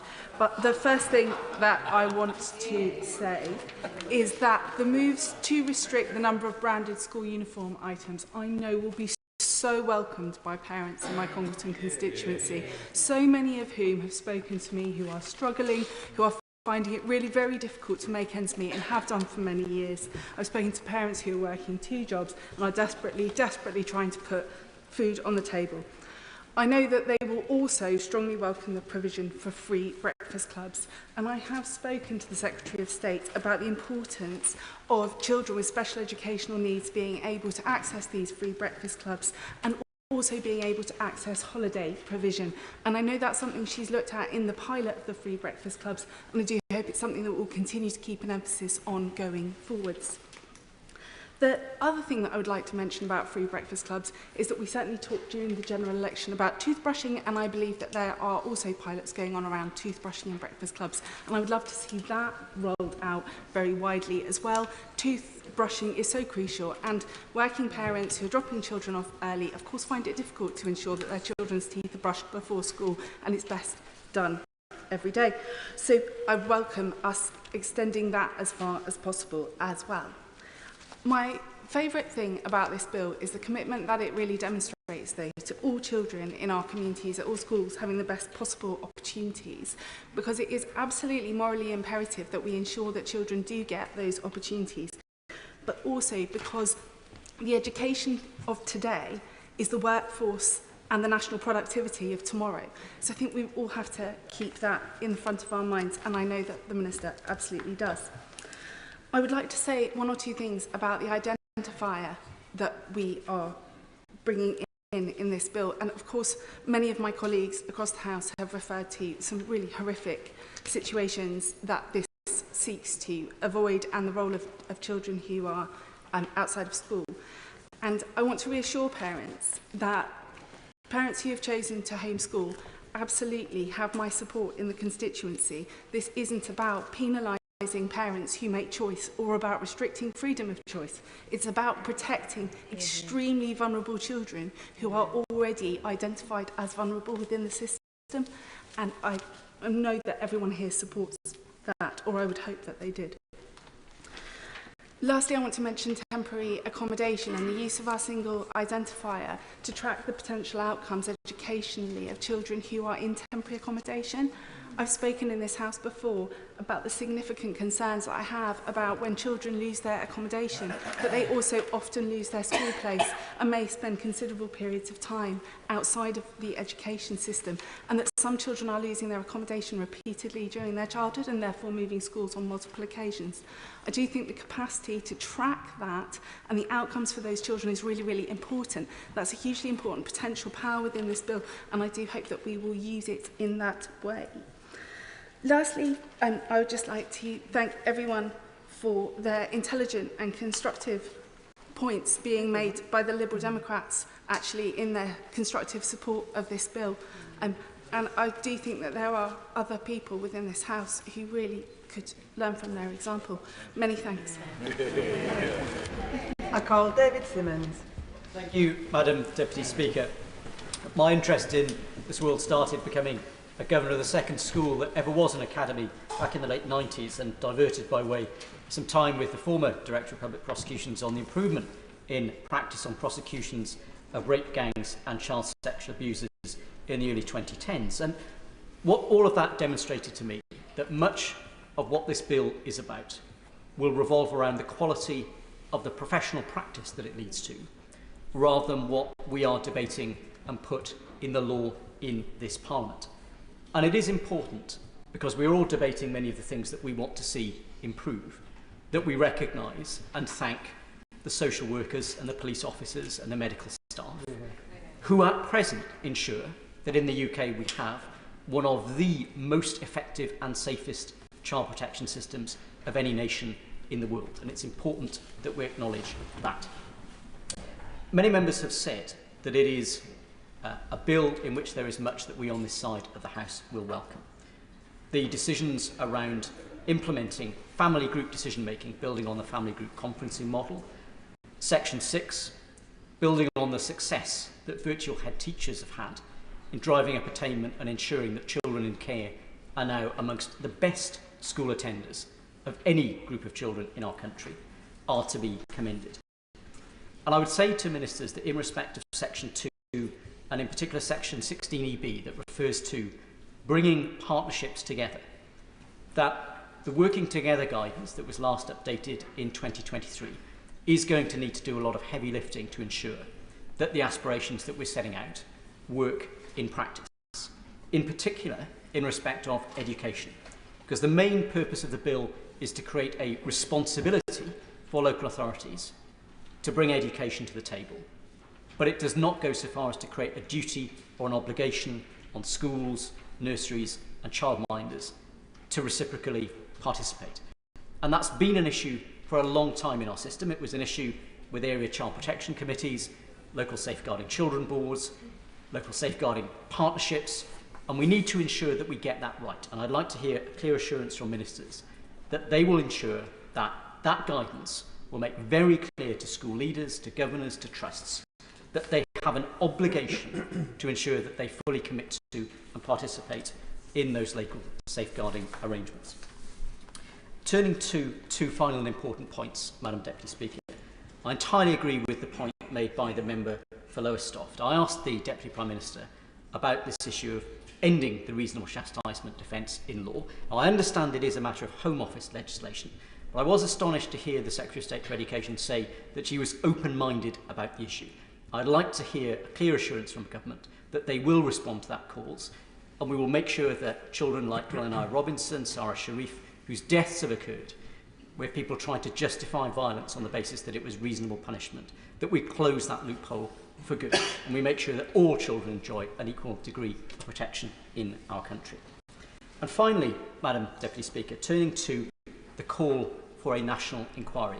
The Prime Minister has said this afternoon in response to questions that he is open-minded about that. The Safeguarding Minister has said the same thing. But I would say when we look at the publicly available serious case reviews, all of which we can read on the NSPCC website, we can see, and those of us who have experience will know, that these cases are often very complicated. There are grooming gangs. There are also drug gangs that coerce boys into sexual activity who are both abused and abusers. There are school teachers, there are clergymen who carry out this activity. And we need to ensure that whilst there may be certain groups of victims and perpetrators who are in the headlines, that we recognise the diversity and complexity of this issue if we are going to deal with it effectively. Well said. Dame Siobhan MacDonagh. Madam Deputy Speaker, it really saddens me to make this contribution. There are three main aspects of the bill that are of particular concern to me.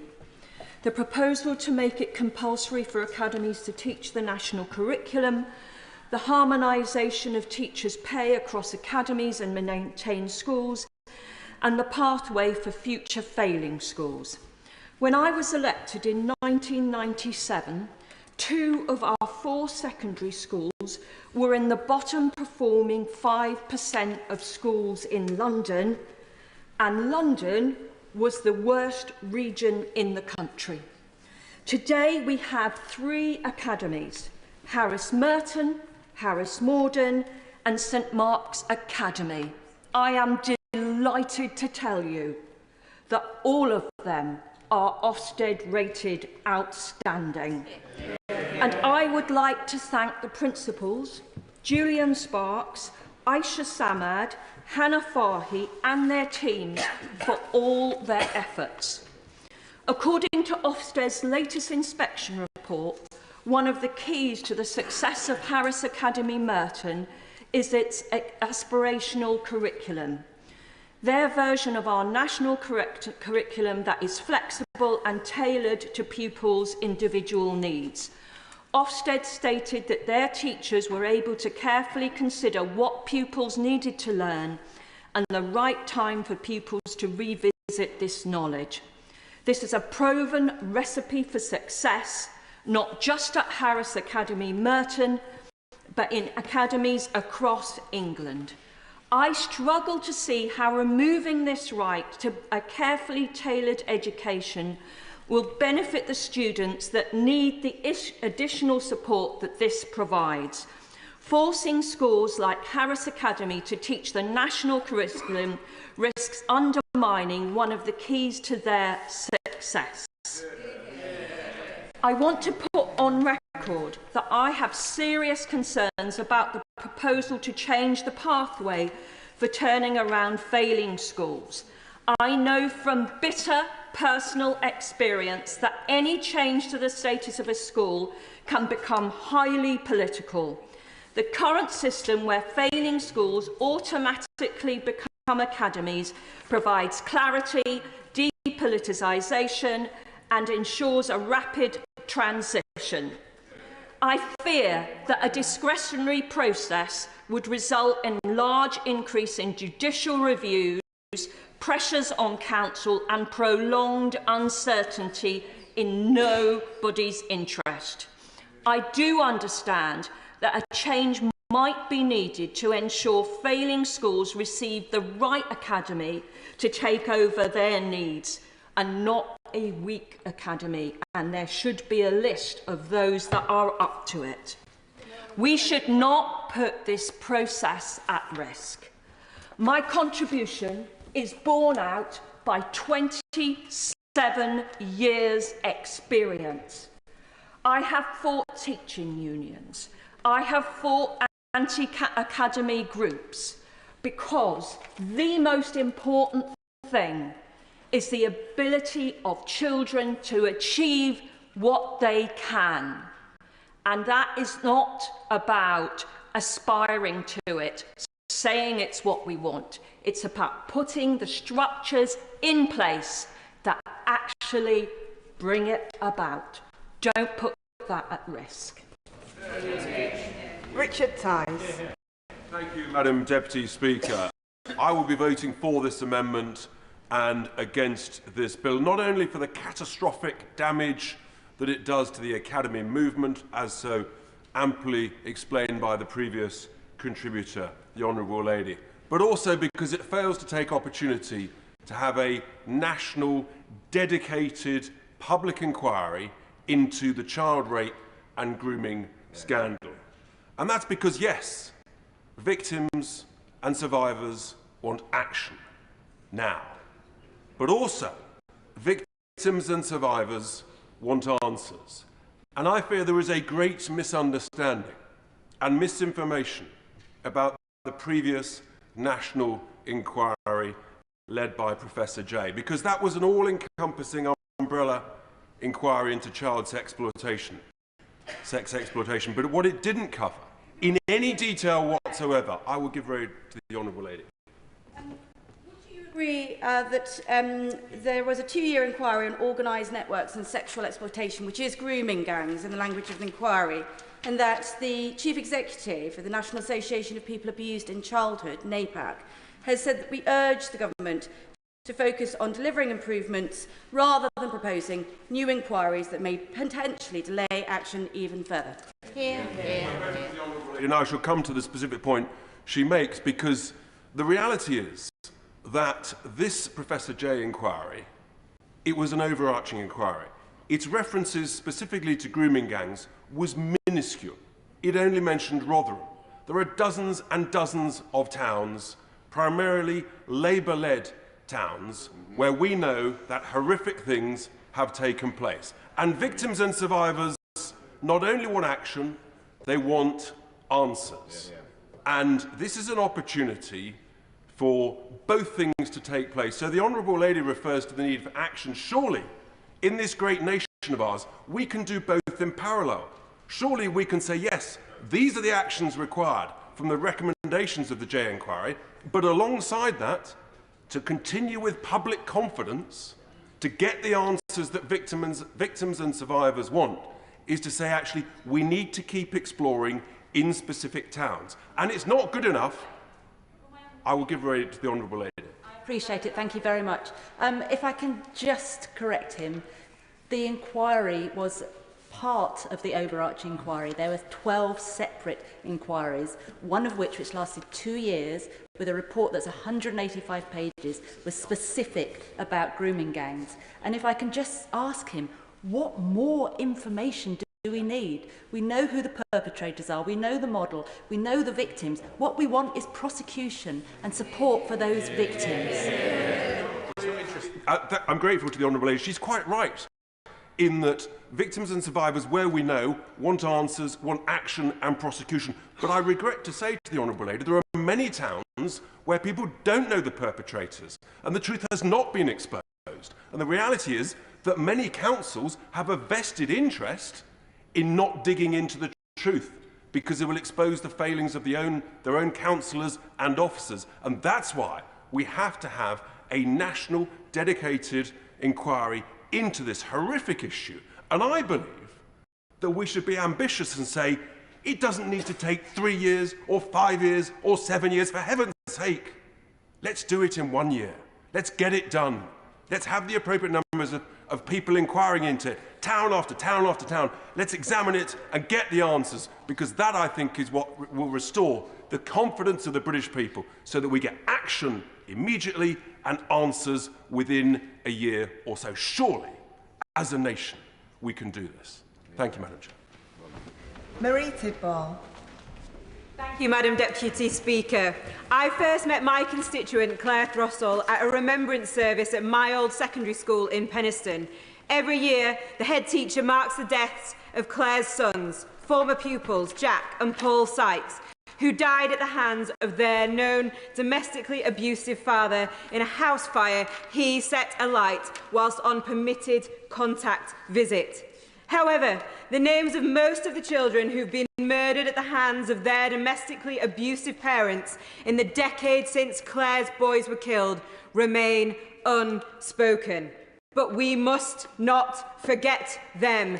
Between 2005 and 2015, Women's Aid research found 19 children, including Jack and Paul, had been killed as a result of unsafe contact with abusive parents. These children have to remain nameless to avoid causing further distress to their families, and subsequently many more will also have followed, uncounted, unrecalled. The scale of those children at risk may be even higher. In the year up to March 2024, 215,640 assessments identified that either the child or parent were experiencing domestic abuse in child in need social care cases in England and Wales. One name is sadly known to us only too well: Sarah Sharif. Her tragic death makes the need for action on this issue all the more poignant. With the sentencing of her murderers taking place just before Christmas, the Children's Wellbeing and Schools Bill before us today will help protect children like Sarah. It creates a safer and higher quality education system for every child by introducing children not in school registers to help ensure no child falls through the gaps when home educated. Our government is taking strong action in response to Sarah's death, through the bill's establishment of a single unique identifier for children and introduction of new duties which will improve information sharing and within agencies, bringing together multi-agency child protection teams from education, social work and the police. I commend the work of the Secretary of State for Education for bringing forward a bill so transformative in its work on child protection, a bill which is powerful in strengthening regulations on the use of agency workers in children's social care. Claire Throssell, my constituent, promised her 2 boys that no other children would die in the same tragic circumstances that her son did. I'm proud that our mission-led government includes halving violence against women and girls in a decade and recognises the need to use every government tool available to target perpetrators and address the root causes of abuse and violence. To achieve this mission and fulfil the promise Claire made to her children will require connecting the incredible strategic work in today's bill with an urgent need to change the law to remove the principle of presumption of contact in the family courts. The principle added via the Children and Families Act 2014 and now found in the Children's Act 1989 currently allows known abusers to have contact with their children, putting those children's lives, lives at risk. Just as the Children's Wellbeing and Schools Bill implements child-centred government, emphatically embedding this in education and children's social care, there must be parallel work to put children first in the family courts. This is an important piece of the jigsaw puzzle to complement the work being enacted by the bill today. I commend the bill to this House. It brings forward a landmark approach to safeguarding children at risk, and I am proud to support it. Julian Smith. Mr. Speaker, could I firstly pay tribute to the Honourable Member for Rotherham for all of the work she has done on child sexual abuse. I want to speak very briefly on 2 limited parts of this bill. The registration of children not at school, a positive measure building on work of the previous government, and now set in this bill on a statutory footing, and the sections on teacher training. On registers, we know from our casework that these measures are positive and will play a big role in ensuring that children are not lost or hidden in the system. But in implementing and applying these measures, I want to urge the government to consult with SEND charities and organisations, and particularly those organisations working with autistic kids and families. Ambitious About Autism makes a case for greater focus on the register to contain more data about the specific profile of children not at school, disaggregated by primary need. Putting on a clear footing the expectation of detailed profile data is vital for autistic children and families so that schools and councils can offer more tailored support in getting them back to school.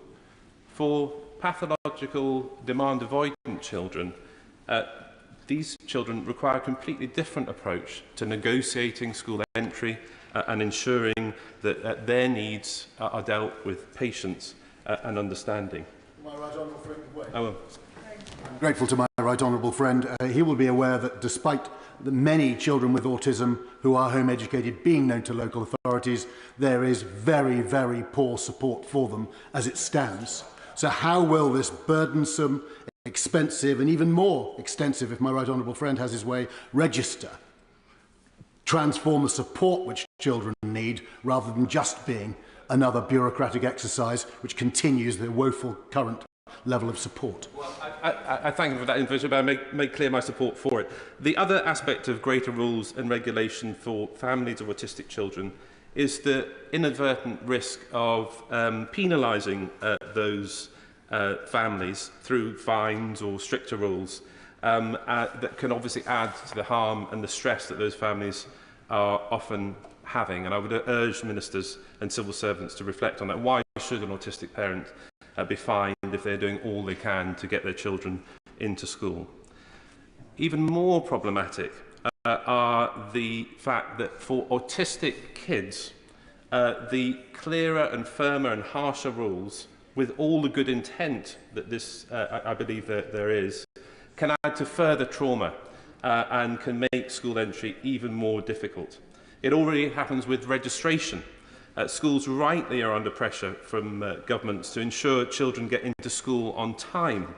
But if you're a parent of an autistic child, particularly with a PDA profile, you have done amazingly well to get them to the school gate at all, and the total focus on registration at all costs at a certain time of day risks school refusal and ultimately a CME. Both ambitious about autism and the Children's Commissioner's report on support for autism and other conditions argue that much better understanding of the different aspects of autism are key to getting children back to school.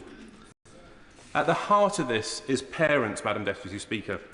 Time after time, parents of autistic children are judged and challenged because schools and authorities assume that behaviour is bad, this is an issue of behaviour or bad parenting, or that there's a very simple cause at root of the issue.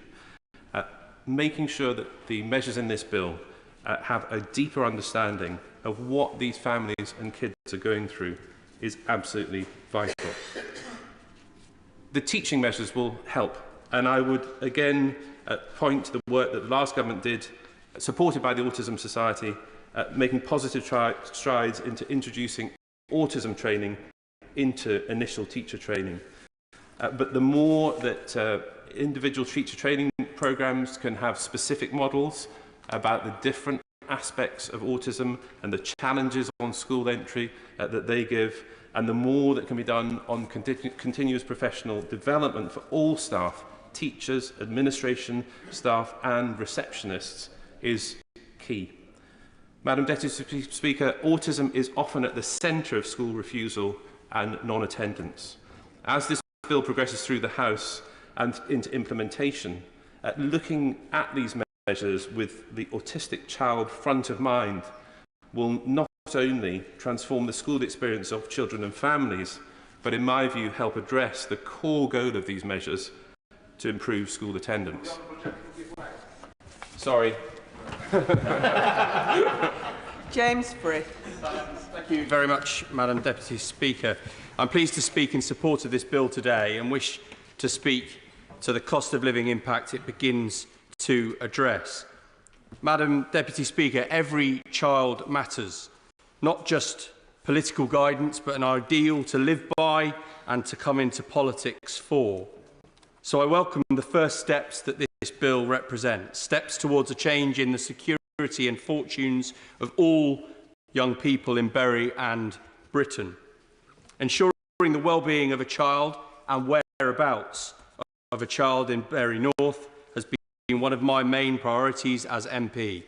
It's also why I've long championed improvements to the appalling state of the special educational needs system, both in this term and in my last time in this place. Madam Deputy Speaker, a child's well-being or their vulnerability doesn't exist in a vacuum.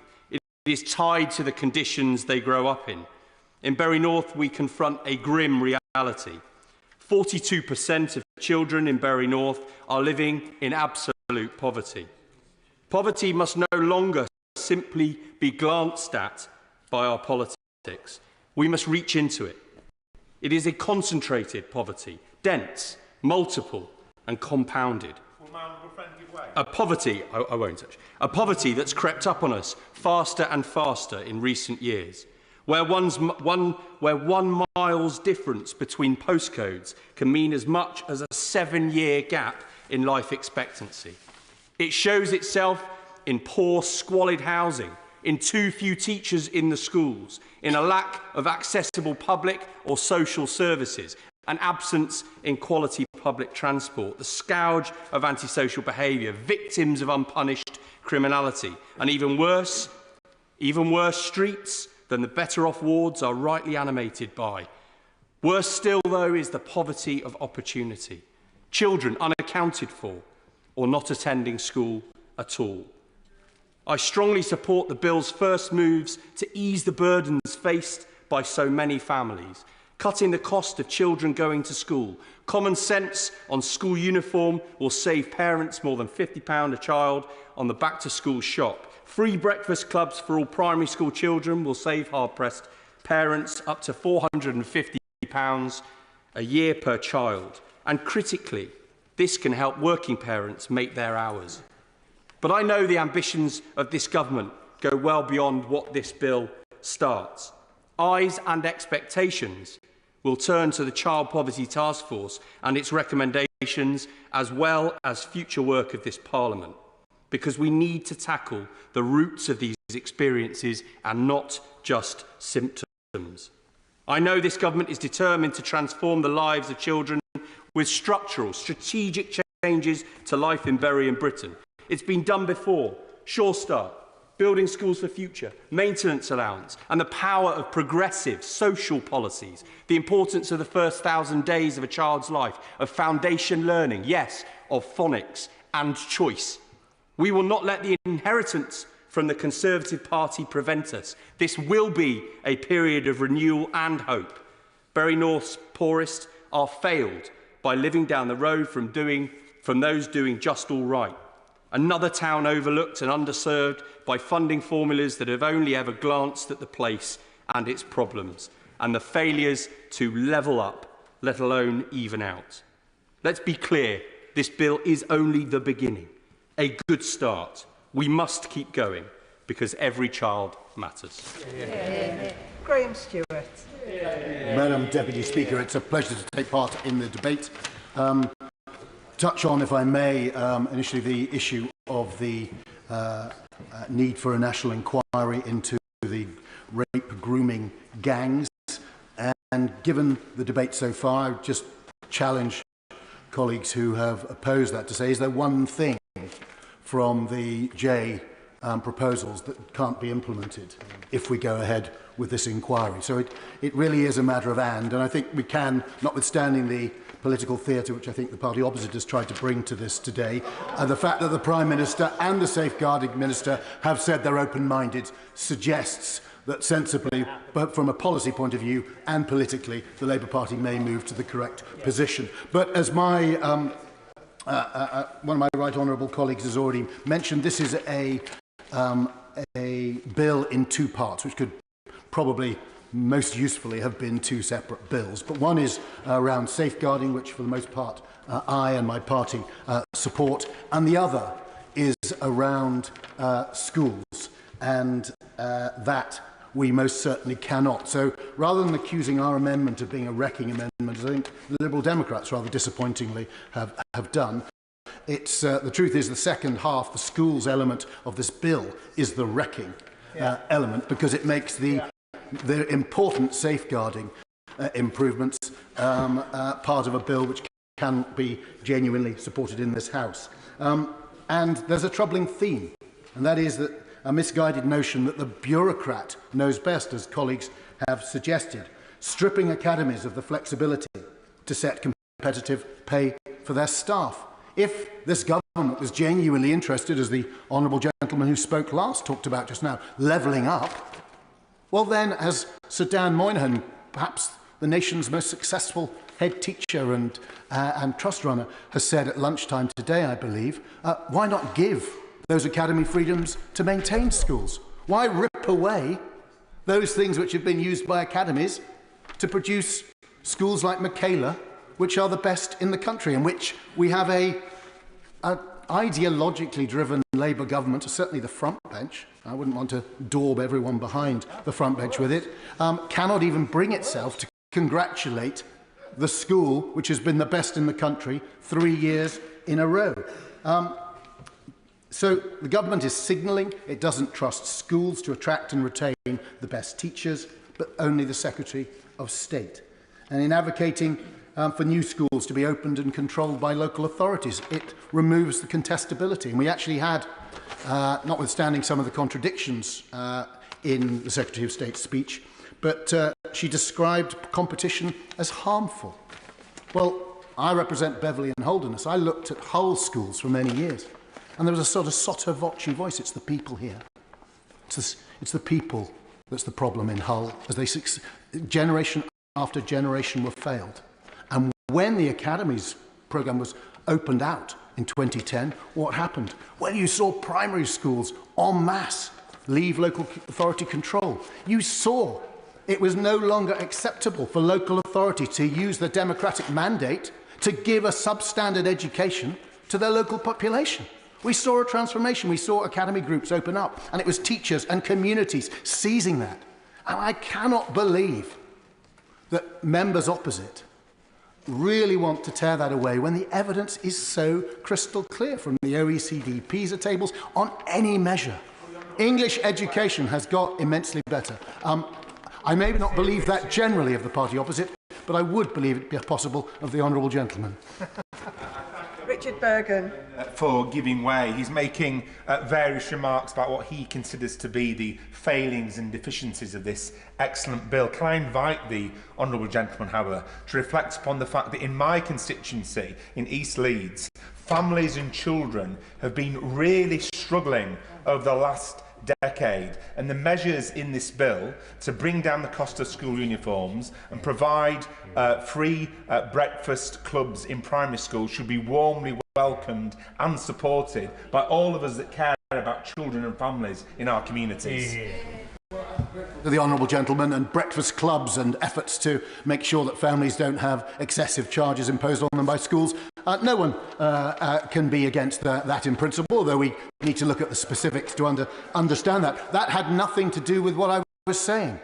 And I would say, and I would ask the honourable gentleman and indeed other members opposite to reflect on the honourable member for Mitcham, and I'll give way to the honourable lady in a moment, reflect on the speech of the honourable member for Mitcham and Morden. I did chair the Select Committee from 2010 to 2015, and she, along with the Minister on the front bench, were distinguished members of that committee. I don't think there's probably anyone in this House in the nearly 20 years I've been here, and my right honourable friend, of course, but I don't think there's anyone who I've been in this House with over the last 20 years who has a more personal, visceral record of fighting for change in their constituency than the honourable member for Mitcham and Morden. And I certainly would ask colleagues before they go into the committee, before they have the opportunity to reflect on changes in this legislation. She knows of what she speaks, and she has been heroic in championing the improvement in education in her area, and she has delivered it. I give way to the honourable lady. Thank you, Madam Deputy Speaker. I welcome this bill because it is a chance to make progress on resetting the children's social care system in England, and that's where I want to focus my remarks. Children's social care is a special endeavour. It's a collection of kin, professionals and volunteers who seek to provide safe, stable and loving homes for children right the way across our country. They are the most important foundations for any child growing up, the foundations of family, a tribe and a sense of identity. Having chaired the independent review of children's social care commissioned by the last government, I had the opportunity to spend time listening to thousands of people with direct experience of that system to make a number of recommendations that I believe the legislation put forward today deliver on. One was a shift away from late-stage crisis intervention. The other was to create a sharper focus on a more expert-led child protection system, to unlock the potential of family networks, where they can provide an answer as an alternative to the care system, and then to move the care system itself away from a system that breaks rather than builds those lifelong loving relationships. And I'd like to take this moment to also say that as somebody who has led an independent review for government, looking at a serious matter which included engaging with and speaking to those who are victims of sexual abuse and criminal abuse, I do find it extraordinary that people who are sent here to be problem solvers are using this as a moment instead to be problem exploiters. And we have got stacks of evidence. We have had thousands of victims of sexual abuse provide heartbreaking, very painful evidence and testimony over many, many years. And it is our job to listen and to act, not to exploit at moments where politics may be in our favour. I will gladly give way. I thank my honourable friend. In my constituency of Camborne, Redruth and Hale, 32% of secondary school children are persistently absent from school. Some are also homeschooled, but some are lost to the system without support. These are vulnerable children. This bill is about protecting vulnerable children. Does my honourable friend agree that voting against this bill is playing politics with the protection of vulnerable children? Yeah. I completely agree, Madam Deputy Speaker. And actually, if members, like the member for Ruislip, who I've got a huge amount of respect for in his comments that he shared on this matter a moment ago, if they were serious about this matter, would be putting forward amendments to deliver the recommendation of the ICSA, not to have another go round the process. There are three measures in particular that I want to speak about briefly. The first is how welcome it is that we've got proposals for family group decision making to be made compulsory at pre-proceeding stage. There is very sound evidence that this works. A randomised control trial was undertaken and published a few years ago that shows that if family group decision making in the form of a family group conference was provided at pre-proceeding stage across England, 2,000 fewer children would enter care each year, and it would free up £150 million to go into earlier support for families. It's extremely important that as local authorities start to deliver on this new requirement, that we don't just make it a tick box exercise, but that we ensure that the evidence, the practice guidance is there to support local authorities to deliver it in a way that will be most effective. Secondly, the provisions to create multi-agency child protection teams. These teams will fuse together at an operational level, not just at a strategic level, the relevant agencies needed to share information and then act on it to protect children from significant harm. It will be important that, as well as getting the structure of this right, we also have a focus on the professional expertise that is required to do the task of child protection, which is often so challenging. We too often leave newbie social workers to that most challenging task of assessing significant harm by themselves. We don't ask the police to do that. We often send police officers out in pairs. And it's really important that we support, through the early career framework that I know ministers are looking at, a route to expertise so that the most expert are making these challenging judgments around significant harm. And then it is long overdue that we have a unique child identifier. That's something I called for in my review. It's an issue that a number of other reviewers have called for. Again, it's taken this government in its first 6 months with the leadership to act on it, and I welcome that so much. It may sound modest, and it may sound like a technical change, but if it's delivered well, it will blow away the fog of confused and partial information sharing. I would encourage ministers to look at the Think Family database in Bristol, which is a great example of what can be done when we get child-level data shared by police, education, children's services and health. And then finally, the introduction of regional cooperative arrangements that will allow for bolder action to ensure that we've got the foster carers we need in this country in particular. Last year, we had 132,000 households express an interest in becoming foster carers. We only approved 1,800 of them. I'd happily give way. Thank you to my honourable friend for giving way. In Calderdale, where Calder Valley sits, the council took the innovative step of giving foster carers a council tax break, and that has been incredibly effective in recruiting foster carers. I wonder if ideas like that and other ideas are a good way to get more people into that system. I completely agree. We need to do an awful lot more to support the recruitment and retention of foster carers. And actually, the reforming zeal that ministers have shown with this measure, which is to provide powers to the Secretary of State to create these regional care cooperatives around the country, I would urge ministers to use that new power, if this legislation is passed, at pace and with boldness, so that we can create the extra foster homes that we need. If you take examples of really effective fostering agencies in the voluntary sector, we could have 15,000 new foster carers approved each year, not 1,800, as is the case at the moment. So these are transformational changes. I really welcome them. I commend the government for bringing the legislation forward so early, and look forward to supporting its passage through the House. Chris Coughlin.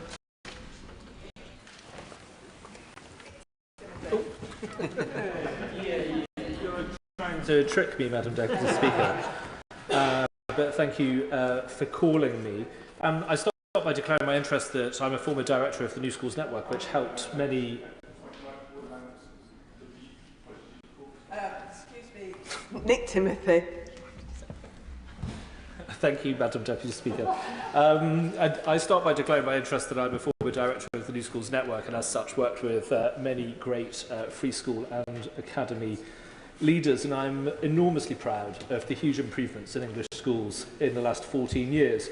In primary schools, English children are the best readers in the West. The PISA rankings show that we're 11th in the world in maths, up from 27th under Labour, 13th in science, up from 16th under Labour, and 13th in reading, up from 25th under Labour.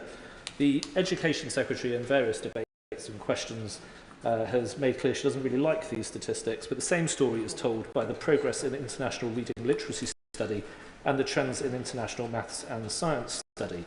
And it is a shame that ministers can't bring themselves to celebrate this success story or even congratulate the leader of the best school in the country, Catherine Birbalsingh of Michaela. Facts are indeed very inconvenient when you are so ideological about education. The magic formula behind this success is one championed by Tony Blair, David Laws, and all of us on the Conservative benches today. The formula is freedom, accountability, and evidence of what works. The government in this bill, and through other measures, is unfortunately taking a sledgehammer to each of these principles. New free schools have been cancelled, the Trust Capacity Fund has gone, funds for schools planning to academise have been taken away, and this bill is about to reverse academy freedoms, restore the process the powers of council bureaucrats, and replace innovation with ideological uniformity. The clarity of Ofsted accountability has been ruined, SATs in primary schools are in danger, and with them school accountability and progress data will go. And on the evidence base, this government is anti-data, anti-facts, and indeed anti-evidence. And we've heard this actually through the debate today. Attacks on synthetic phonics, attacks on maths mastery, on a knowledge-rich curriculum, on teacher-led instruction, on traditional academic subjects. Indeed, the explicit rejection we've heard from some of the concept of academies and demands for state-run schools. It's a denial of the scientific evidence behind what has worked, from the neurological knowledge we now have about how children learn, to the work of E.D. Hirsch on cultural literacy, and the confirmation that higher level skills are dependent on the automatic mastery of lower level activities. This bill is based not on works, but what we know does not work. This is a deliberate... I certainly will. I'm grateful. Does he agree with me that, and hope that colleagues opposite will follow the example of the Honourable Member for Mitcham and Morden and put this bill under genuine scrutiny? I share my honourable friend's admiration for the speech given by the member for Mitcham and Morden. It was incredibly powerful, and I hope the front bench listens closely to what she said, even if they're not listening to me right now on their phones. As I say, this is a deliberate decision to dismantle everything that has worked and everything this Education Secretary... I will give way, yes. How does the Honourable Gentleman respond to the situation that actually this current system means that we've got a third of our children and young people failing to get a good GCSE in English and Maths, and we've got the most unhappy young people across the OECD? Well, I would invite the Honourable Lady to look at the comparative studies of English schools compared to other countries internationally, to other countries within the United Kingdom. In England, the most disadvantaged students in the PISA statistics have the same outcomes as the average pupils in Wales. And Wales is the system upon which it seems this government is basing its policies. So I invite her to look at the evidence, even if ministers will not. And we know that I will certainly give way. I thank him for giving way, and I admit that my interest was piqued by his description of us on this side of being anti-data. He talks about the Welsh education system. I wonder whether he has reviewed the arguments made by Professor John Jerram, who did of the 2015 review of the England PISA results, who's found that there is an anomaly with the treatment of Welsh language tests, which, if corrected, would significantly boost Wales's placing on the PISA rankings.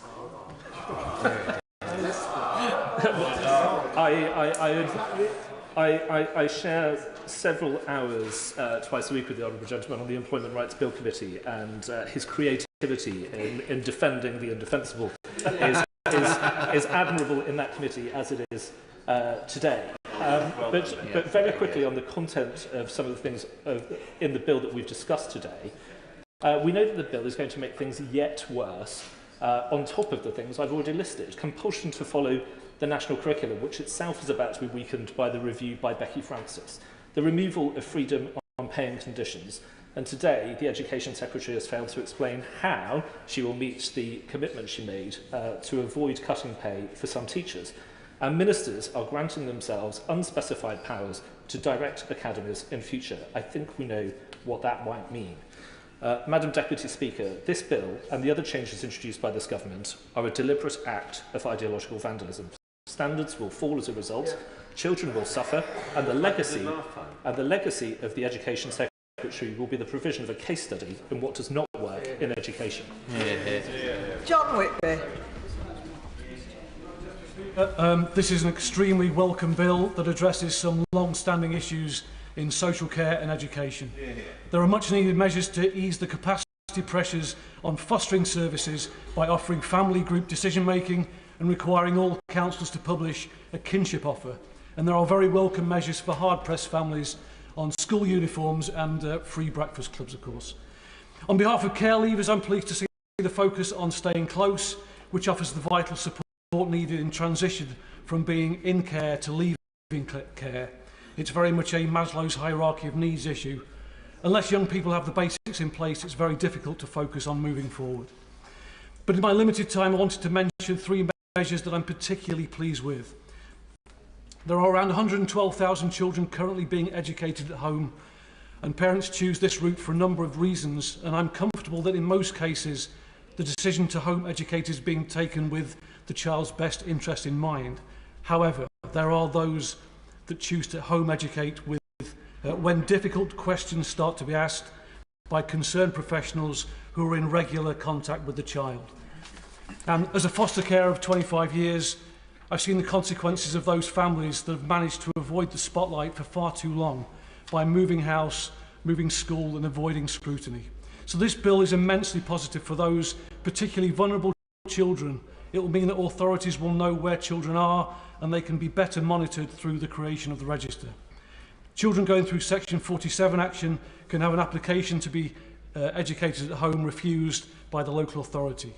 It is worth saying, however, that parents who are home educating children with no issues have nothing to be concerned about. I heard the Secretary of State say just that yesterday.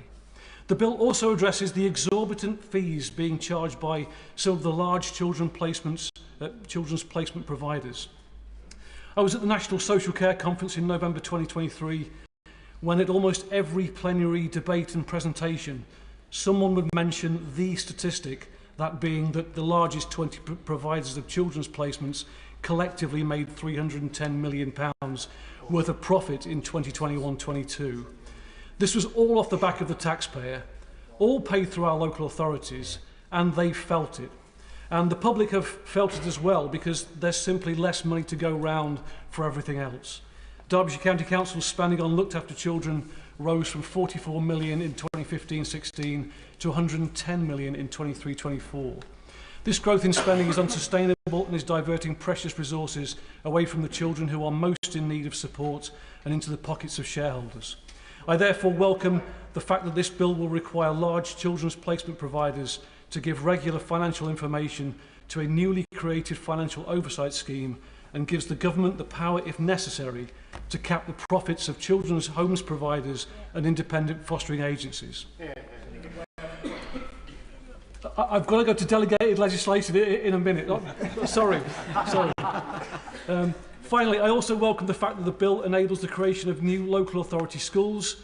Under the previous government, new schools were required to be academies or free schools, and that policy was based on ideology rather than evidence. Ending this requirement will mean that when new schools are built, they can be opened by the provider best suited to meet the needs of the local community. Ending this restriction will also ensure that when schools fail, a broader range of measures can be taken to give schools the support they need to succeed. Madam Deputy Speaker, there are a broad range of positives in this bill. They may not realise it yet, but the future of our most vulnerable children has just become a little brighter. Thank you. Well said. Yeah. Chris Coughlin. Thank you, Madam Deputy Speaker. And as a father of 3 little girls, I find much to welcome in this bill. Part 1 of the bill speaks to improving children's social care, and I particularly support the provisions around accommodation for looked after children. The whole country was saddened and shocked by the murder of Surrey child Sarah Sharif. Sadly, there are other stories in Surrey that also need to be heard. Jennifer Chalkley, from my constituency, from Bookham, started college in September 2021. She was 17 and had been diagnosed with autism and ADHD. 1 month later, she was dead from suicide. Last year, her coroner concluded that her death was avoidable. It had been a multi-agency failure, including by the Children, Families and Lifelong Learning Department at Surrey County Council to, and I quote from the coroner's report, ensure that Jennifer's education, health and care plan contains sufficient and updated information about her risk of suicide. Oscar Nash, another Surrey child with autism, was 14 when he walked onto a railway line near Egham in January 2020. Last year, his coroner concluded that his death was avoidable. Again, it was a multi-agency failure, including by the Children, Families and Learning Department at Surrey County Council to, and I quote from the coroner's report, ensure that Oscar's education, health and care plan contains sufficient information regarding his previous suicidal thoughts. And of course, Sarah. Sarah Sharif was murdered in 2023 by her father and stepmother.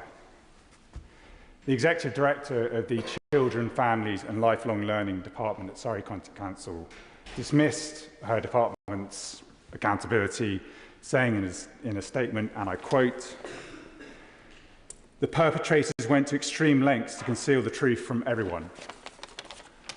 I ask, how are bruises, burn marks, reports of a child punched all over their body, reported 15 times over 10 years to Sarah's school and social services, extreme lengths to conceal the truth from anyone?"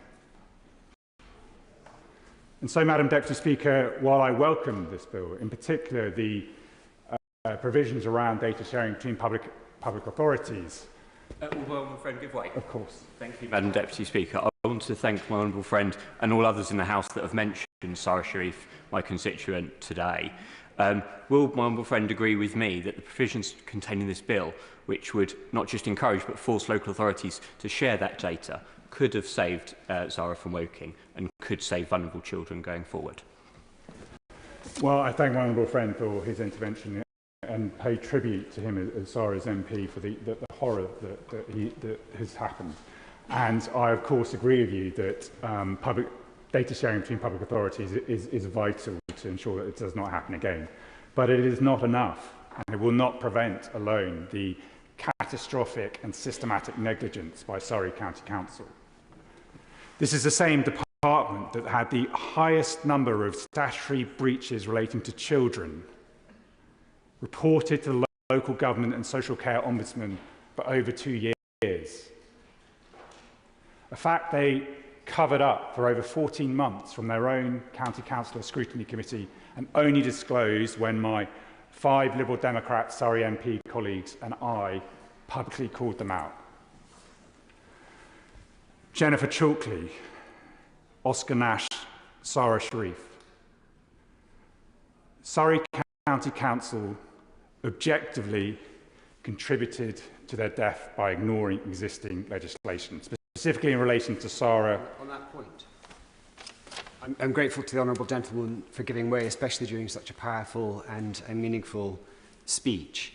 One of my constituents, who I will refer only to as Claire in order to protect her identity, is only 16 years old and has attempted to take her own life 12 times.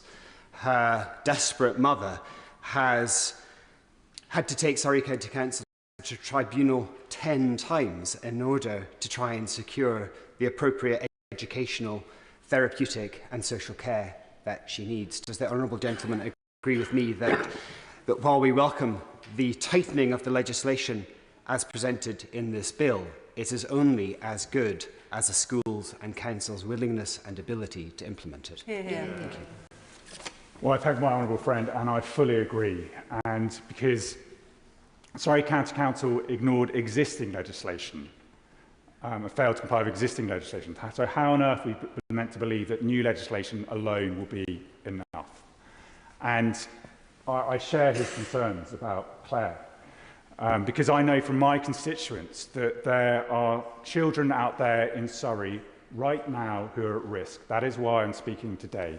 And this morning, Jennifer Talkley's mother, Sharon, texted me to say, even though you didn't get to meet Jen, her story is a powerful one and needs sharing to save other young lives. I raised Jen to be the change you want to see in the world, and she's still doing this. I replied, she will be.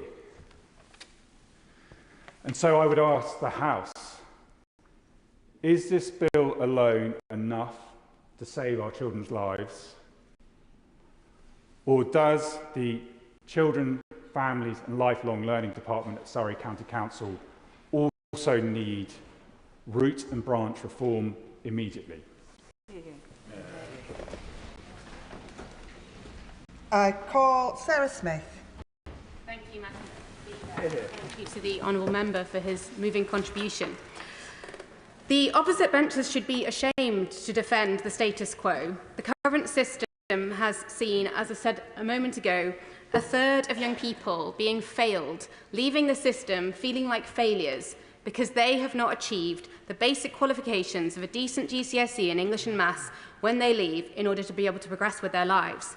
And we have the unhappiest young people in the OECD, and when you speak to young people, they will tell you that their experience within the education system is a significant contributor to that feeling of unhappiness and the mental health crisis that we know that they face.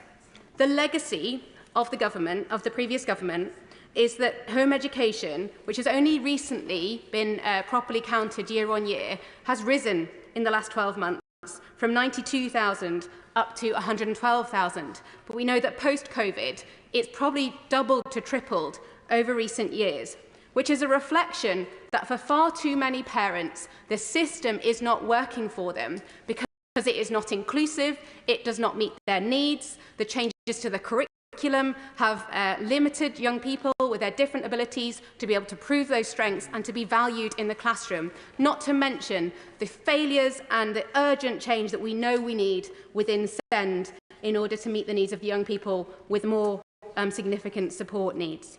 To my honourable friend defending the existing system, I would challenge that the huge improvements that have been made in London are not just based on the basis of the academisation. It was based, when you look at the evidence and the research that was done following the London Challenge exercise and strategy, there were multiple factors that contributed to the great gains that London has made.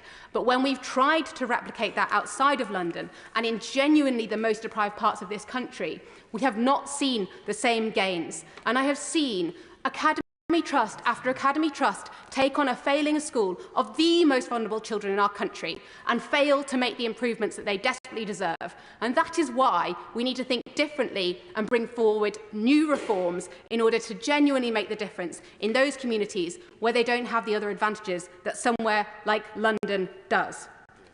My experience tackling educational disadvantage in those most disadvantaged communities is that when you take a place-based approach, the reality of competition is that it incentivises schools in some parts of an area to off-roll, to not be inclusive, because if they want to seek their Ofsted outstanding rating, the best way to do that is to get rid of the more difficult children, if you just implement the Michaela approaches, what we see is the children with autism and other, more complex needs. They don't thrive in the same way within those structures, within those requirements. And so the parents either have to take them out because they see their children, the mental health issues, or because the school forces them.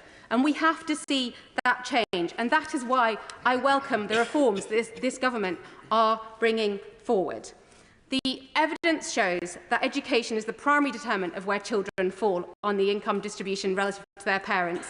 And that is why I truly believe that education needs to be put back at the heart of our national life, as this bill demonstrates, if we are to ensure that barriers to opportunity are broken down for all. This bill takes a huge step forwards towards this, and I am proud that children's interests are being returned to the heart of government policy, and that is why I am proud to support this bill.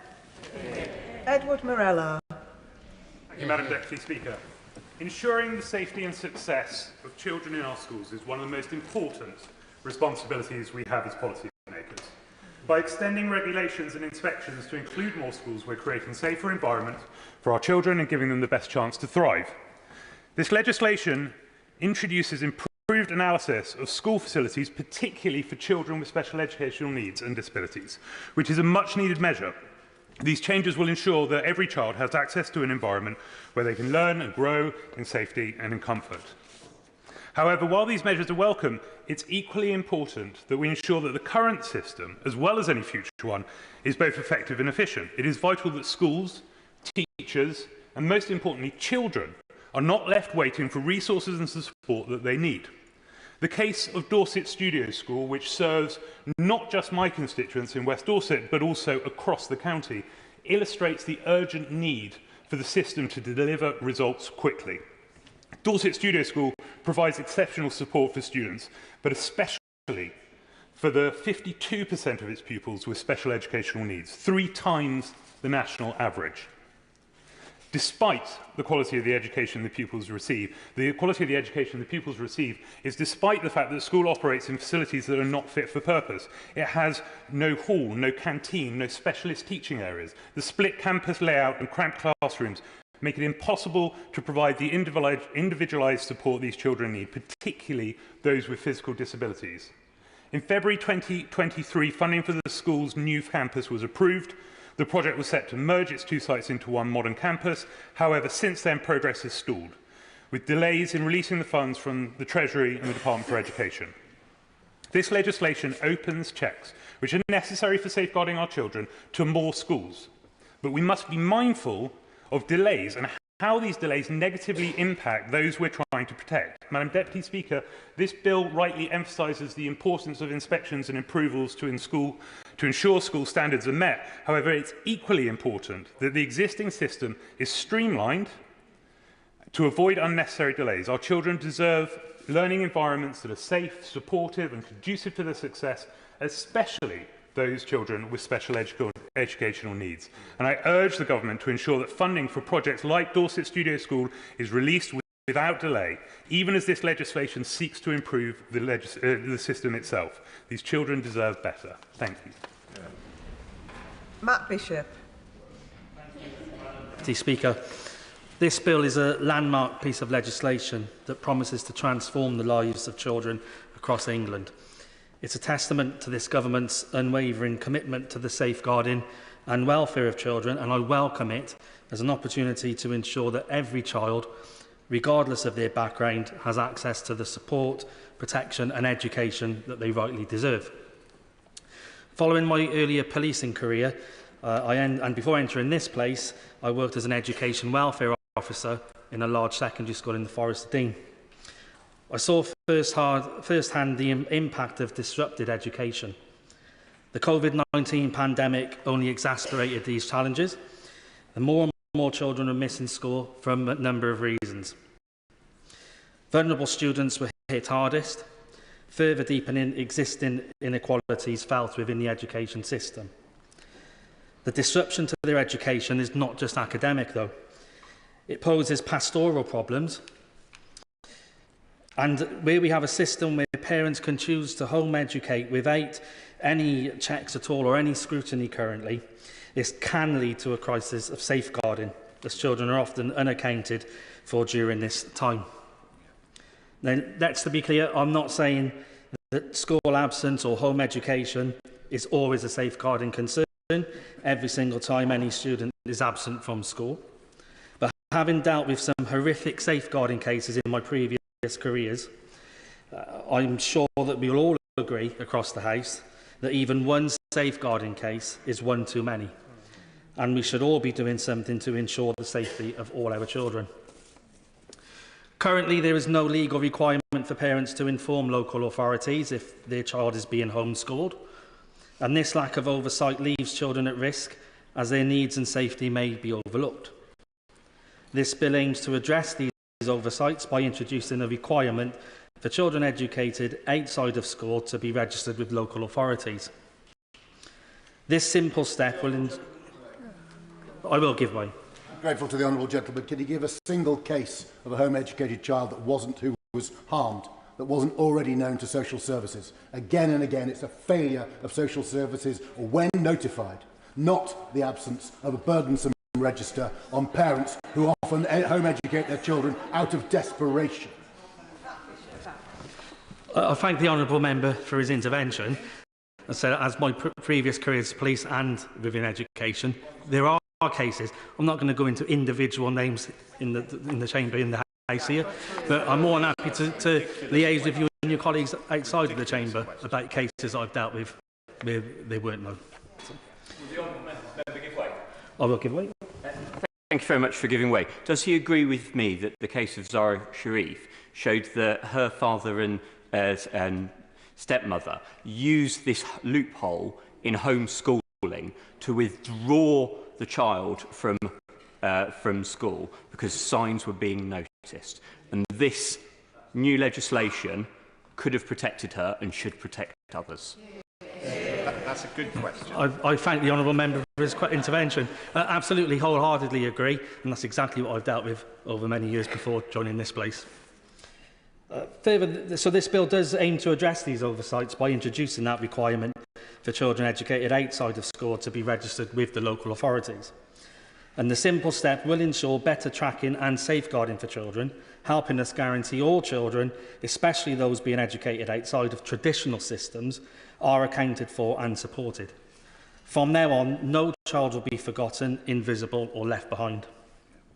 Additionally, it is also right that we acknowledge the invaluable role of kinship carers. Many children in kinship face unique challenges, including mental health and emotional support needs. However, not all kinship care arrangements receive the same support as children in formal care. In fact, a 2019 report found that 16% of local authorities either lacked a kinship care policy or had outdated ones. This is not good enough for kinship carers or children in kinship care. This bill ensures kinship care is legally defined and that local authorities publish a comprehensive and up-to-date kinship local offer, providing carers with essential information about financial assistance and services for health, education and well-being. This will go some way in helping to level the playing field and ensure consistency in the support available for kinship carers and children across the country. Madam Deputy Speaker, this bill is more than just a set of policies. It's a commitment to the protection, education and well-being of our children. By prioritising the mental, emotional and educational needs of the children, we are laying the foundation for a future where every child, regardless of their circumstances, can succeed. I therefore urge all members to support this bill and work together to ensure that every child has the opportunity that they deserve to thrive. Vera Hophouse. Madam Deputy Speaker, and as a previous secondary school teacher before I became an MP, I congratulate the government for bringing forward a piece of legislation that once again puts children at the heart and centre of what we are wanting to achieve in this place. Since the Every Child Matters legislation, now nearly 2 decades ago, there are many things that my party and I welcome in this bill, but we also believe, and I do, that it can go even further. In discussions with the National Association of Head Teachers in Bath and North East Somerset, it is clear that local authorities need further responsibility for admissions. I'm pleased to see that local authorities will have greater powers when a place is needed for a child to direct their admission into both maintained schools and academies. But if the local authority has responsibility for admissions, then it should have the powers as an admission authority.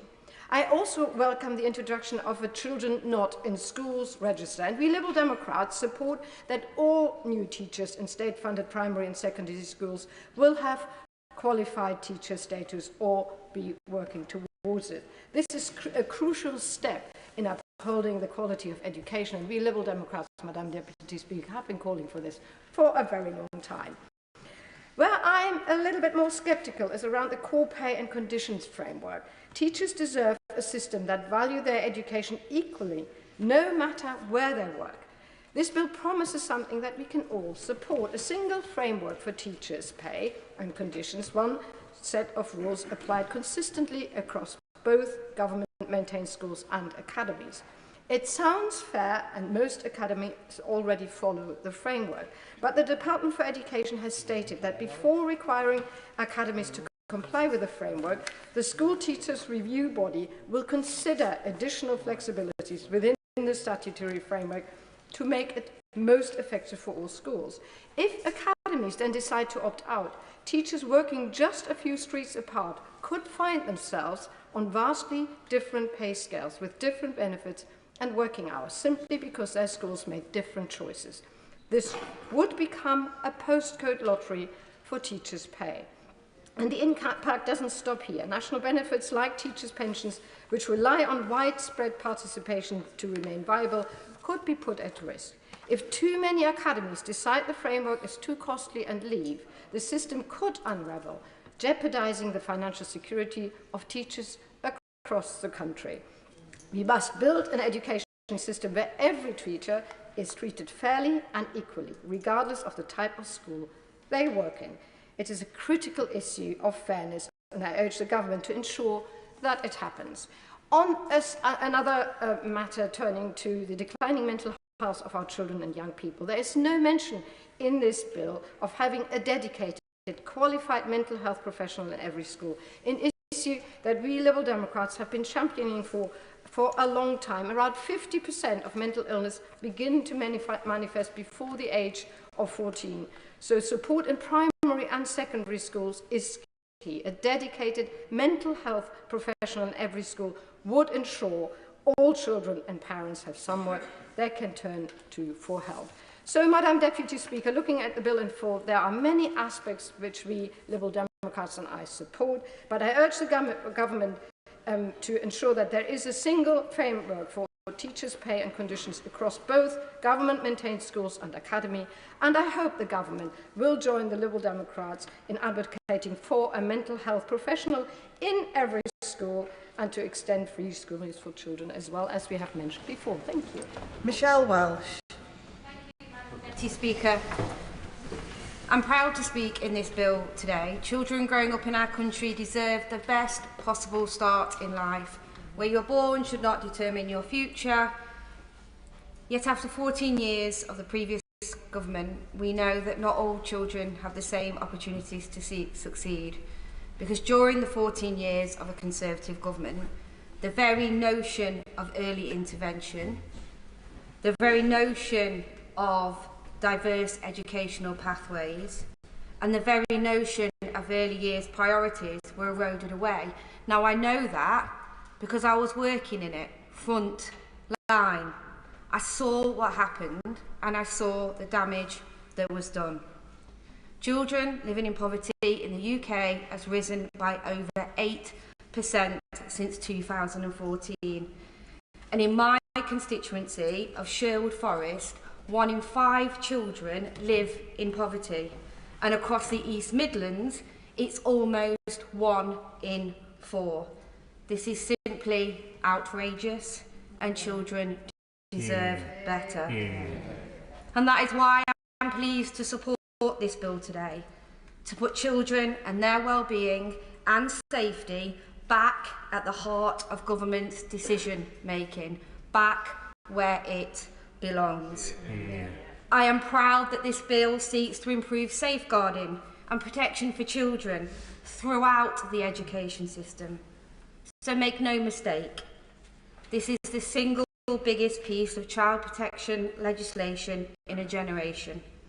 And to suggest otherwise shows a total lack of understanding and no real knowledge of actually how children's services, protection services, are working today. Another element of this bill that I'm really proud to see is the rollout of free breakfast clubs in primary school. We know that a children's experience at school massively impacts their future, meaning when children go hungry at school, they will be more likely to fall behind their peers. I am a school governor and I am a mother. And I know from all my friends that are teachers that children turn up to school that have not been fed. They turn up to school with empty lunch boxes. I have friends that on a regular basis pick up meal deals from the local Tesco's to feed children in that school. That's what 14 years of a Conservative government has really done to the most poorest and vulnerable children in our country. There are so many benefits to providing free breakfast clubs at primary schools: improve literacy, numeracy, improve cognitive function, allowing children to be able to fully participate and learn during lessons. Giving all children a better start to the day and a better start in life. Because despite the talk of education being improving in the last government, it's sadly the same old story. Only 8.9% of the most deprived children reach level 3 in both reading and maths, compared to 27% of the least deprived children.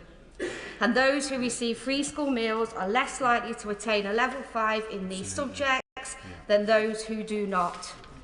33% of students from non-selective state schools have at least 5 good GCSEs. For students attending selective state schools, this rises drastically to 92%. It is time that we close this gap for the most deprived children in our society for good, and I'll be relentless in this pursuit for the children living in my constituency of Sherwood Forest. Robbie Moore. Thank you, Madam Deputy Speaker. As someone who has consistently advocated for victims of the rape gangs scandal in my part of West Yorkshire since raising it more than 40 times in this place since being elected, given the short time that I've been allocated to speak, I want to be focusing on that issue today. It is now over 2 decades since the Labour MP Anne Cryer, my predecessor, first brought this issue to the House. Unfortunately, we seem to be repeating the same mistakes of the past today.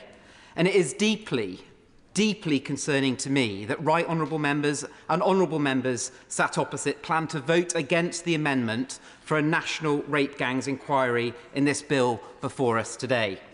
Just last night, the Safeguarding Minister told the public that a national inquiry isn't needed because local inquiries are more effective at leading to change.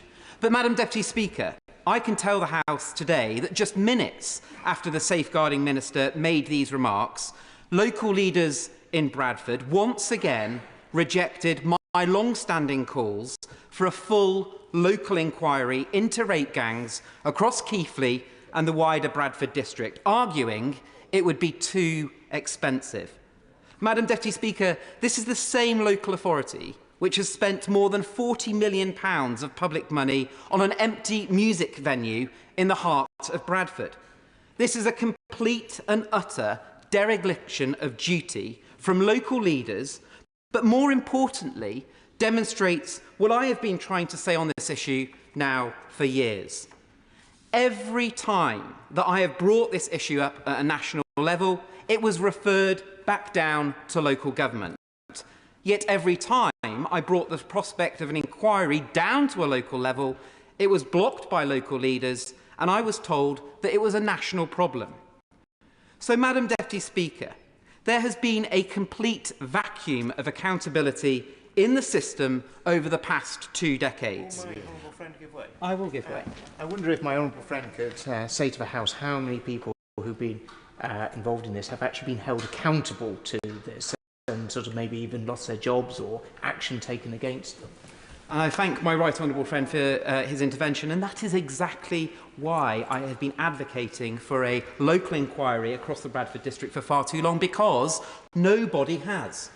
There was a 50-page report, 50 pages, which looked at 5 children that had been sexually exploited across the Bradford district, that was released in 2020. Only 5 children. It acknowledged that there had been mistakes, but nobody was held to account. And that is why this amendment, quite rightly brought forward by the Leader of the Opposition, is so important. Because it tackles systematic problems and will end this vacuum of accountability once and for all. And it should be right that convictions follow a national inquiry that specifically focuses on rape gangs and child sexual exploitation. Because when local leaders refuse in their duty, when they ignore the concerns of victims at a local level, it is only right that the government steps in. Because ultimately, this is not about party politics. This is about the difference between right and wrong. And for too long, at all levels of the British state, be it national government or local government, or those with specific safeguarding responsibilities, have failed to do the right thing. There are children and families out there, Madam Deputy Speaker. I know them. I have met them in my constituency that have suffered abuse that is unspeakable.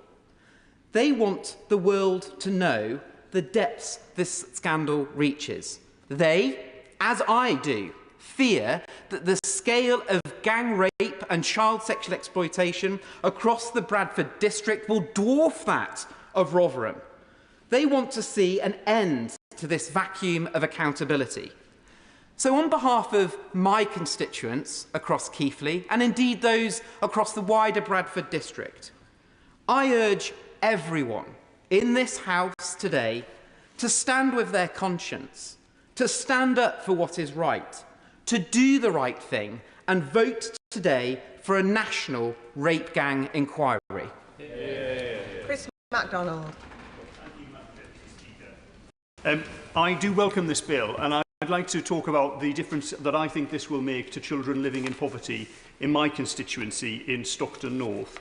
But first I'd like to remind the House of the words of Dame Rachel D'Souza, the Children's Commissioner for England, who said that too many of our services are failing. And I think we heard the powerful testimony from the member for Dorking and Hawley describe the tragic consequences of those failings. But we also heard the expert words of my honourable friend, the member for Whitehaven and Workington, whose recommendations around multi-agency teams and a unique identifier will make a difference to ensure that no children fall through the cracks and that this legislation will keep children safe. This legislation will also, though, drive forward equality of opportunity. We heard from my honourable friend, the member for Bury North, the prediction that it will save families £450 as a result of the Breakfast Club measures. I can tell you that for many families in Stockton North, rather than saving £450, it will simply ensure that a child goes to school with a breakfast. And we've also heard as well from many members, including my honourable friend, the member for Washington and Gateshead South, the member for Stroud and Twickenham, around the benefits of automatic enrolment for free school meals. Speaking as someone who grew up with an eligibility for free school meals but never actually accessed them, I can say that this would definitely make a difference to children in my constituency and is something that I would encourage the government to look at. And I commend Stockton Borough Council for conducting a trial in this area as well. The scale of the challenge of child poverty in my constituency is really enormous. Figures from the North East Child Poverty Commission indicate that child poverty has increased by 20% over the last decade, so that now 1 in 3 children in my area live in poverty. It's heartbreaking to see signs in local community centres asking for donations of basic essentials such as soap or toothpaste for children who attend events there, or security tags on infant milk formula as one of the items most stolen from local supermarkets. And I can tell you, when a parent steals infant milk formula, it's because they have a hungry baby at home. Now, I admire the optimism of the Father of the House who spoke earlier about the possibility of a future Conservative government. But I have to tell the House that babies, children and young people in my constituency don't have the time to wait for that. And so I really encourage members to support this bill, which will benefit children and families. Families in Stockton North, where recently I've met with young men, young fathers, who are striving for the dignity of stable employment and the opportunity to earn a decent wage to support their families. They will have heard today that this government is on the side of working class families. And I've made clear my commitment to every child and young person in Stockton North. Together, we can break the link between background and opportunity, creating a better future for all children in Stockton, Billingham and Norton. Sammy Wilson. Speaker. This bill doesn't, very little of it applies to Northern Ireland. There is one section, Section 56, and perhaps the Minister, in summing up, could explain just what legislation will be subject to regulation in this House if the Minister so decides. But having said that, I wish to make comment on this bill because having the privilege of representing a part of the United Kingdom which consistently registers high educational standards, I want to see the same for the rest of the country to which I belong. I understand that, of course, there will always be people who fall through the bars and don't do as well in the educational system, but it is important that we have a structure in place which ensures the best for everyone. And one of my concerns about this bill is a structure which has been placed for 2 decades now, has been used under successive governments of different hues, is now going to be dismantled because of some ideological reasons which the government has. And whilst I don't have time in this short speech to go into those issues, nevertheless, I hope that they will be teased out and will be properly looked at during the scrutiny of this bill. Secondly, on homeschooling, I think that there has been limited consultation, and there are real fears from people who do educate their children at home of the impact it might have. Much has been made that this bill will, if not doesn't go through, children will not be safeguarded. The fact of the matter is, there has always been legislation to safeguard children. And as the member for Dorking and Horley pointed out, even with legislation there were still failures by the police, by the local authorities, by social services, by local councils to do the safeguarding which in legislation was available to them. And that brings me to the last point I want to make, because we can't have a children well-being bill and at the same time ignore the controversy which is going out there in the public as a result of the way in which we have had a renewed exposure of the terrible events where Pakistani rape gangs have tortured, intimidated and abused young girls, and yet we have turned a blind eye to it. Thank my honourable friend for giving way. Would my honourable friend agree a national inquiry into child sexual exploitation focused on grooming gangs is not only essential for justice for the innocent victims affected, but also plays a crucial role in societal healing of the UK? Failing to initiate such an inquiry will leave a stain on this government, hindering transparency and obstructing the full truth. And of course the member is absolutely right. And of course we'll be accused, and we have been accused, of having our own political agenda, wanting to stir up racism, marching to Musk's drum and everything else. The fact of the matter is, the demand at the end of this amendment is a demand which every decent person should wish to support, because it restores, and it will restore, the trust that people have lost because of the way they have seen the way this issue has been handled. I will give way, yeah. I thank the honourable member. I spent 7 years managing a team of barristers on a public inquiry, and I have some insight into the benefits and the limitations of public inquiries.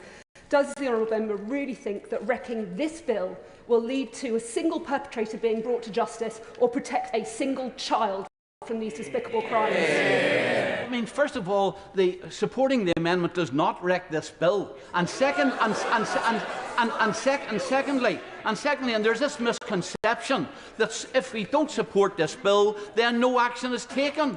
There's plenty of legislation under which to take the action at present.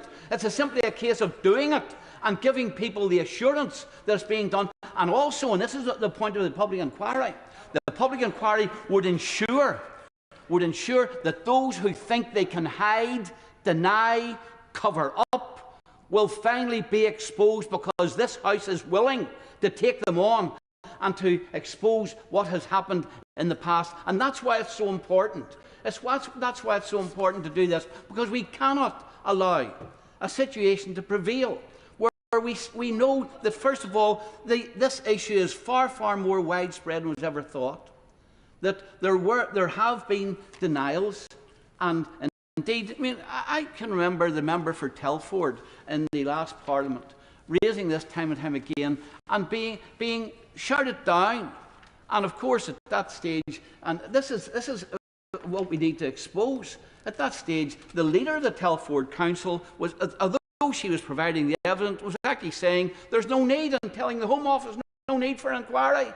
And now we know, of course, what happened in Telford. Now, it's restoring trust in politicians and the system that a public inquiry will do, and it doesn't have to lead to no action being taken in the meantime. I listened to the member for Rotherham,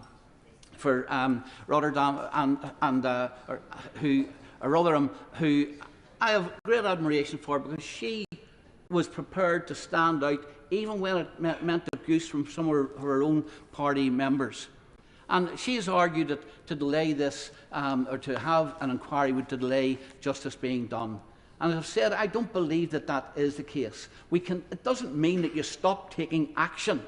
Of course you can still take action, but you also have an inquiry which leads to the full facts being known, those who were involved being exposed, and then action being taken against them to ensure that this doesn't happen again. Because I can tell you, the longer people think that these things can be covered and hidden and attention diverted, the less they will be prepared to do the job that they're meant to do, and will have vulnerable people being exploited continually without the protection that they deserve. Darren Paffey. Thank you, Madam Deputy Speaker. The very real and transformational merits of this bill are clear. Measures on branded uniforms and free breakfast clubs will help families in Southampton Itchen and put money back in their pockets. Registering children who are not in school and having a unique number for every child will help multiple agencies to safeguard our children and work better together, more importantly. Having already dealt with the Tory legacy of endless teacher strikes, Labour's bill will start valuing qualified teachers once again, who inspire our next generation, and will be paying them consistently. And this bill will ensure that all children, regardless of school model or structure, can be inspired by a refreshed curriculum that sets them up for life. I'm afraid any member who has worked in education or social care will not recognise the fanciful picture of the Tories' record on this. If it was so rosy, they might want to reflect on why they're now on the opposition benches. But let's have a bit of honesty that what they left was inadequate funding, crumbling buildings. They were against fully qualified teachers. There were endless strikes over pay. Recruitment and retention was a complete disaster. These are the inconvenient facts that some of them want to avoid, all because of an obsession with buzzwords and structures, not with children's outcomes. They talk about educational vandalism. They are guilty of it. I want to focus my remaining comments on measures that will make a difference to one group whose voices are often not heard enough in this debate, and that's children and young people who have experienced being in care. We've had the excellent independent review of children's social care carried out by my honourable friend, the member for Whitehaven and Workington, which we should remember was commissioned by the last Conservative government and then inexplicably and unforgivably put on the shelf and ignored. But in that report, my honourable friend warned that without significant change of course, the number of children in care would exceed 100,000 in this country. This bill can and must be that change of course. Yeah. So ensuring that local authorities offer family group conferencing is hugely welcome and will give opportunities for the voice of children to be heard when planning potentially life-changing interventions and ensure that those changes are the best possible. For some, living with a member of an extended family is what will turn their life around. So I really welcome the legal recognition of kinship care. Yeah. That will ensure solid support and a home closer to their support networks for the 153,000 children and young people in that situation. I would ask ministers to perhaps reflect on the extent to which children and young people's voices will be heard in designing those measures. Support for care leavers is absolutely crucial, so I really welcome the extension of the staying close support. This represents a transition to independence and steps to get decent housing and vital services for those young people. But this is not just a theory or a programme. This is already working. When I was Cabinet Member for Children's Services in Southampton, we introduced this 3 years ago. It has been an enormous success in terms of the quality of support and the outcomes for young people. In a rare moment of cross-party agreement, I would perhaps reflect on the comments of the member for South West Devon and agree that the supported lodgings scheme from the Home for Good and Safe Families charities is worth looking at. The results are impressive in terms of safety, good relationships, confidence, and those are more likely to be in education, employment and training. But the goal of this important bill is to ensure opportunities for every child and young person, not just those in the Tories' preferred model of school, but 100% of school children, a safe start for every one of them. The government that takes this seriously is the one that acts upon it, and that is this Labour government, not posturing like the opposition or ideologically wrecking it, but actually taking action so that children can thrive in life. Hear, hear. Before I call the next member, I am imposing an immediate 3-minute time limit. Monica Harding. Thank you, Madam Deputy Speaker. Can I start by saying how much I welcome the introduction of this Children and Wellbeing Bill as an important step in strengthening the role of education in multi-agency safeguarding arrangements so that we can better identify and protect vulnerable children. One of my own head teachers in my constituency reached out to me and said children do disclose to teachers, particularly in primary school. We spend so many hours with children, we are often the voice for the child.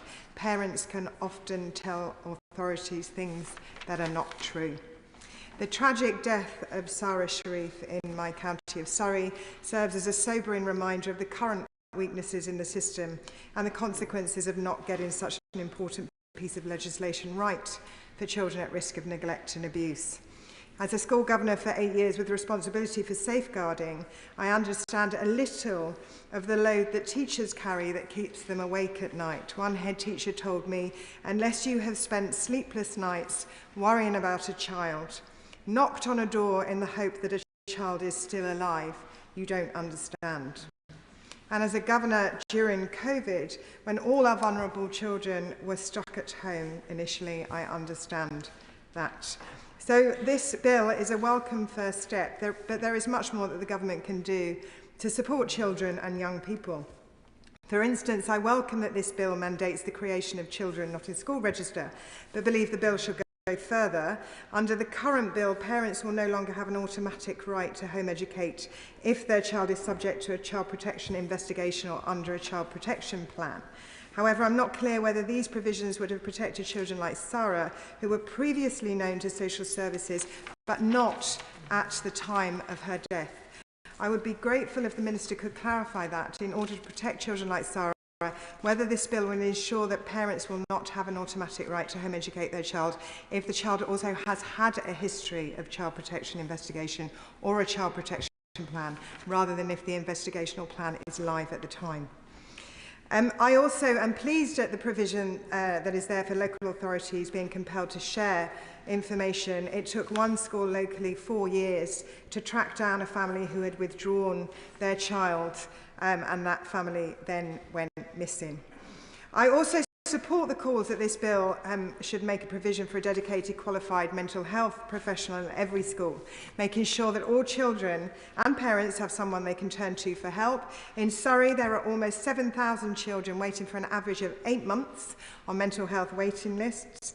So putting a dedicated mental health practitioner in these schools would be highly effective in reaching large numbers of children and young people too. And I'm disappointed finally that this bill falls short of tackling the problem of SEND education in England, as these children are particularly at risk of being forced out of the school system and potentially into much more vulnerable situations. There are 1,800 children in Surrey missing school because of a lack of provision. Order. Thank you. I call Sally Jameson. Madam Deputy Speaker, all children deserve the very best start in life, and that's why today I am voting in favour of this bill on behalf of all the children in Doncaster Central who deserve just that. But along with the many measures it contains, I am pleased that it acknowledges the immense challenges faced by care leavers and care experienced children, and that it will set a higher bar for councils to support young people who have left care. In Doncaster in 2023, there were 542 children who were looked after, and the success of this bill will be measured by their outcomes, which have long been ignored. As a former prison officer, I worked with many care leavers in the prison system and heard of their experiences, some of which were harrowing. And I think the statistics speak for themselves, because it's estimated around 50% of young offenders in custody and around 29% of all the prison population are care experienced. And I think that that fact is the most sobering when highlighting the significant failures in the current system. And it's a reminder to us all that change must come. It signifies a consistent and enduring failure to support young people in the care system. This figure tells our young people that if you need to be cared for by the state, then you are less likely to lead a positive and stable adult life. And frankly, it's the taxpayer that have been picking up the bill. Research from Become has shown that the number of young care leavers aged between 18 and 20 approaching local authorities as homeless has increased 54% in the last 5 years, and they are 9 times more likely to face homelessness than other young people. I wholeheartedly welcome the measures within the bill that strengthens arrangements to support and assist care leavers in their transition to adulthood, and I hope that legislating local authorities to publish a full and local care offer for care leavers will offer the much needed clarity and direction, which can often be uncertain. Going forward, I hope the Government will consider the recommendations from Bernardo's, which suggests the bill should extend corporate parenting principles to a greater range of public bodies, including the Home Office and the police and healthcare. And finally, I want to make reference to something which has been raised by a number of colleagues today, and that is the disgusting and excessive profiteering that has existed in children's social care. Absolutely. People and private providers who have no business in this area have been charging extortionate rates to councils and taxpayers whilst delivering the appalling outcomes which I've discussed earlier in my speech. Change is much needed, and I am pleased that this bill is finally here. It has been a long time coming for many vulnerable children across the country, and I look forward to seeing it progress. Peter Fortune.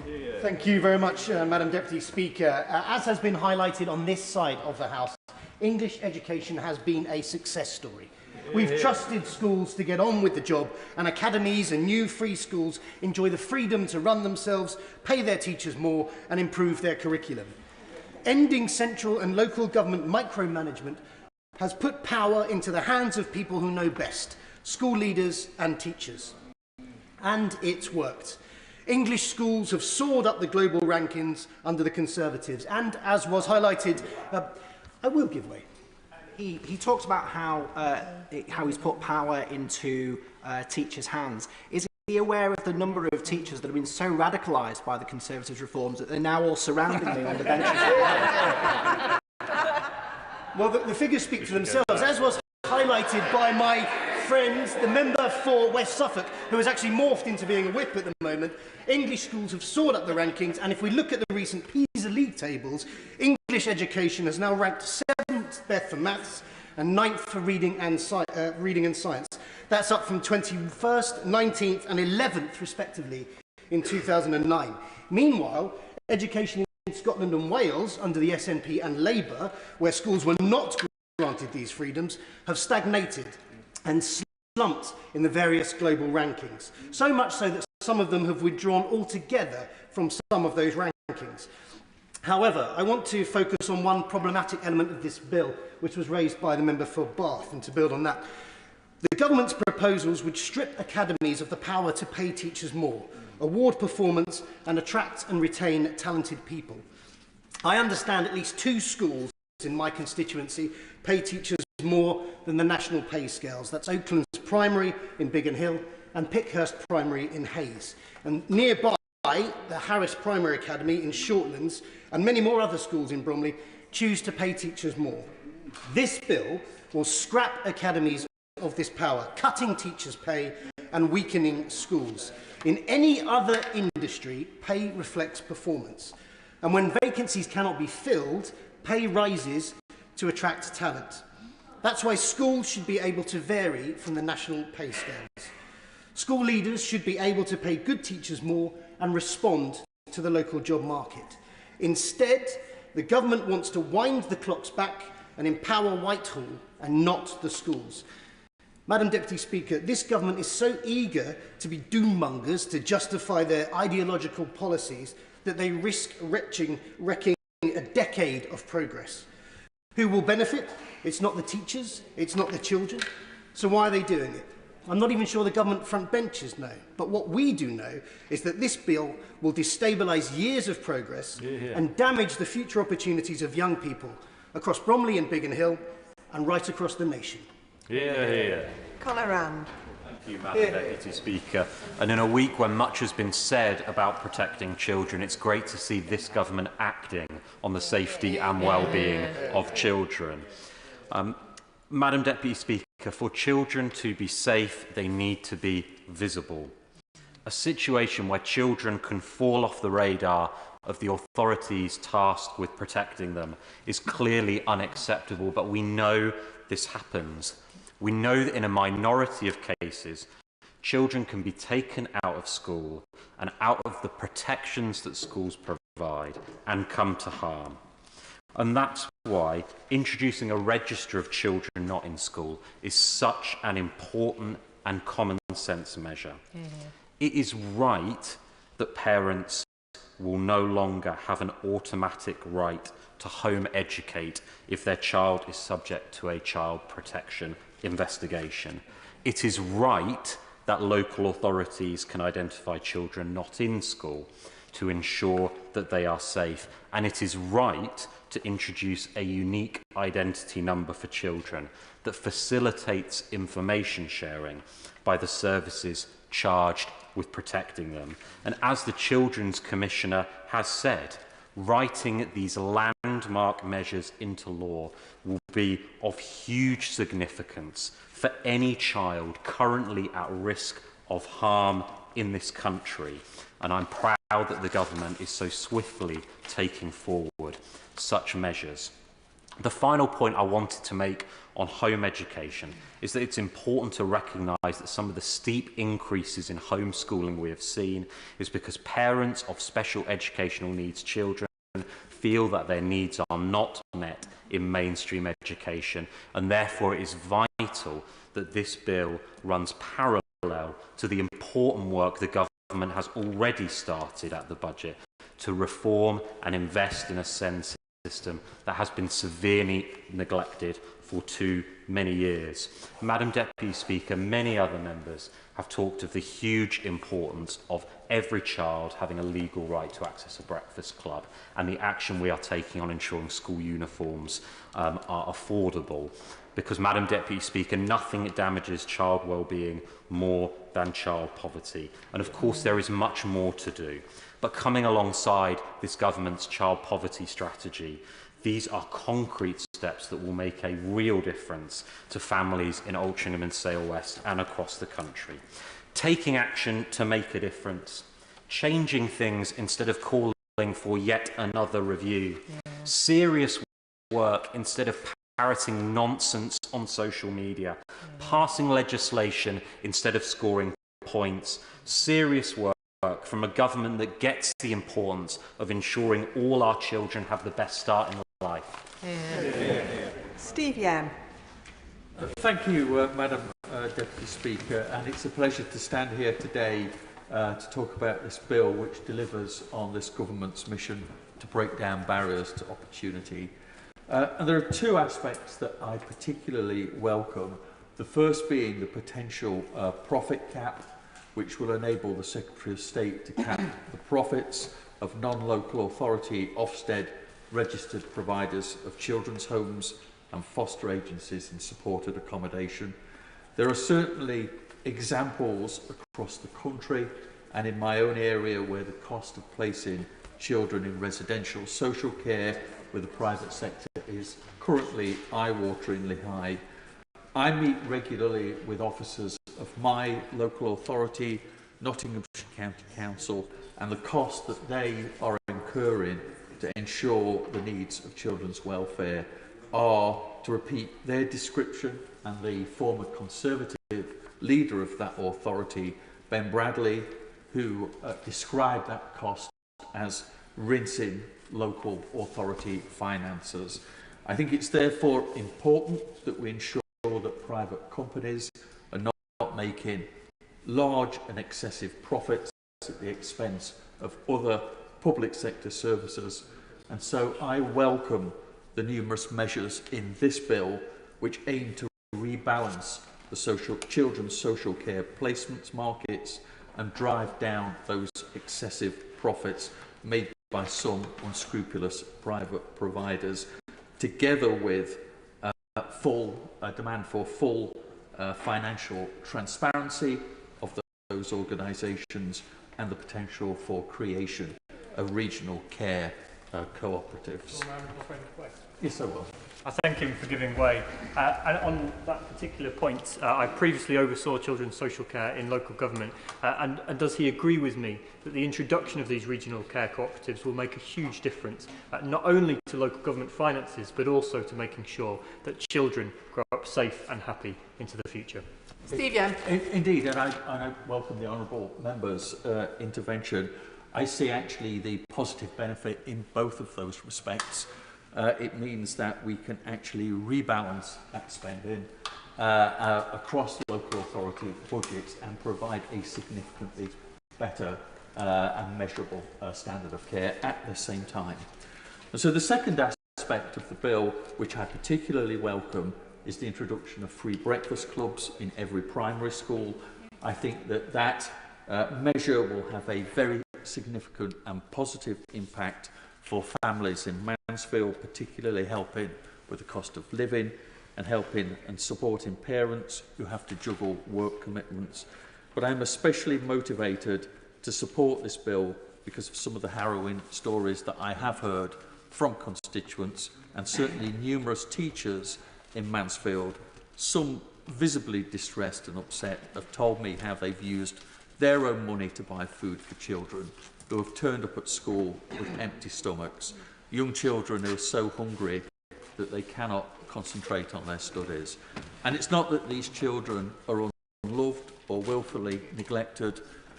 Most and many of them come from loving families with both parents working all hours to provide for them, which leads to precious little time to provide a meal before school and work simultaneously. And so this bill clearly drives home Labour's mission to break down barriers to opportunity, and I'll be voting for it proudly on behalf of all those children and families in my area that will benefit from these measures. Andrew Cooper. Thank you, Madam Deputy Speaker. This bill is a landmark piece of legislation that not only demonstrates ambition, but will take tangible action to keep children safe, improve educational standards and make families better off. Like many of us here, I got into politics to improve the life chances of children in my community, to make it a reality that regardless of your background or your circumstances, the only ceiling on your potential is your talent and your determination. So I'm delighted to see the government bring forward this bill that begins the work of breaking down barriers to opportunity for our children. As anyone who has been involved in our schools or has read any of the academic evidence on the subject will know, that starts with the full stomach at the start of the day that breakfast clubs will deliver. It helps with attention span, it helps with cognitive performance, and it will give parents greater flexibility in their working hours to earn. And strengthening the law to set out the specific number of branded school uniform items is an important step in the right direction, and I hope will go further in due course. Yeah, I thank my friend for giving way. He mentions the free breakfast clubs and also the removal of some branded items of the school uniform. And we talk about it being £50, £500, but would he agree with me? Actually, it's bigger than that for parents who have multiple children in the same school. I absolutely would agree with that, and particularly for primary school children, where typically they're wearing polo shirts and you need 5 days' worth plus PE kit, it'll make an enormous difference. Whilst it's been great to see organisations like Winsford Uniform Exchange in my constituency grow and provide people with lower cost and greener alternatives, bringing these costs down for families is absolutely the right priority. These may be the two most visible measures in this bill, and I hope that they will be part of a lasting legacy of this government that we have supported all children to achieve and thrive. The bill covers a vast array of measures across the spectrum of children's social care and schools policy, as we've discussed this afternoon. But I want to focus my comments today predominantly on the schools side, although I do want to take a moment and say something about the single unique identifier for children. In Lord Laming's report into the death of Victoria Climbier in 2000, he recommended the government explore the safeguarding benefits of a national children's database, effectively a single unique identifier, to address poor communication, poor data sharing between agencies. And in report after case after report after case, the issue of weak multidisciplinary working continues to arise. The measure proposed in this bill, alongside the measures clarifying the legal basis for information sharing and the creation of multi-agency child protection teams, will undoubtedly help, but they're the start of the story, not the end. The success of this measure will be in ensuring that the single unique identifier is consistently captured, in reforming working practices so that information sharing is part of the culture, and in making clear to local authority boundaries, health authority boundaries, police authority boundaries, or in my part of the world, national boundaries, are not a barrier to good safeguarding practice, something that has become more important as children travel further for appropriate education or care settings. Now, in the main, I want to cover the reforms the bill makes to academies in the minute or so I've got left. And I'm not someone who's ideological about the academy system. I've seen MATs that provide an outstanding level of support for their schools, and equally I've seen MATs that haven't worked and have provided local leaders with few levers to push for improvements on behalf of their communities. The reality is the previous government has left us with a school system that has become increasingly fragmented and lacks coherence at local, regional and national level. The governance model is rarely the key determinant of whether a school will provide good outcomes for children. As someone once said, this is about standards, not structures. So on that basis, many of the reforms proposed in this bill are entirely sensible, requiring teaching a national curriculum, requiring employing qualified teachers, giving the school adjudicator the final say in admission numbers. All of these measures will get us closer to some consistency and common standards across the sector. I'll leave it there. I just want to say that this legislation... Thank you. A time limit. David Baines. Thank you very much, Madam Deputy Speaker. I speak as both a former teacher and a former council leader, and I speak as well on behalf of many of my former colleagues when I say that this bill is welcome. and will make a difference to children across St Helens North, and it will also make a positive difference to the ability of those who work in education and other services to protect and support children and young people. And that's why I'll be voting for the bill and why I can't support the wrecking amendment of the opposition. Breaking down barriers to opportunity is a key government mission, and it's one that in my experience has been vital to all those who choose to work with children and young people. When I was council leader in St Helens, we made giving every child the best possible start in life the council's #1 priority, and in my experience I learned that partnership working is key. Together we were able to take children's services from inadequate when I became leader to good and outstanding, and so I warmly welcome the measures proposed in the bill to encourage data sharing and multi-agency work in all councils right across the country. Madam Deputy Speaker, members from all sides of the House should welcome the measures in this bill to help improve child protection and safeguarding, to improve support for children in care and care leavers, and to introduce better regulation of the children's home sector. On the wider scope of the bill, I warmly welcome the concrete measures it takes to put money back in families' pockets at a time when we know things are difficult for many.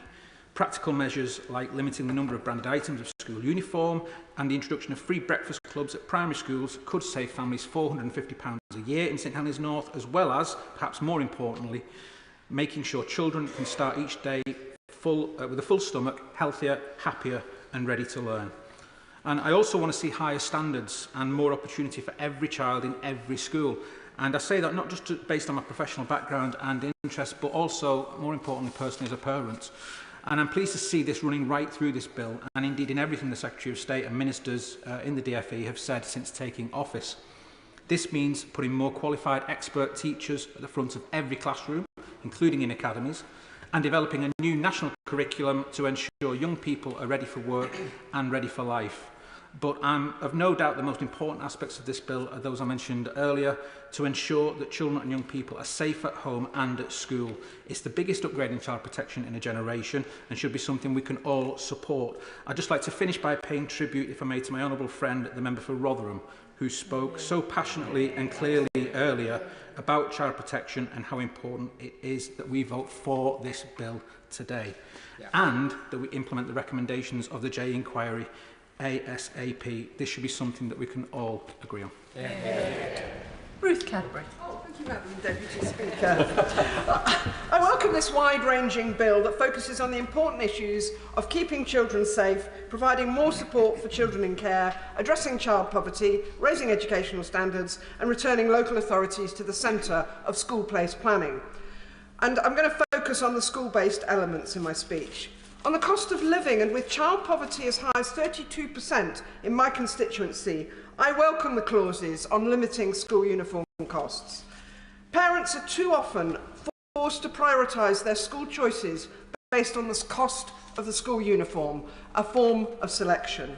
If the Hounslow school my sons went to could limit branded kit to an iron-on blazer badge, a tie and a PE shirt, so that the rest can be bought at supermarkets, why can't all schools do this? I also welcome the introduction of breakfast clubs in all schools. As a former local councillor and lead member for children, I'm also pleased that the government are giving powers back to local authorities on place planning and proposals for new schools, a right removed by the Conservative government after 2010.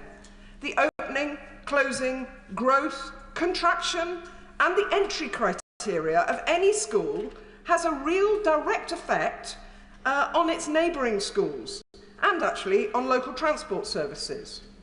And furthermore, the cynical practice of off-rolling by schools trying to up their exam scores. These are just some examples that show the importance of the local authority role and why I welcome the relevant clauses in the government bill today. And a final point, Madam Deputy Speaker, before I conclude. In Hounslow, every school is rated good or outstanding. In my experience, and I'm sorry to disagree slightly with my right honourable friend from Mitcham and Morden, who's no longer in the chamber, but in my experience, the single biggest factor in successfully turning round a failing school is not its governance structure, but the inspirational leadership of a great head teacher.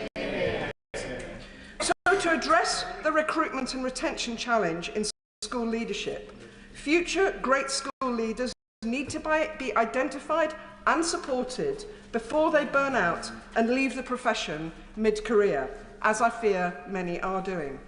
So my question to our front bench is that I do hope that the workforce and also the finance challenges that the government inherited from the party opposite will be able to be addressed in order to be able to deliver the full potential of this excellent bill.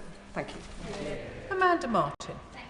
Madam Deputy Speaker. Children growing up in our country and in my city of Portsmouth deserve the very best start in life and nothing less. As a teacher of 24 years, I've seen the very best of education, and unfortunately under the